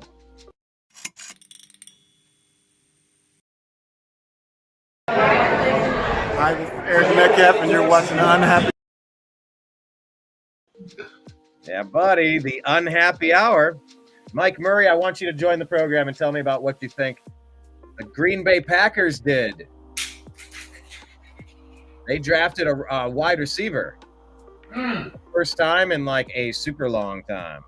The Green Bay Packers drafted a wide receiver. I would absolutely love to get Mike Murray in the program. He's just got to click the link in his email or his text message. All right, let's take a look here. We have 2 picks popped in back to back. Jalen. Yeah, it was. They went back to back. And then every time I click it, then it resets my screen here. Jalen Noel, 5'11", 200 pounds from Iowa State. Look, Houston has drafted a second wide receiver. That's maybe not good news for some of their injured players down there, but you got to give the dude weapons. You got a quarterback, CJ Stroud. You got to give him weapons. What do you think about this? Do you know this guy at all? No. But I do know the best ability is availability, and yeah, there you go. There's a good one. You know that's something right there. These guys are chomping at the bits. All they gonna do is develop, get better. So if you're already there, you want to keep your spot. Got to take care of yourself. Yes, sir. Justin Wally has been drafted. He is from Minnesota, 5'11", 195 pounds, going to play in the Indianapolis Colts. So we are flying through. Yeah, these picks were pretty quick. Pittsburgh. No. Fairchild, offensive guard from Georgia, has been selected for the Bengals, who need some offensive help on their line. Geez, let me update this board. It keeps moving so fast. Dylan Fairchild, offensive guard, Georgia, drafted. Pick number 82 up. Nimbus. All right, Nimbus is stepping on my computer. I think he needs his second dinner. I got to give that to him in a second here. He is wilding out, as the kids say. Yeah.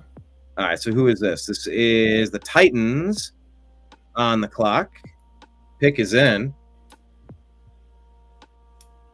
Oh, man. Get me Will Howard. Get me Will Howard. I want Will Howard.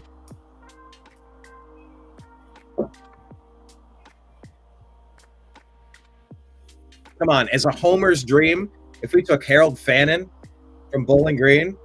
Yeah. If we get Quinshawn Judkins from Ohio State. Yeah. And we pair him up with his college quarterback, Will Howard. Are you kidding me? I know. And Emeka Ibuka goes to Baker Mayfield. I'd be like, all right, what a great draft. What a great draft, everybody. I would just be so ecstatic about that. All right. Titans on the clock here. Yeah. So you say Steelers go with Shedeur Sanders, probably. They'll go with Shedeur. I think that it would be a good look for them to get Shedeur. They might actually do that. Let me feed the cat second dinner. Give me 1 second. I'll be Hey, right handle your business. Yes, sir.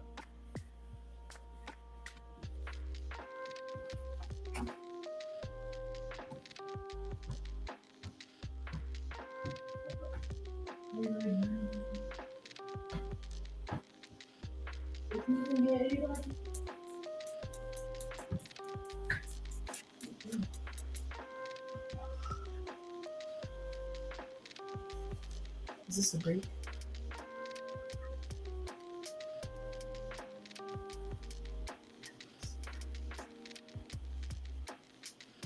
What's next?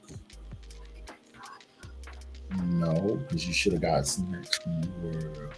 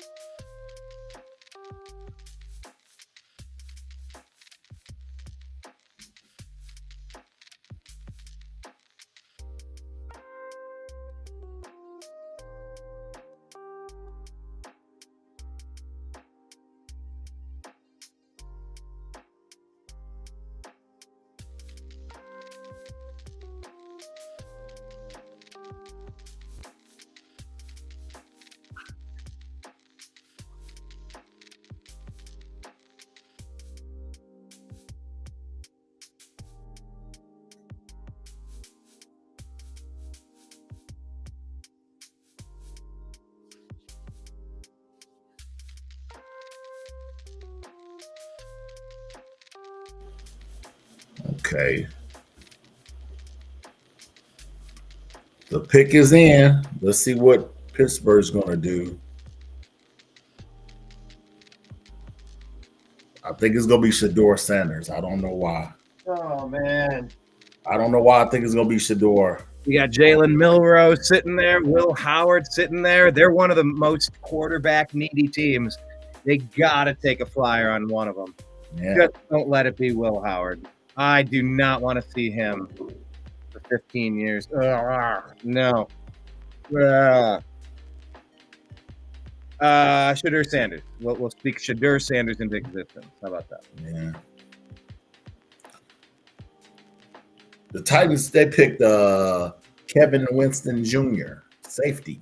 Oh, yeah. Kevin Winston Jr. from Penn State. There we go. 6'2", 205.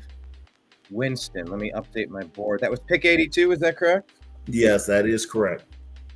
Winston Wright Jr.? No. Hold on. Kevin Winston Jr. Kevin Winston Jr. There we go. Draft him. Steelers on the clock at pick 83. There we are. You're watching the Unhappy Hour. You're on the New American Media. That is Sal. I am Brian. Special thanks to everybody else who popped in. William popped in. Mike Barra, co-host of Strictly Football, popped in, and the host of Toxically Masculine Tuesday. I'm their bench player. If somebody's ever out or busy or sick or something, I am the utility infielder that can come in and. Oh, they picked the running back. What? Caleb Johnson. Whoa! Well, they did move on from. They moved on from Najee Harris. They let him go in the offseason. He went to the Chargers or something. What? Yeah, and the Chargers just took a Marion Hampton too. Interesting. So yeah, they moved on from running back. Wow. And he's an Ohio guy too. Caleb Johnson. He's from Cleveland, I believe. He's from Cleveland. I believe so.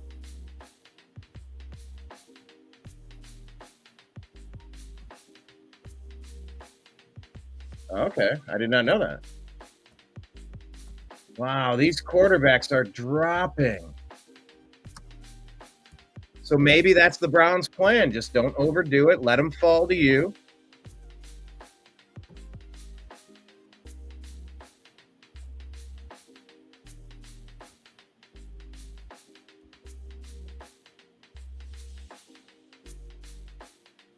I mean, that's being patient is really it makes sense to be patient.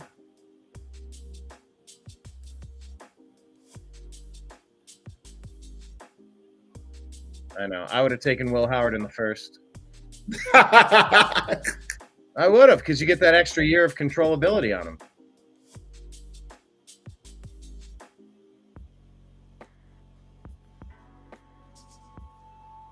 So you would have took him with the second round pick? I would have moved back into the first. Yeah. I picked 31, 32. Actually, he's from Cincinnati, Ohio. He's from Cincinnati. Yeah. Oh.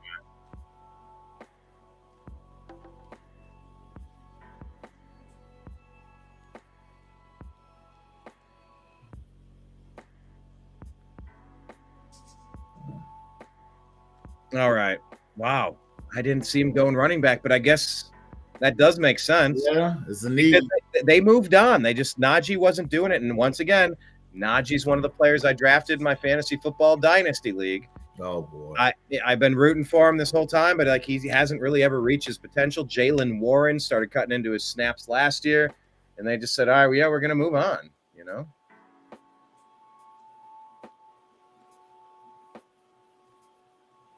Man, has Shedeur fallen. This is incredible now.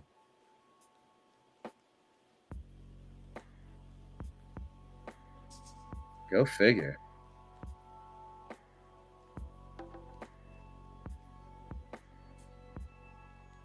All right. Trying to send some messages out. Mike Murray. Dude, we got to get Murray into the program. We got to talk some football. I mean, I've thrown thousands of football passes to my we had stacks of playbooks, man. It was awesome. We used to play baseball, football in the backyard. We played basketball in the front yard. It was just nonstop sports. He was across the street from me. That's awesome. Then he was then we were in a band in high school, and he played bass. I sang, and then he came out to Bowling Green, where I was in college, and he lived in the dorm next door. And then he and I were in a band. He played bass and I sang, or no, I played drums in that band. So you were Phil Collins, basically. Well, and then over the weekend for a family gathering, I was on my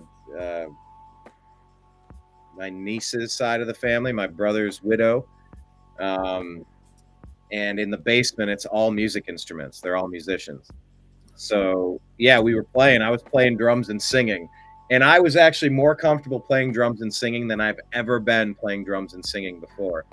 I was like in the zone. I am such a better musician now than I was back when I was playing every day. I wish I was this version of me as an 18-year-old. Wow. I don't know. Like I got several. Dave, who was there, gave several compliments. He's like, "Dude, you sound fantastic. You sound really good." And that was cool because like I'm normally average at best. You know, on a great day, if I'm super focused and it's a couple of songs in the perfect range, I can crush it. Otherwise, like I can be all over the place, like the stock market or Bart Simpson's hairdo. It's just up and down and up and down. When you're in the zone, you're in the zone, man. You know, it was one of those nights. I was feeling it. I was feeling good, and I told him his system sounded good. The reverb coming through was dialed in nicely. It made me sound better than I was probably.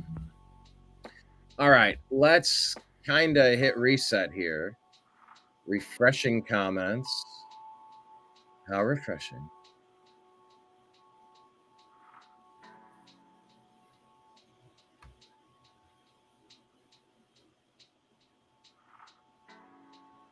You got me thinking about my boys. They wanted to take up music, and it's a place in Georgia. It's called the School of Rock, kind of like the movie with They're a franchise. Yeah, my guitar player teaches at one of those in California. They get you in there, man. You're in there, and they show you the video. It is real nice. And then they're like, yeah, it's like 5,000. I'm like, oh wait, whoa, it's that much? Yeah, it's pricey, man. Oh, dude, no. It's worth it though. I think it's well worth it if you're into music like that. It's well worth it now. And they train you and everything. Then towards the end of the year, they have a concert, and you basically learn whatever you learn. You put it out at the concert. I was like, that's an awesome concept, man. It's really awesome. I don't know if you saw that story. The mother of Steelers' first-round pick, Derek Harmon, dies hours after he's selected. Oh, my God. He got to tell her, but she was in critical condition. Well, it was, yeah, like they kind of sort of knew what was happening at the time. Yeah, that's an interesting storyline, right? Yeah. Is Shadur going undrafted? There's a question. Now that I don't think that'll happen. I don't think that'll happen. I think Prime will probably pay somebody to take him. He wouldn't go undrafted. And I think that if he went undrafted, I think that would truly hurt his ego, man. That would truly hurt his ego if he went undrafted. What if the Jaguars got him? I think that would be a problem. That would be such a problem. That would be a problem. Oh, that would be a terrible problem. All right, let me kind of shake it up here. I know I was sort of kidding, but who knows? All right, where's my draft board here? Can you walk me through? Pick 83 was who? That was the Steelers. They took the running back. Yeah, Caleb Johnson, running back from Iowa. Then pick 84 was Jacob Parrish, cornerback from Kansas State. All right, hold on on that one. Whoa, no, not print preview. Hold on. P-A-R. Hold on. Yeah. Jacob Parrish, cornerback, Kansas State. Yes. Pick 84. Yes. All right. Pick 85 was the wide receiver. No. That's N-O-H-L Williams, cornerback from California. Oh, okay. Let me do that.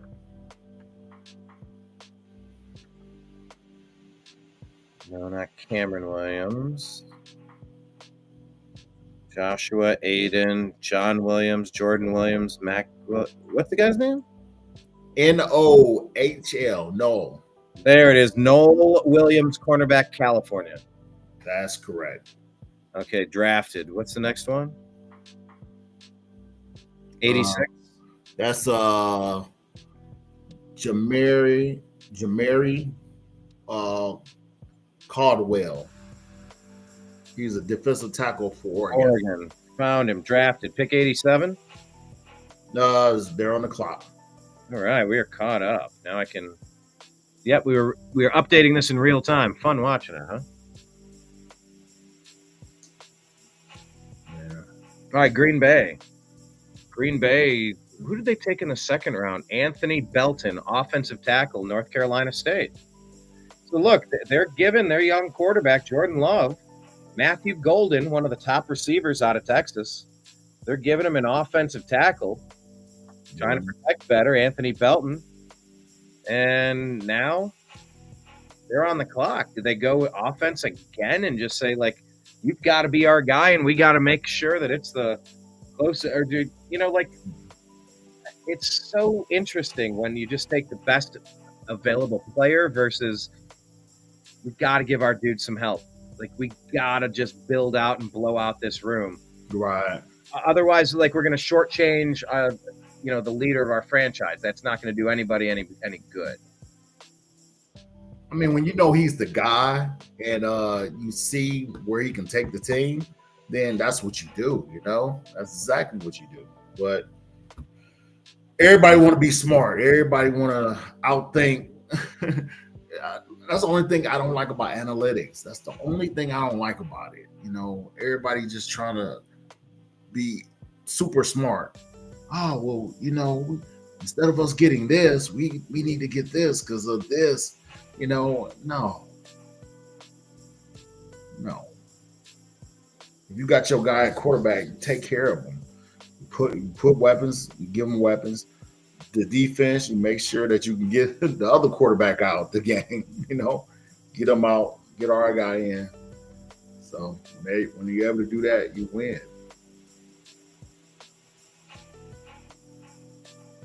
Yeah. All right.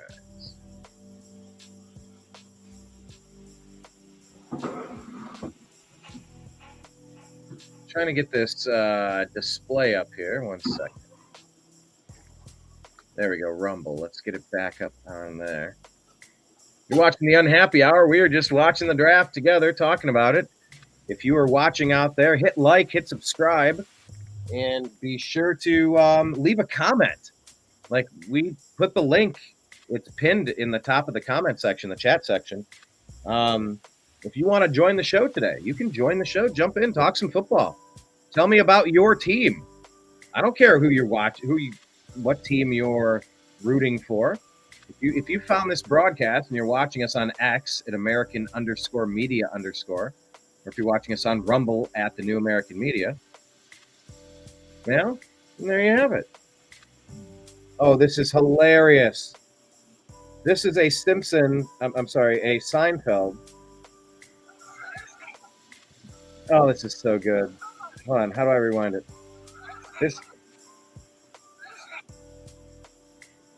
Okay, ready?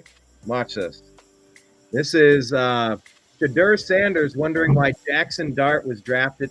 Actually, let me pull it up. I'll pull it up on the screen here. This is going to be so much easier to do it this way.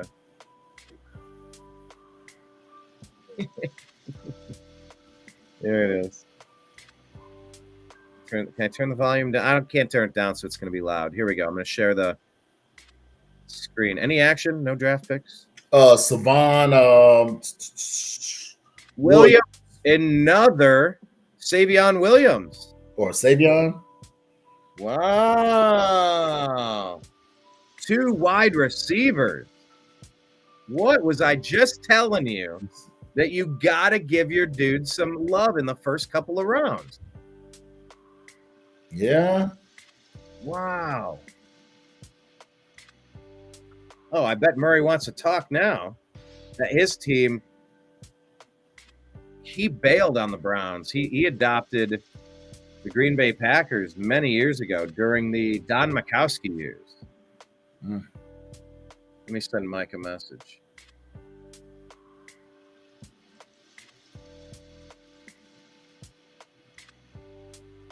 Hey, Mike, you drafted 2 wide receivers for the Green Bay Packers. And an offensive tackle, right? Yeah, you drafted 2 wide receivers and an offensive tackle. Why don't you click that link and jump into the show today? Give us your take on the Packers and anything else on interesting shit from the draft. You got a couple minutes, don't you? Is he big? Pause. David is saying he's happy with the draft so far. What's that, Sal? Oh yeah, this is a big guy. Who are we looking at here? Savion Williams, 6'4", 200-some pounds.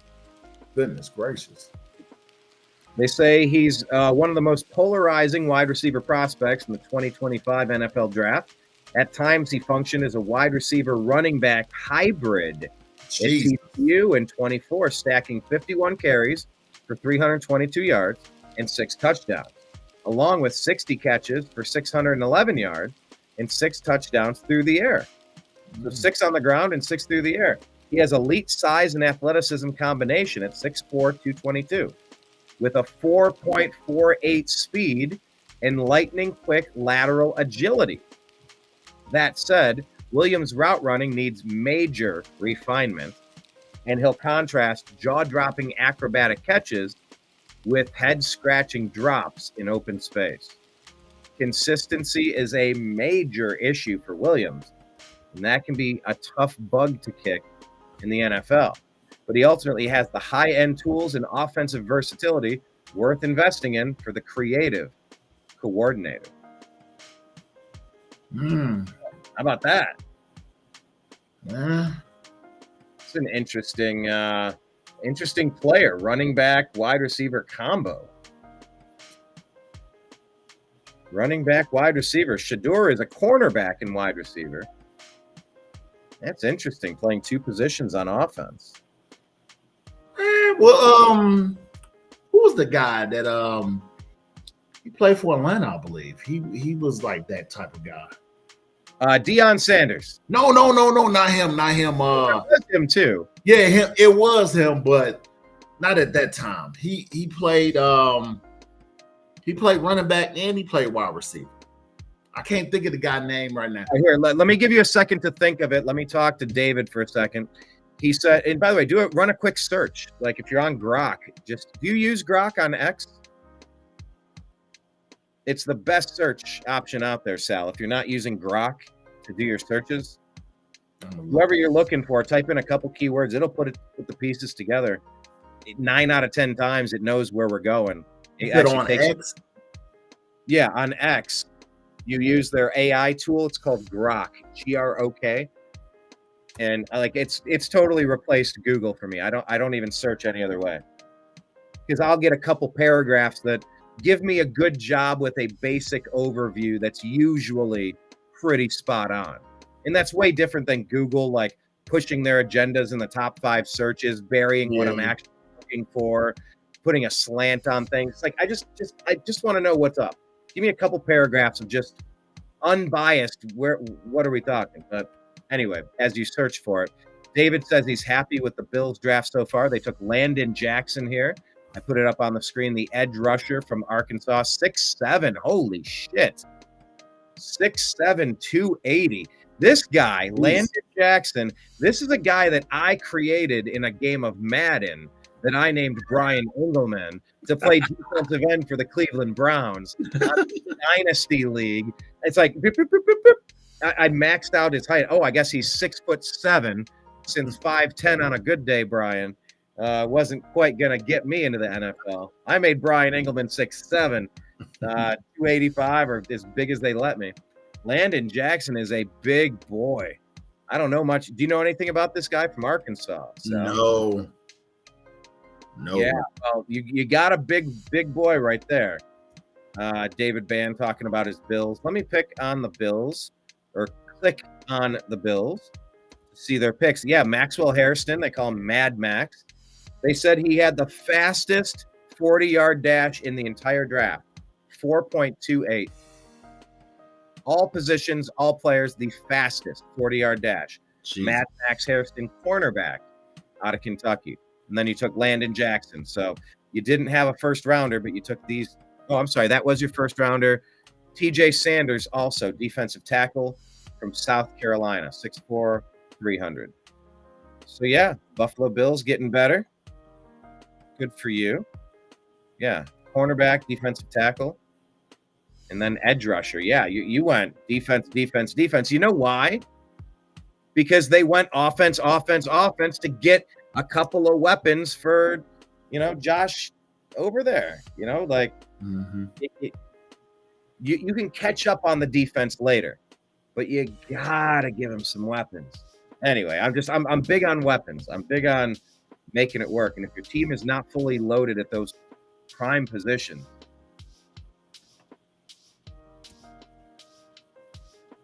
let's see. I'm getting some comments in Rumble.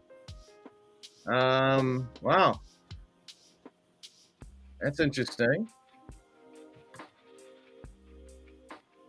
Yeah.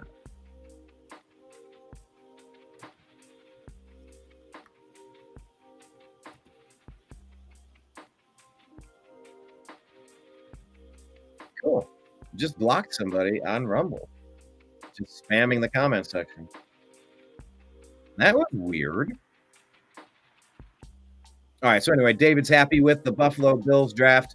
Mike Murray dropped in just to say my name. Brian, dude. He wants me to draft Billy Yard. Billy Yard was like an offensive lineman for the Chiefs or something, and we used to trade cards all the time. And we used to make jokes about a Billy Yard rookie card. Billy Yard rookie card. It's not worth the 5 cents that it takes to make the card. That's funny. Draft Billy Yard. Cordell Patterson. Yeah. He's the one that was Steelers, isn't he? He was a running back and a wide receiver. Kick returner too. And a kick. Yes. But isn't he still on the Steelers? He on the Steelers? He was with Atlanta. Well, he could probably be with the Steelers. I don't know. I'm going to look it up. Yeah. Come on. All right, we got a few picks in. No. All right. Pick number 88, Caleb Ransaw, cornerback, 6 foot, 196 pounds, out of Tulane. Yeah, he's with Pittsburgh. You're right. Yeah, because of my dynasty football team, I traded for him. When someone got injured and I needed to flex somebody in, and I made a trade. He's always good for potentially pulling off a touchdown kick returning and. Oh yeah. Gadget player. He's a productive player. He's older, but he takes care of himself. He's had a heck of a career. Yeah, he is. Very serviceable guy. Yeah, like whatever you need him for, he gets it done. Caleb Ransaw went 88 to Jacksonville. Who went next? Caleb Millam, offensive guard from West Virginia, went. Oh, so they had back-to-back picks. The Jacksonville Jaguars. This must have been one of our picks, maybe. Maybe it wasn't. Who knows? Yeah, it had to be. No, I don't think so, because I don't think we had one. I think we traded further picks with them. We'll see. Was it a 7? Yes. I think we got a 5th back as well. Yeah, we did get a 5th back because we got 2 5ths. No, we got a fifth. We didn't have a fifth before. Now we have. We traded with the Houston Texans to combine a bunch of 6 and 7 to, I think, get a fifth or something like that. Anyway, I'm just trying to add them in this mock draft. Milam. Where's he at? Nope, I'm spelling his name wrong.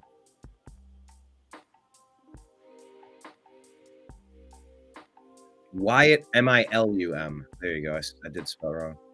Wyatt Millam, Jacksonville Jaguars take him as a guard, 6'6", 317 pounds. Wyatt Millam. Yeah, that's a West Virginia name for you. Wyatt Millam. Yes. And we're deep into the third round. We are moving fast. We're just about ready to wrap this thing up. I can't believe it. I know. This has been fun. I'd be watching it anyway. Wyatt Millam. All right, who went next after Wyatt Millam?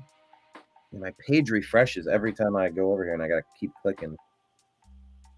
Josiah Stewart, Michigan. Edge rusher from Michigan goes to the Los Angeles Rams. Imagine that. Stewart, yeah.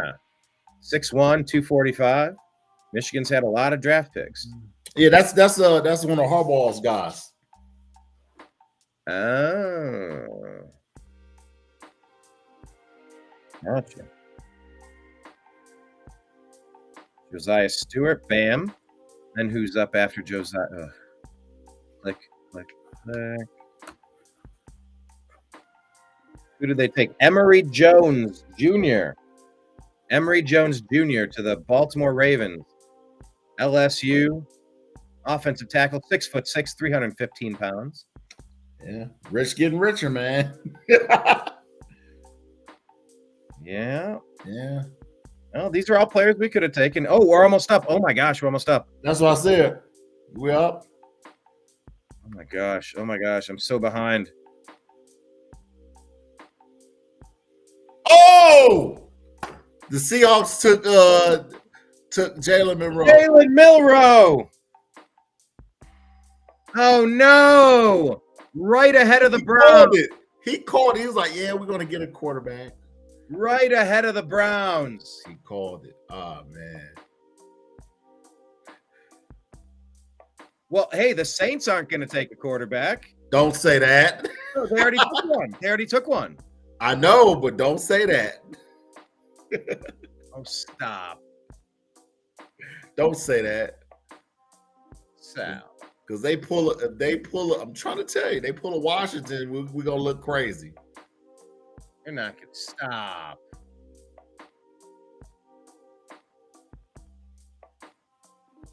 Who they got there? Derek Carr? Yeah. And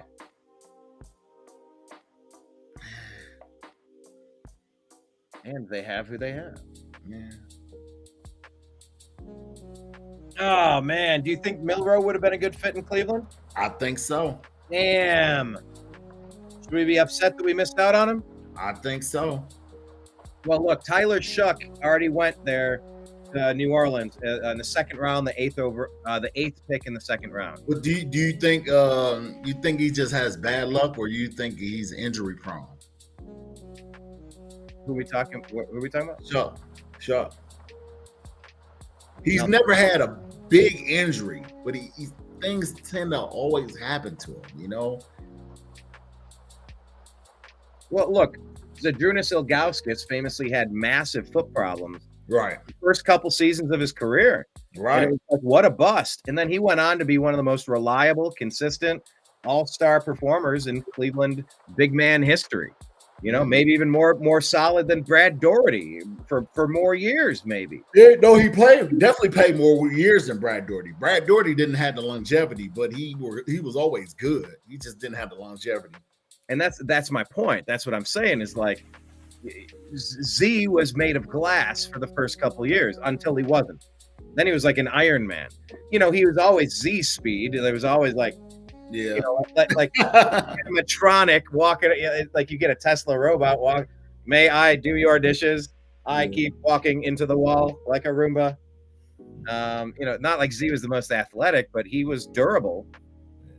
Once he's calmed down, but I don't know, man. Wow, Jalen Milroe, that was a big name. You know where I'm at. I want Will Howard.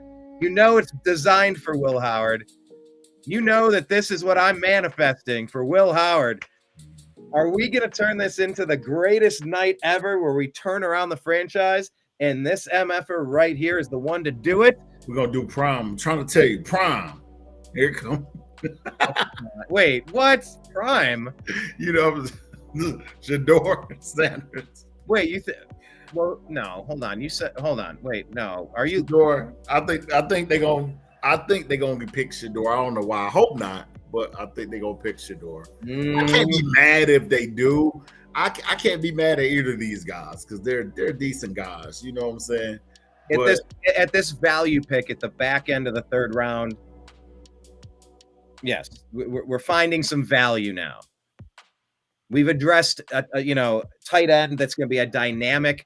He might not really play tight end. He might play a version of wide receiver. He's 20 years old. We can do whatever we want with this guy. He's got wheels. That Fannin. Oh yeah. That dude has balance. He has range. He has height. He's got hands. He's got instinct. Jack Sawyer's still out here? Oh, shit. That'll be a good pickup. Oh, man. Well, we already got linebacker, though. That still would be a good pickup, man. It would be a good pickup. Oh, you know what I'm rooting for? I mean, the pick is in from Seattle. I'm sorry, from Saints, the New Orleans Saints. Oh, the pick is in for us too. Goodness gracious. Well, we must have been super excited to let them know. Yeah. Oh my gosh, the Cleveland Browns. The Saints take Jonas Sanker.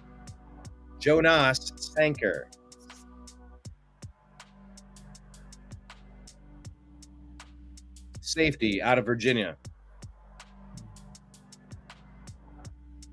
That's crazy. Jack Sawyer didn't get picked up. Where do they have him ranked? I think he was a second rounder.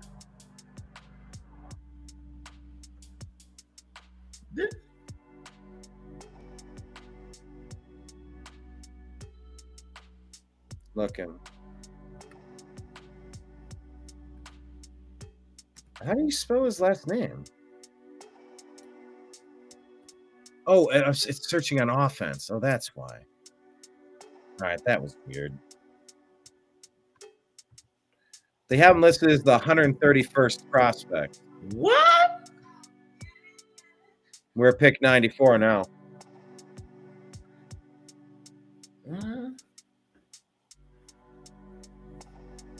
The Cleveland Browns have been ready for this. On the clock. The pick is in. Tell me it's Will Howard. Tell me it's Will Howard. See him with Quinshawn Judkins. Oh, come on.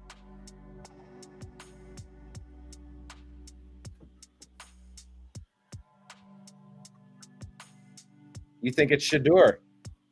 I think it wouldn't be a reach. I think it's a win-win either way. They both can ball, man. Oregon quarterback Dylan Gabriel for the Browns at 94, according to Mary Kay Cabot. Are you fucking kidding me? I saw something here. Let me. Where was that? Hold on. Switch it. Share it. Oregon. Hold on. Is this the real Mary Kay Cabot? Yeah. Why would they pick him? Because they've determined. Look, I love it. I want Will Howard. I'm all in on Will Howard. You know that. I've said from the beginning, whoever the Browns decide, this is the last chance that they get to turn this franchise around, and they've got to get quarterback correct. Whoever they pick is the perfect pick because it will get us closer to getting us to the Super Bowl, or getting this regime the hell out of town. Let's go. Whatever it is, let's go. I'd rather for them not to pick a quarterback at all if they're going to do this shit. Hey, Oregon quarterback Dylan Gabriel, maybe. She said she thinks the quarterback goes here, but that was her source. That's not what they oh my God. We got our quarterback potentially.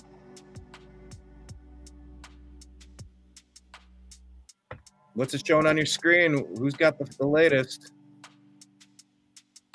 That's still Browns took Dylan Gabriel, they're saying? Nah, I don't see it. Yeah, I'm seeing it everywhere. You got to look on X. Oh, shit. The Browns went Dylan Gabriel. Waiting for confirmation. Still not up on ESPN yet.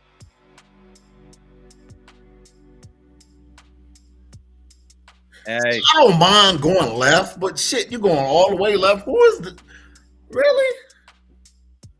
I'm sorry, what's your question?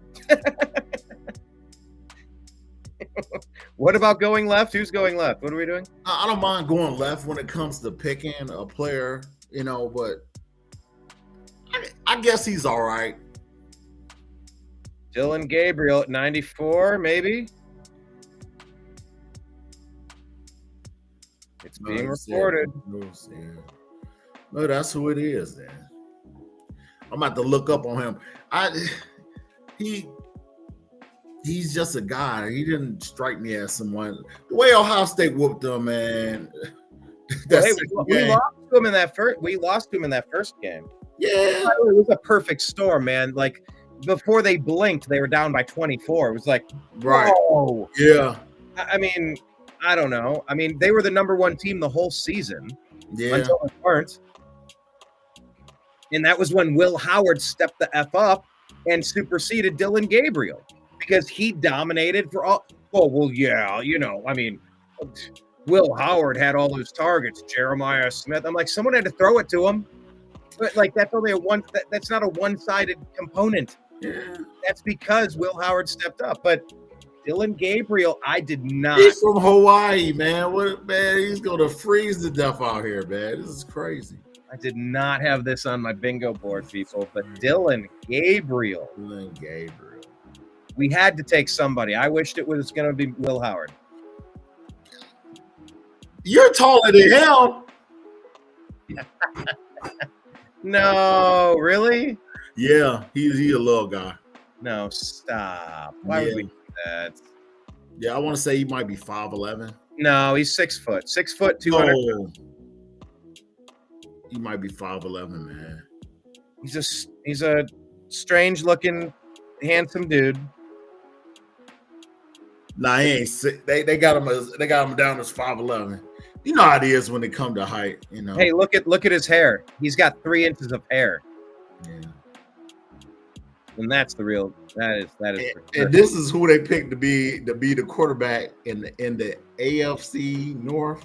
Really? 5'11", 205.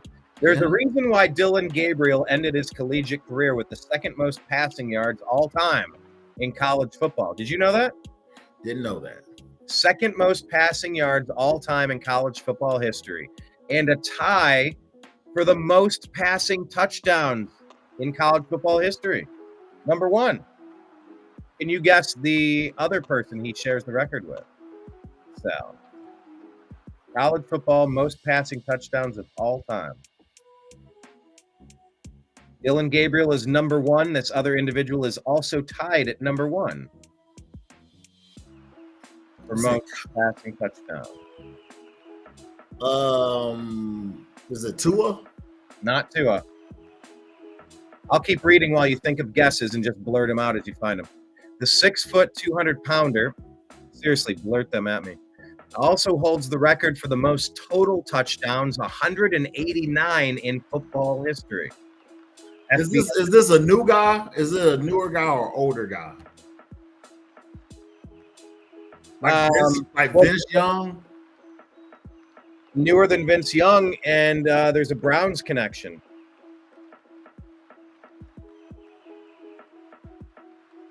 Dylan Gabriel finished third in the Heisman voting in 24. Longevity is a big part of it.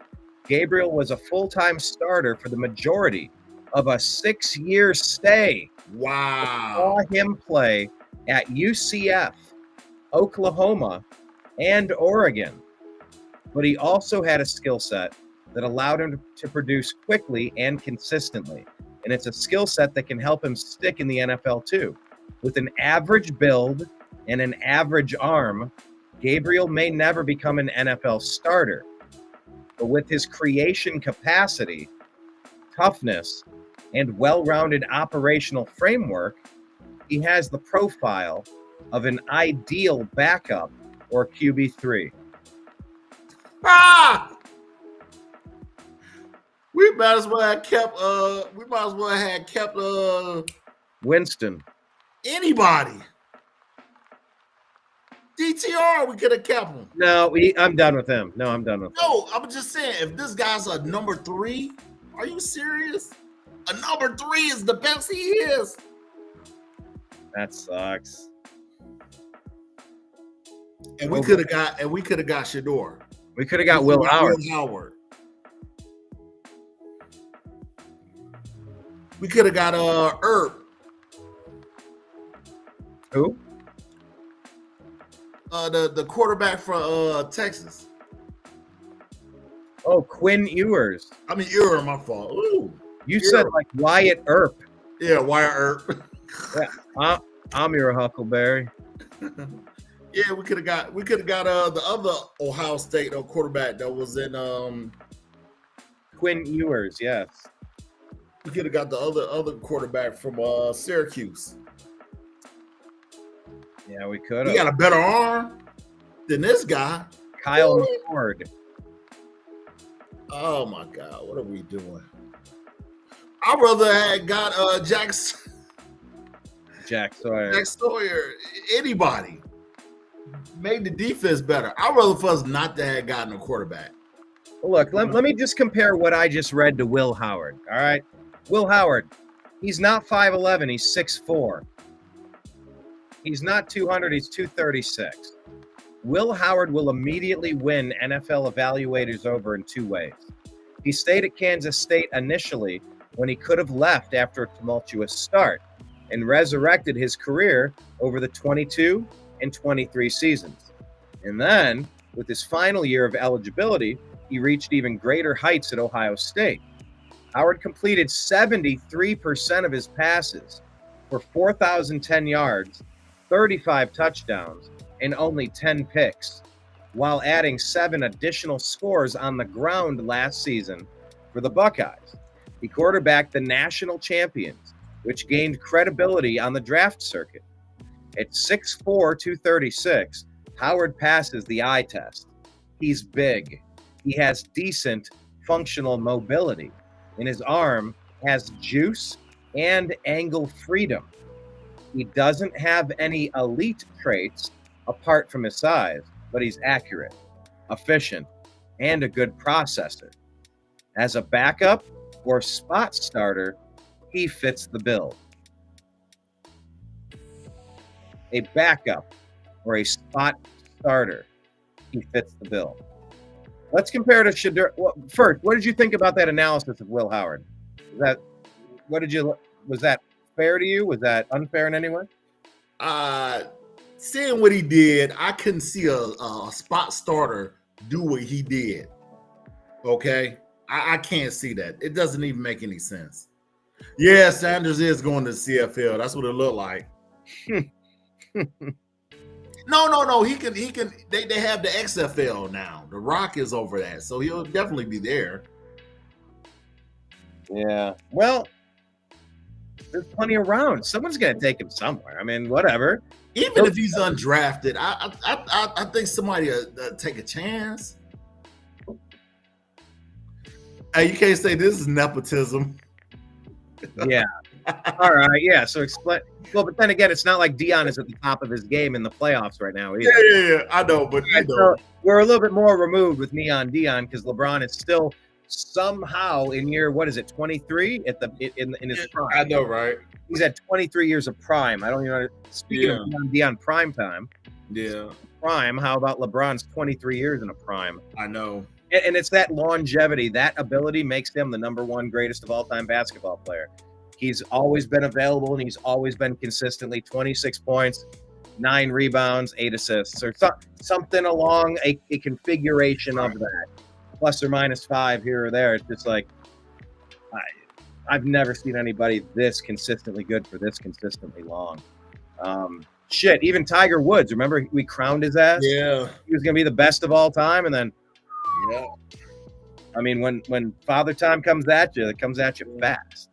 Well, not only that, he was doing Navy SEAL mission type deals, and he hurt his back.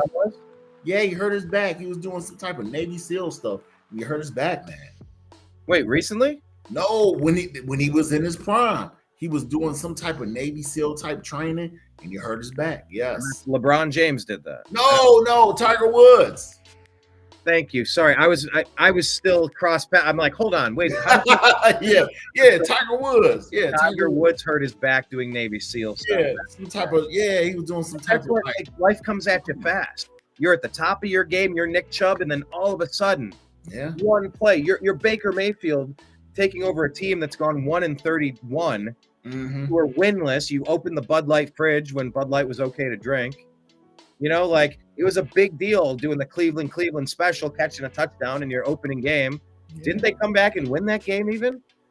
I mean, he took us into Schittsburg and had a playoff victory to retire Ben Roethlisberger. Made him cry. And then he gets injured and fights through it, and everything goes to shit. And he's gone. They run him out of town. And you're like, they ran him out of town? This was one bad year. What are you doing? Yeah. And they life comes at Emmanuel Classe was at the top of the world. What in the world is happening with him right now? Then you have people like Jose Ramirez who are just consistently consistent and awesome for many, many years in a row. LeBron, many consistent years of greatness in a row. And so I don't know, man. Look, Sanders will get drafted somewhere. I told you, if he drops far enough, he will get picked up by people like the Ravens, the Chiefs. They will stash somebody there. It'll be a big, how do you do? But when you're sitting behind a superstar after getting humbled 3-4 rounds in the draft, it's like, son, you are a backup. Why don't you're in a very fortunate position to be in the NFL. Yeah. Why don't you learn from the best and actually sit down, just learn. And when there's a chance, jump in and seize the day. Pull the Tom Brady, Drew Bledsoe. Yeah. Someone take him somewhere. I'm not surprised the Browns didn't take him. I'm not surprised that the Steelers didn't take him necessarily. And I am kind of surprised the Steelers are still waiting, right? Aaron Rodgers. I know. Yeah, that's a spot. Aaron Rodgers somewhere doing mushrooms. Him and Pat McAfee somewhere doing mushrooms with Joe Rogan. He's like, dude, do you want to do a podcast, bro? Yeah, man, I could do a podcast. You got to make a decision, though. I will watch his podcast. I think that Aaron Rodgers is a very interesting gentleman. Well, I love Aaron Rodgers because when the Browns were stolen, and Mike, my friend who was in the comments here talking about the Billiard rookie card, he was a Packer fan, and when the Browns were stolen, I looked across the NFL and saw, well, the Packers are owned by the residents of the city. They're never going to vote to move their team away. Never. I'm rooting for this team, and I got to root for Brett Favre winning his Super Bowl, late 90s. I got to be a fan of that, and I still like what they do over there. I still sort of root for them. Yeah. But yeah, man. Let me read this about Shedeur Sanders and tell me what you think. 6'1", 212 pounds. Perhaps the most polarizing prospect in the 2025 NFL draft class. By the way, these rankings, they're all from Pro Football Network I'm reading here. He comes in as our QB2. There's no disputing Sanders' production or his pedigree. The debate comes with his projection. Sanders makes his money with accuracy, confidence, which is a product of his processing and his pre-snap ID skills and his composure. And his arm is more than good enough. but he's not a high-level athlete or creator, and his arm isn't quite elite. Sanders also has a tendency to drift in the pocket and play light on his feet, which can be harmful at times. A potential pro comparison for Sanders is Brock Purdy, the 2022 seventh rounder, who grew into a Pro Bowl passer with the 49ers. Sanders is undersized and unequipped with elite talent, but with his accuracy, his ID acuity, and gamer mentality, he can be very good as an NFL starter in a system that offers support. Well, you can say that for any of those three, the two guys that we just mentioned. If you got the support, then they'll be good. Will Howard, I think he can run the play action with Stefanski the way it's set up. I think he'd be great. Really? I guess, man. Dylan? No. Well, it is what it is. So Jared Wilson went, the center from Georgia, Yeah. going to the New England Patriots. So they helping out their line. They got that. Yes, sir. Who's up after that? Watts. Xavier Watts. Yeah, Safety. call him out to me because I got to keep switching screens. It takes forever. Xavier, not Xavier Restrepo. Let's find another Xavier Watts. Safety, Notre Dame. Yes. What's the next pick? Jalen Smith, cornerback, USC. J-A-Y or J-A-L? Jaylin. Oh, I-N. Not Jalen Lane. Jalen Lucas. Jalen Smith, cornerback, Don't USC. use that. Use the other one. Right there, son. Put that down. There you go. Yes. And then Rogers got picked. Caleb Rogers, guard, Texas Tech. Texas Tech to the to the Raiders. Yeah. Oh, the Raiders got back-to-back picks. Yeah, they do. Charles Grant, offensive tackle. Hold on, not Will Rogers. Caleb Rogers goes at 98. Who goes at 99? 99 is Charles Grant, offensive tackle. William and Mary. And you're caught up. And I'm up to pick 100? Mm-hmm. Wow. We are just about done. A couple compensatory picks. Yeah. How do these compensatory picks work? If you lose a player in free agency or something? I think if you lose a player in free agency, if you it's a whole bunch of reasons why you get one. But I think if you lose a player in free agency, if you had like just say for instance, if you get a pick from somebody and then they trade the pick or it's some funky type of way where it's like extra compensation for whatever pick there was. If they didn't reach they didn't get any time to play, to start, they end up getting cut, you get a pick.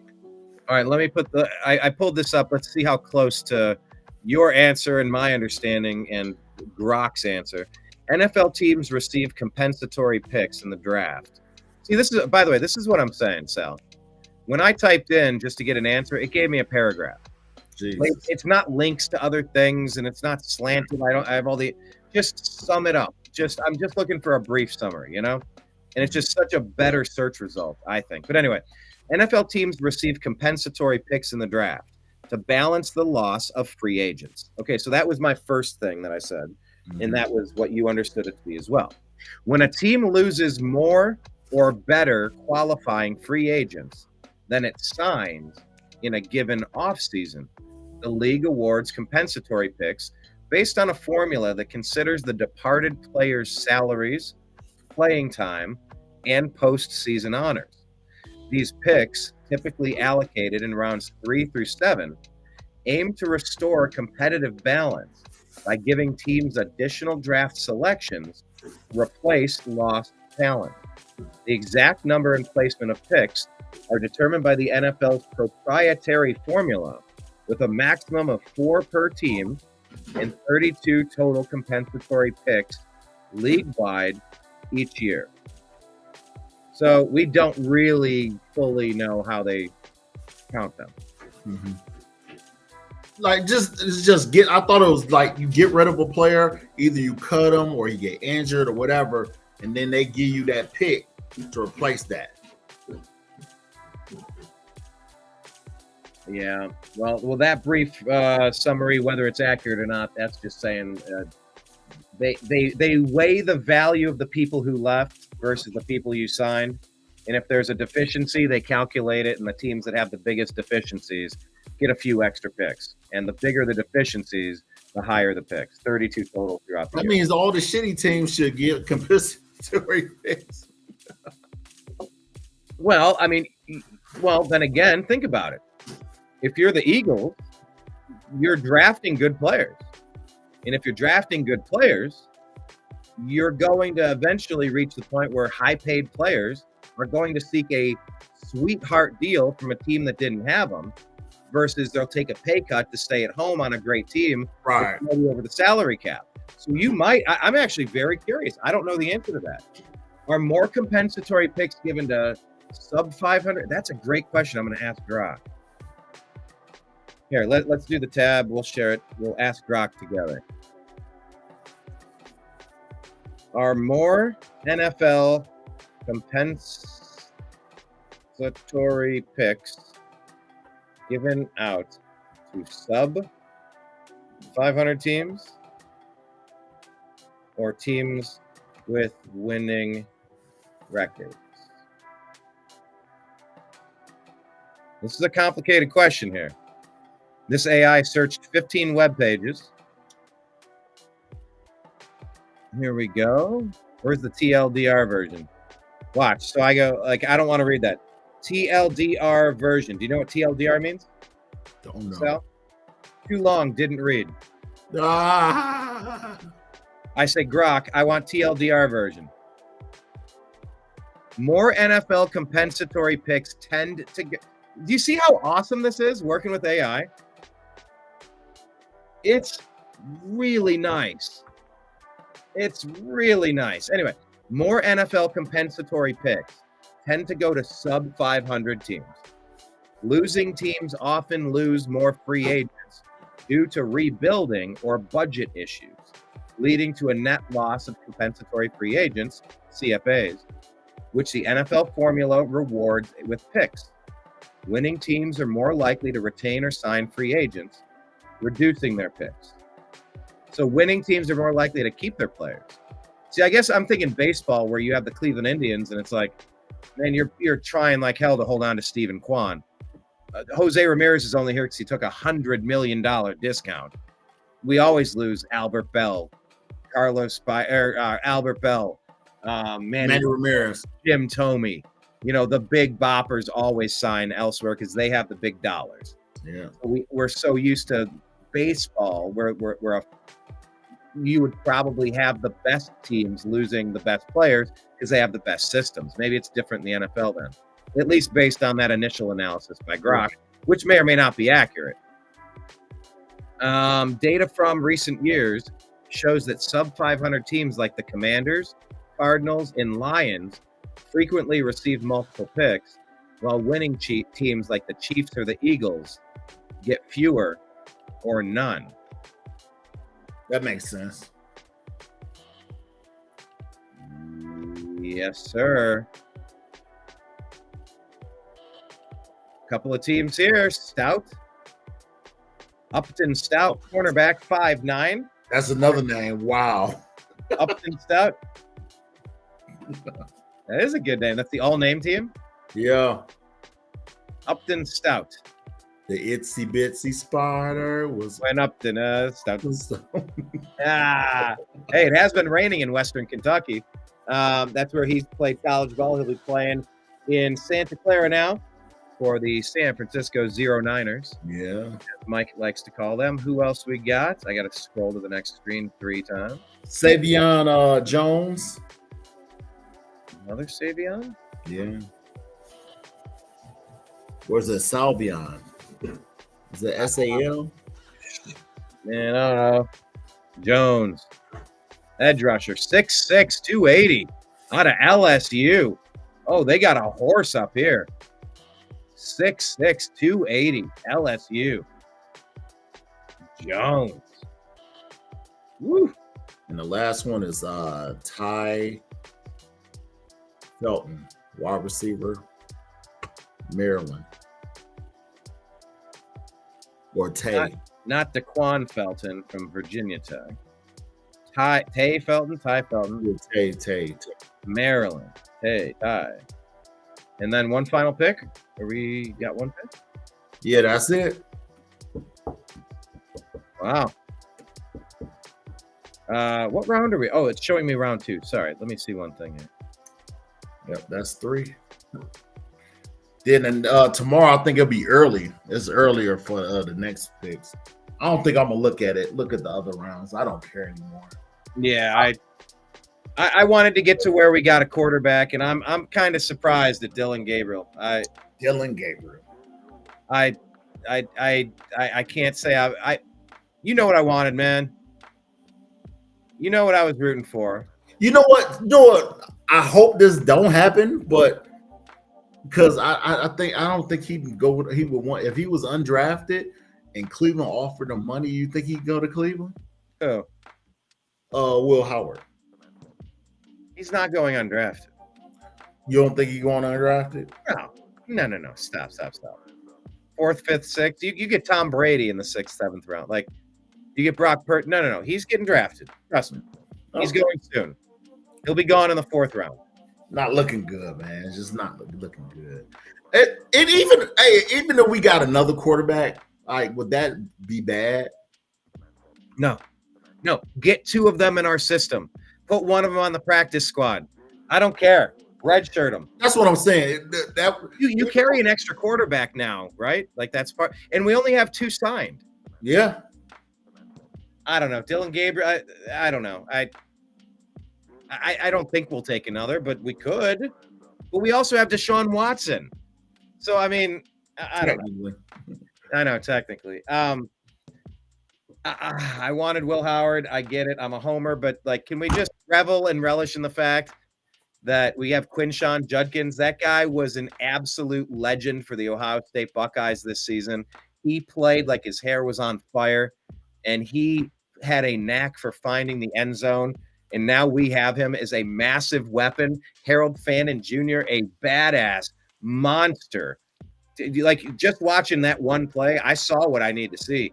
Hands, spin, balance, footwork, elusivity, size. He was so much bigger. We have weapons for Dylan Gabriel. We have weapons for Joe Flacco. We have weapons for Kenny Pickett. This is the team that we're going to have. And now we're going to have to see in rounds 4, 5, 6, 7. Let's try to hit on a few more of them, you know?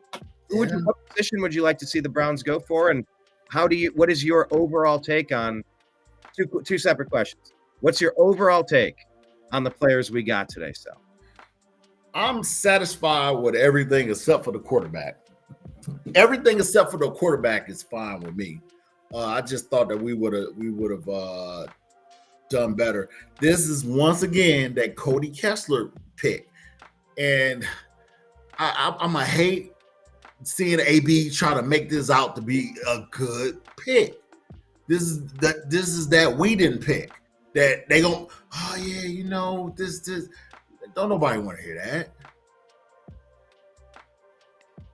When you see talent, I mean, I'm not saying the guy's not talented, but it's just other players that I think that are above him.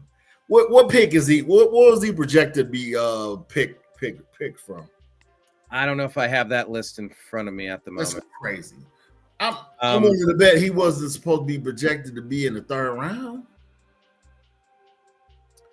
Yeah, I mean they were calling him an ideal backup or a QB3. Right. If you QB3 is a 7th round pick. Ideal backup QB3 is the 7th, 6th, 7th round, 5th round. You know, this is crazy. Yeah, let me do the ranking by quarterback. So they had I guess, why would they rank them all out of order? Hold on. Cam Ward, Shadur Sanders, Carson Beck. Hang on. It's a weird list. Sorry, you're not looking at it. There you go. Cam Ward, Shadur Sanders, Milroe, Sanders, Ewers, Drew Aller, Jackson Dart, Quinn Ewers. So I guess it's just kind of like they're going, which quarterback is the best quarterback throughout. And Dylan Gabriel was the best quarterback in the rankings on March 25. That doesn't make any sense. I'm not fully understanding this. Mock draft simulator. Anyway, I don't know. But I didn't have Dylan Gabriel in my mind. No one. No one was like, hey, Dylan Gabriel, come on. Are we disappointed in that? I'm not disappointed because we're gonna find out. I don't want to be this guy that's being a jerk right now, and then this kid ended up being like crazy, you know. He has the most touchdowns in FBS history. Oh, I didn't tell you who that was. Cleveland Browns. If it's a Brown, it has to be Case Keenum or some shit like that. Yes, sir. Case. He was good when he played for Houston. Case Houston, Keenum also played in Cleveland with Kevin Stefanski, and he also played with Kevin Stefanski in Minnesota. Yeah. So if a Case Keenum type player fits in the Stefanski system, he just got himself a Stefanski type quarterback. All right, maybe we've just put the Jenga pieces together, and there's something about that type of player that Kevin Stefanski likes. But Case Keenum was he was what, 6'2"? I don't recall. I'm going to ask Grok. Case Keenum height. They searched 15 web pages. 6 feet 1 inch. Well, whatever. Similar. Carson Schweisinger, we don't know enough about him, but they thought enough to start day 2. And we need somebody at linebacker, JOK. He's got his health issues. This fills a need. I'm okay with it. They need to restock the pantry. The cupboards are bare. I don't get some rice, get some noodles, get some cereal. I don't just put something on the shelves. There's nothing there.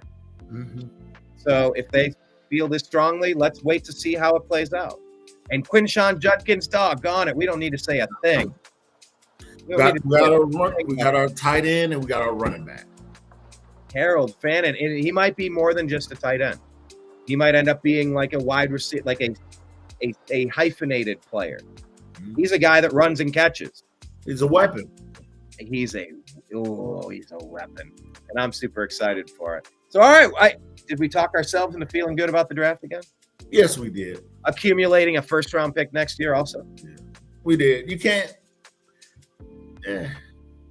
We'll see. We will see. No matter what, we'll see. How would we grade? How do you grade the entirety of the NFL draft for the Cleveland Browns? And we will wrap the show up on this question, sir. And that, by the way, for anyone out there watching and listening, this is your chance to type in the comments section. How would you grade the Cleveland Browns draft so far? To you, Sal. What say you?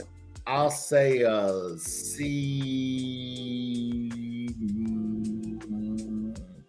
C minus. No, let me take that back. I'll say B minus. I'm thinking about the draft pick and who we got now. B minus. I'm shocked by Dylan Gabriel. But really, if he compares that, he holds the record with Case Keenum for most college touchdowns. So, consistent, reliable, longevity. We said the best ability is availability. Well, they kept saying that Dylan Gabriel played for 3 different teams for 6 different years or something like that. Like, he knows the game and he's been consistent. And they were number 1 until the Buckeyes took him out. Okay, and they were only number 1 because Will Howard couldn't get down 2 feet quicker, 1 yard, 1 second off the clock before he could call timeout. Yeah. I mean, look, they're all competitors. They're all competitors, and you just need someone with smarts that can drive it and get it 10 yards at a time. You don't need to get 80 yards on every play. You just need to get 10 every 3 downs. Yeah. Maybe we don't have to overthink this position. Go, oh, well, he can't throw it 60 yards downfield. What percentage of our plays are thrown 60 yards in the air? That's true. Game, maybe 90%, 95% of the game is 20 yards. They're all kind of timing and figure it out and scheme it open, and someone sets a screen, and now someone's, you run a wheel route. Like, they're not. We're in the AFC North, man. We're in the AFC North. Who are we kidding? We run the ball, we pass the ball, but we run the ball. I think we need to get Nick Chubb. If Nick Chubb was on this team, I think I'd feel better. I would too. And if Nick Chubb was on this team, I would feel better too. And he would be the perfect role model for Quinshon Judkins. Quiet. Like there's a quiet stoicism of somebody that's been everywhere, done all that, and they're just going to outwork you every day and challenge you to be a pro. Shut your mouth and put it out on the field. Like, you learn by example. And if that's what's in your core of your running back room, oh my God, that makes it way better as opposed to just being like Jerome Ford going, hey guys. Hi guys. Yeah. I don't even know who Jerome Ford is, honestly. That would make me feel better. But look, if the AFC North is all about running the ball, Mason Graham was projected as a top 5 pick. He was taken as a top 5 pick. Some people earlier in the year had him as the number 1 player in the draft, shockingly. But he's going to stop a lot of those runs up the middle, freeing up Miles, which is just going to set the tone for our new linebacker and maybe Denzel Ward to have a career season. So, let's not forget, what do you see happening as the ripple effect from Mason Graham inward, outward, Sal? I think that he's gonna stop up. He's gonna stop up. He's gonna stop up that middle, and I think you can put Miles anywhere. So because of his versatility to be anywhere, that's scary. Even if you put both of them in the middle, that is scary. Oh my Lord! And if they're in the middle and they both go outward, whatever that linebacker's about to do is like Moses parting the ocean, right? Parting the sea. And it's just about, even with the run game, it's not really you stopping the run. If you can control the run and make sure that the running back is not going to be able to, especially you got good linebackers, make sure that you can stop them, then you're good. You're good to go, man. I think Schwartz he's a mastermind with this, and I think he's going to do well. I was worried at first, but now I feel better. Now you feel, but why do you feel better? Because we're talking it through. It's a reason behind everything. I know they didn't just. Jim Schwartz had to say, "Hey, man, I like this guy. I want this guy." That had to be it. Jim Schwartz knew that he had something special. Yeah, Quinshon Judkins, dude. This guy is a home run hitter. He makes things happen. I'm hoping this kid's the next Clay Matthews. Wouldn't that be something? I don't know, man. We'll find out. I don't even think I can actually play that without getting a copyright. Yeah. But Quinshon Judkins. I wanted Travion Henderson. I'm not lying. Both did. We had him ranked higher, but the Browns did not. Well, Henderson got injured. He's been injured twice now. What was his injury again? I want to say it was a hamstring, ACL or something. Was it ACL? I don't recall. Yeah, he got hurt. It wasn't like something that was real bad, but he did get hurt. But shit, Nick Chubb got hurt also, and he was hurt twice, and he still was playing well. You know, the Travion Henderson injury history. 2022 had a foot injury, significant foot injury early in the season of 22. Fractured sesamoid bone, along with torn ligaments and tendons, sustained during the game against Toledo in September of 22. He attempted to play through it, but was limited, missing 5 games, including the college football playoff against Georgia. Oh, man. Oh, if we had Travion Henderson against Georgia, Oh, we would have won that. We lost. We only lost by like 2 points or 2 one. points? One Yeah, because a field goal would have won it for us. Yeah. And we missed. We lost on a field goal. The injury required surgery, which sidelined him for the postseason. Henderson noted that he could barely practice and was refracturing the bone with each attempt to play, affecting his performance significantly. 599 all-purpose yards and 7 touchdowns in 8 games, compared to 1,500 yards, 19 touchdowns as a freshman. Impact: the injury reduced his explosiveness, and he described it as his first serious injury, which took a mental toll. He played in only 8 games, recording 600 yards, 6 touchdowns on 107 carries, a drop from his freshman year.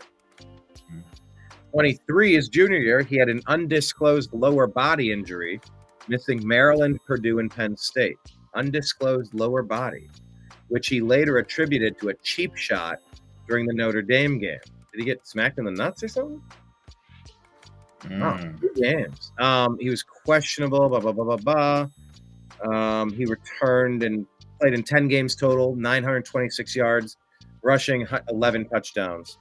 Then his senior year, no major injuries reported. So he was relatively healthy all of 24, playing in all games, sharing carries with Quinshawn. Rushed for 1,000 yards on 144 carries, 7.1 per carry. Scored 10 touchdowns, demonstrating his ability to stay on the field and perform at a high level when healthy. 75-yard touchdown reception against Texas in that college football playoff. So, yeah, early injury history with him. Okay. Free breather saying we. Yeah, we as in the Ohio State University Buckeyes and the Cleveland Browns. And as far as we free breather, we have done another marathon talking sports and having a good time hanging out with, what is your name? Do you have a title today? Sal? Nice dance, by the way. Oh, you're just Sal today. What were you yesterday? Cousin Sal? Oh, Super Sal. Super Sal. Yeah, Super Sal. All right, Sal, I would give the Browns draft a B. I like that we accumulated a first-round pick from a team that was drafting at number 5. They could be a lower 5 team next year. In a year where maybe there's a couple other quarterback prospects we would expend a first-round pick on, and maybe we just didn't see it this year, or we couldn't get to it. Maybe Cam Ward was the only one, and we just couldn't. We didn't have the capital to expend to go get him, and so we are addressing other needs, and we'll take our big shot later. We'll ride Joe Flacco, get this Dylan Gabriel, maybe put it in a 3-person open competition, see what happens. Yeah. I mean, that's probably what's going to happen. And honestly, please do not be surprised if Dylan Gabriel becomes our day 1 starter. He's got, what do they say, 6 years? Yeah.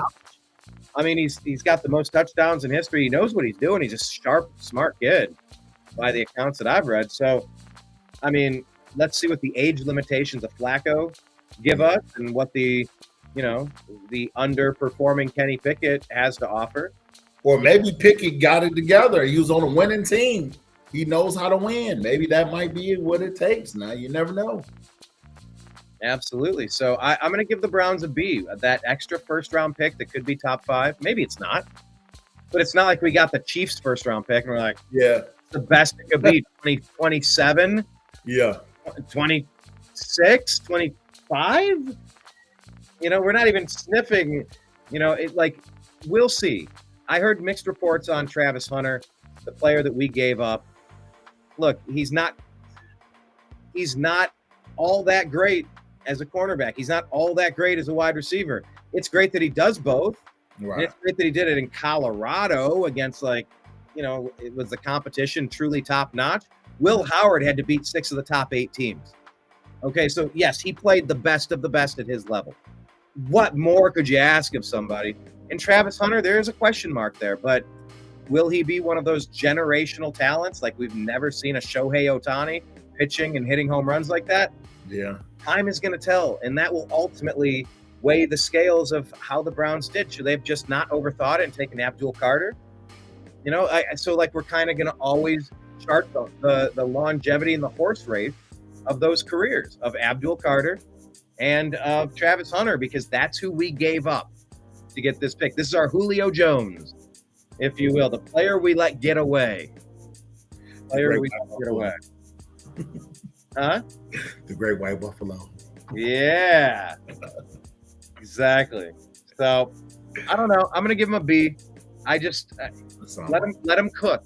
We have a first round draft pick for the first time in 3 years. First time in 3 years we have a first round draft pick. That's why we have so many holes to fill, because we haven't been able to grab. I'd like to see an offensive tackle. Get somebody. Let's not wait too much longer for a tackle, please. Get him in the system. Get him learning. If he doesn't start right away, get him in the house. Let's not wait till the 7th round. Let's get someone soon, please. I don't know what other positions of need we specifically need, but we've done a good job so far. Quinshon Judkins, he's going to score some touchdowns for our Cleveland Browns. Let's end on that note. Quinshon Judkins and that tight end from the Cleveland Browns, Harold Fannin, cheers. They're going to score some touchdowns for our favorite team. I am super excited for that. And with that, we're going to put a fork in this one. Sal, thank you so much. Thank you, everybody out there. Subscribe to the New American Media and the Unhappy Hour in all of the places that you can find us. Until next show, I may or may not do a TNAM AM show tomorrow. It might be a TNAM PM show, or it might just come back on Monday. We'll see. There's some things in the works. But we will come back next week with strictly football and some more agreed the Unhappy Hour. I don't think we're going to go live tomorrow because we don't know these players as well. We'll chart it, we'll follow it, and I'll probably be more active on Facebook and Twitter moving forward. BM McCormick says best picks were Green Bay and the Giants, in their opinion. They think the Browns pick was a good one. Sal, there it is. I think the Browns pick was a good one. I hope it is. Everybody, thank you so much for joining today.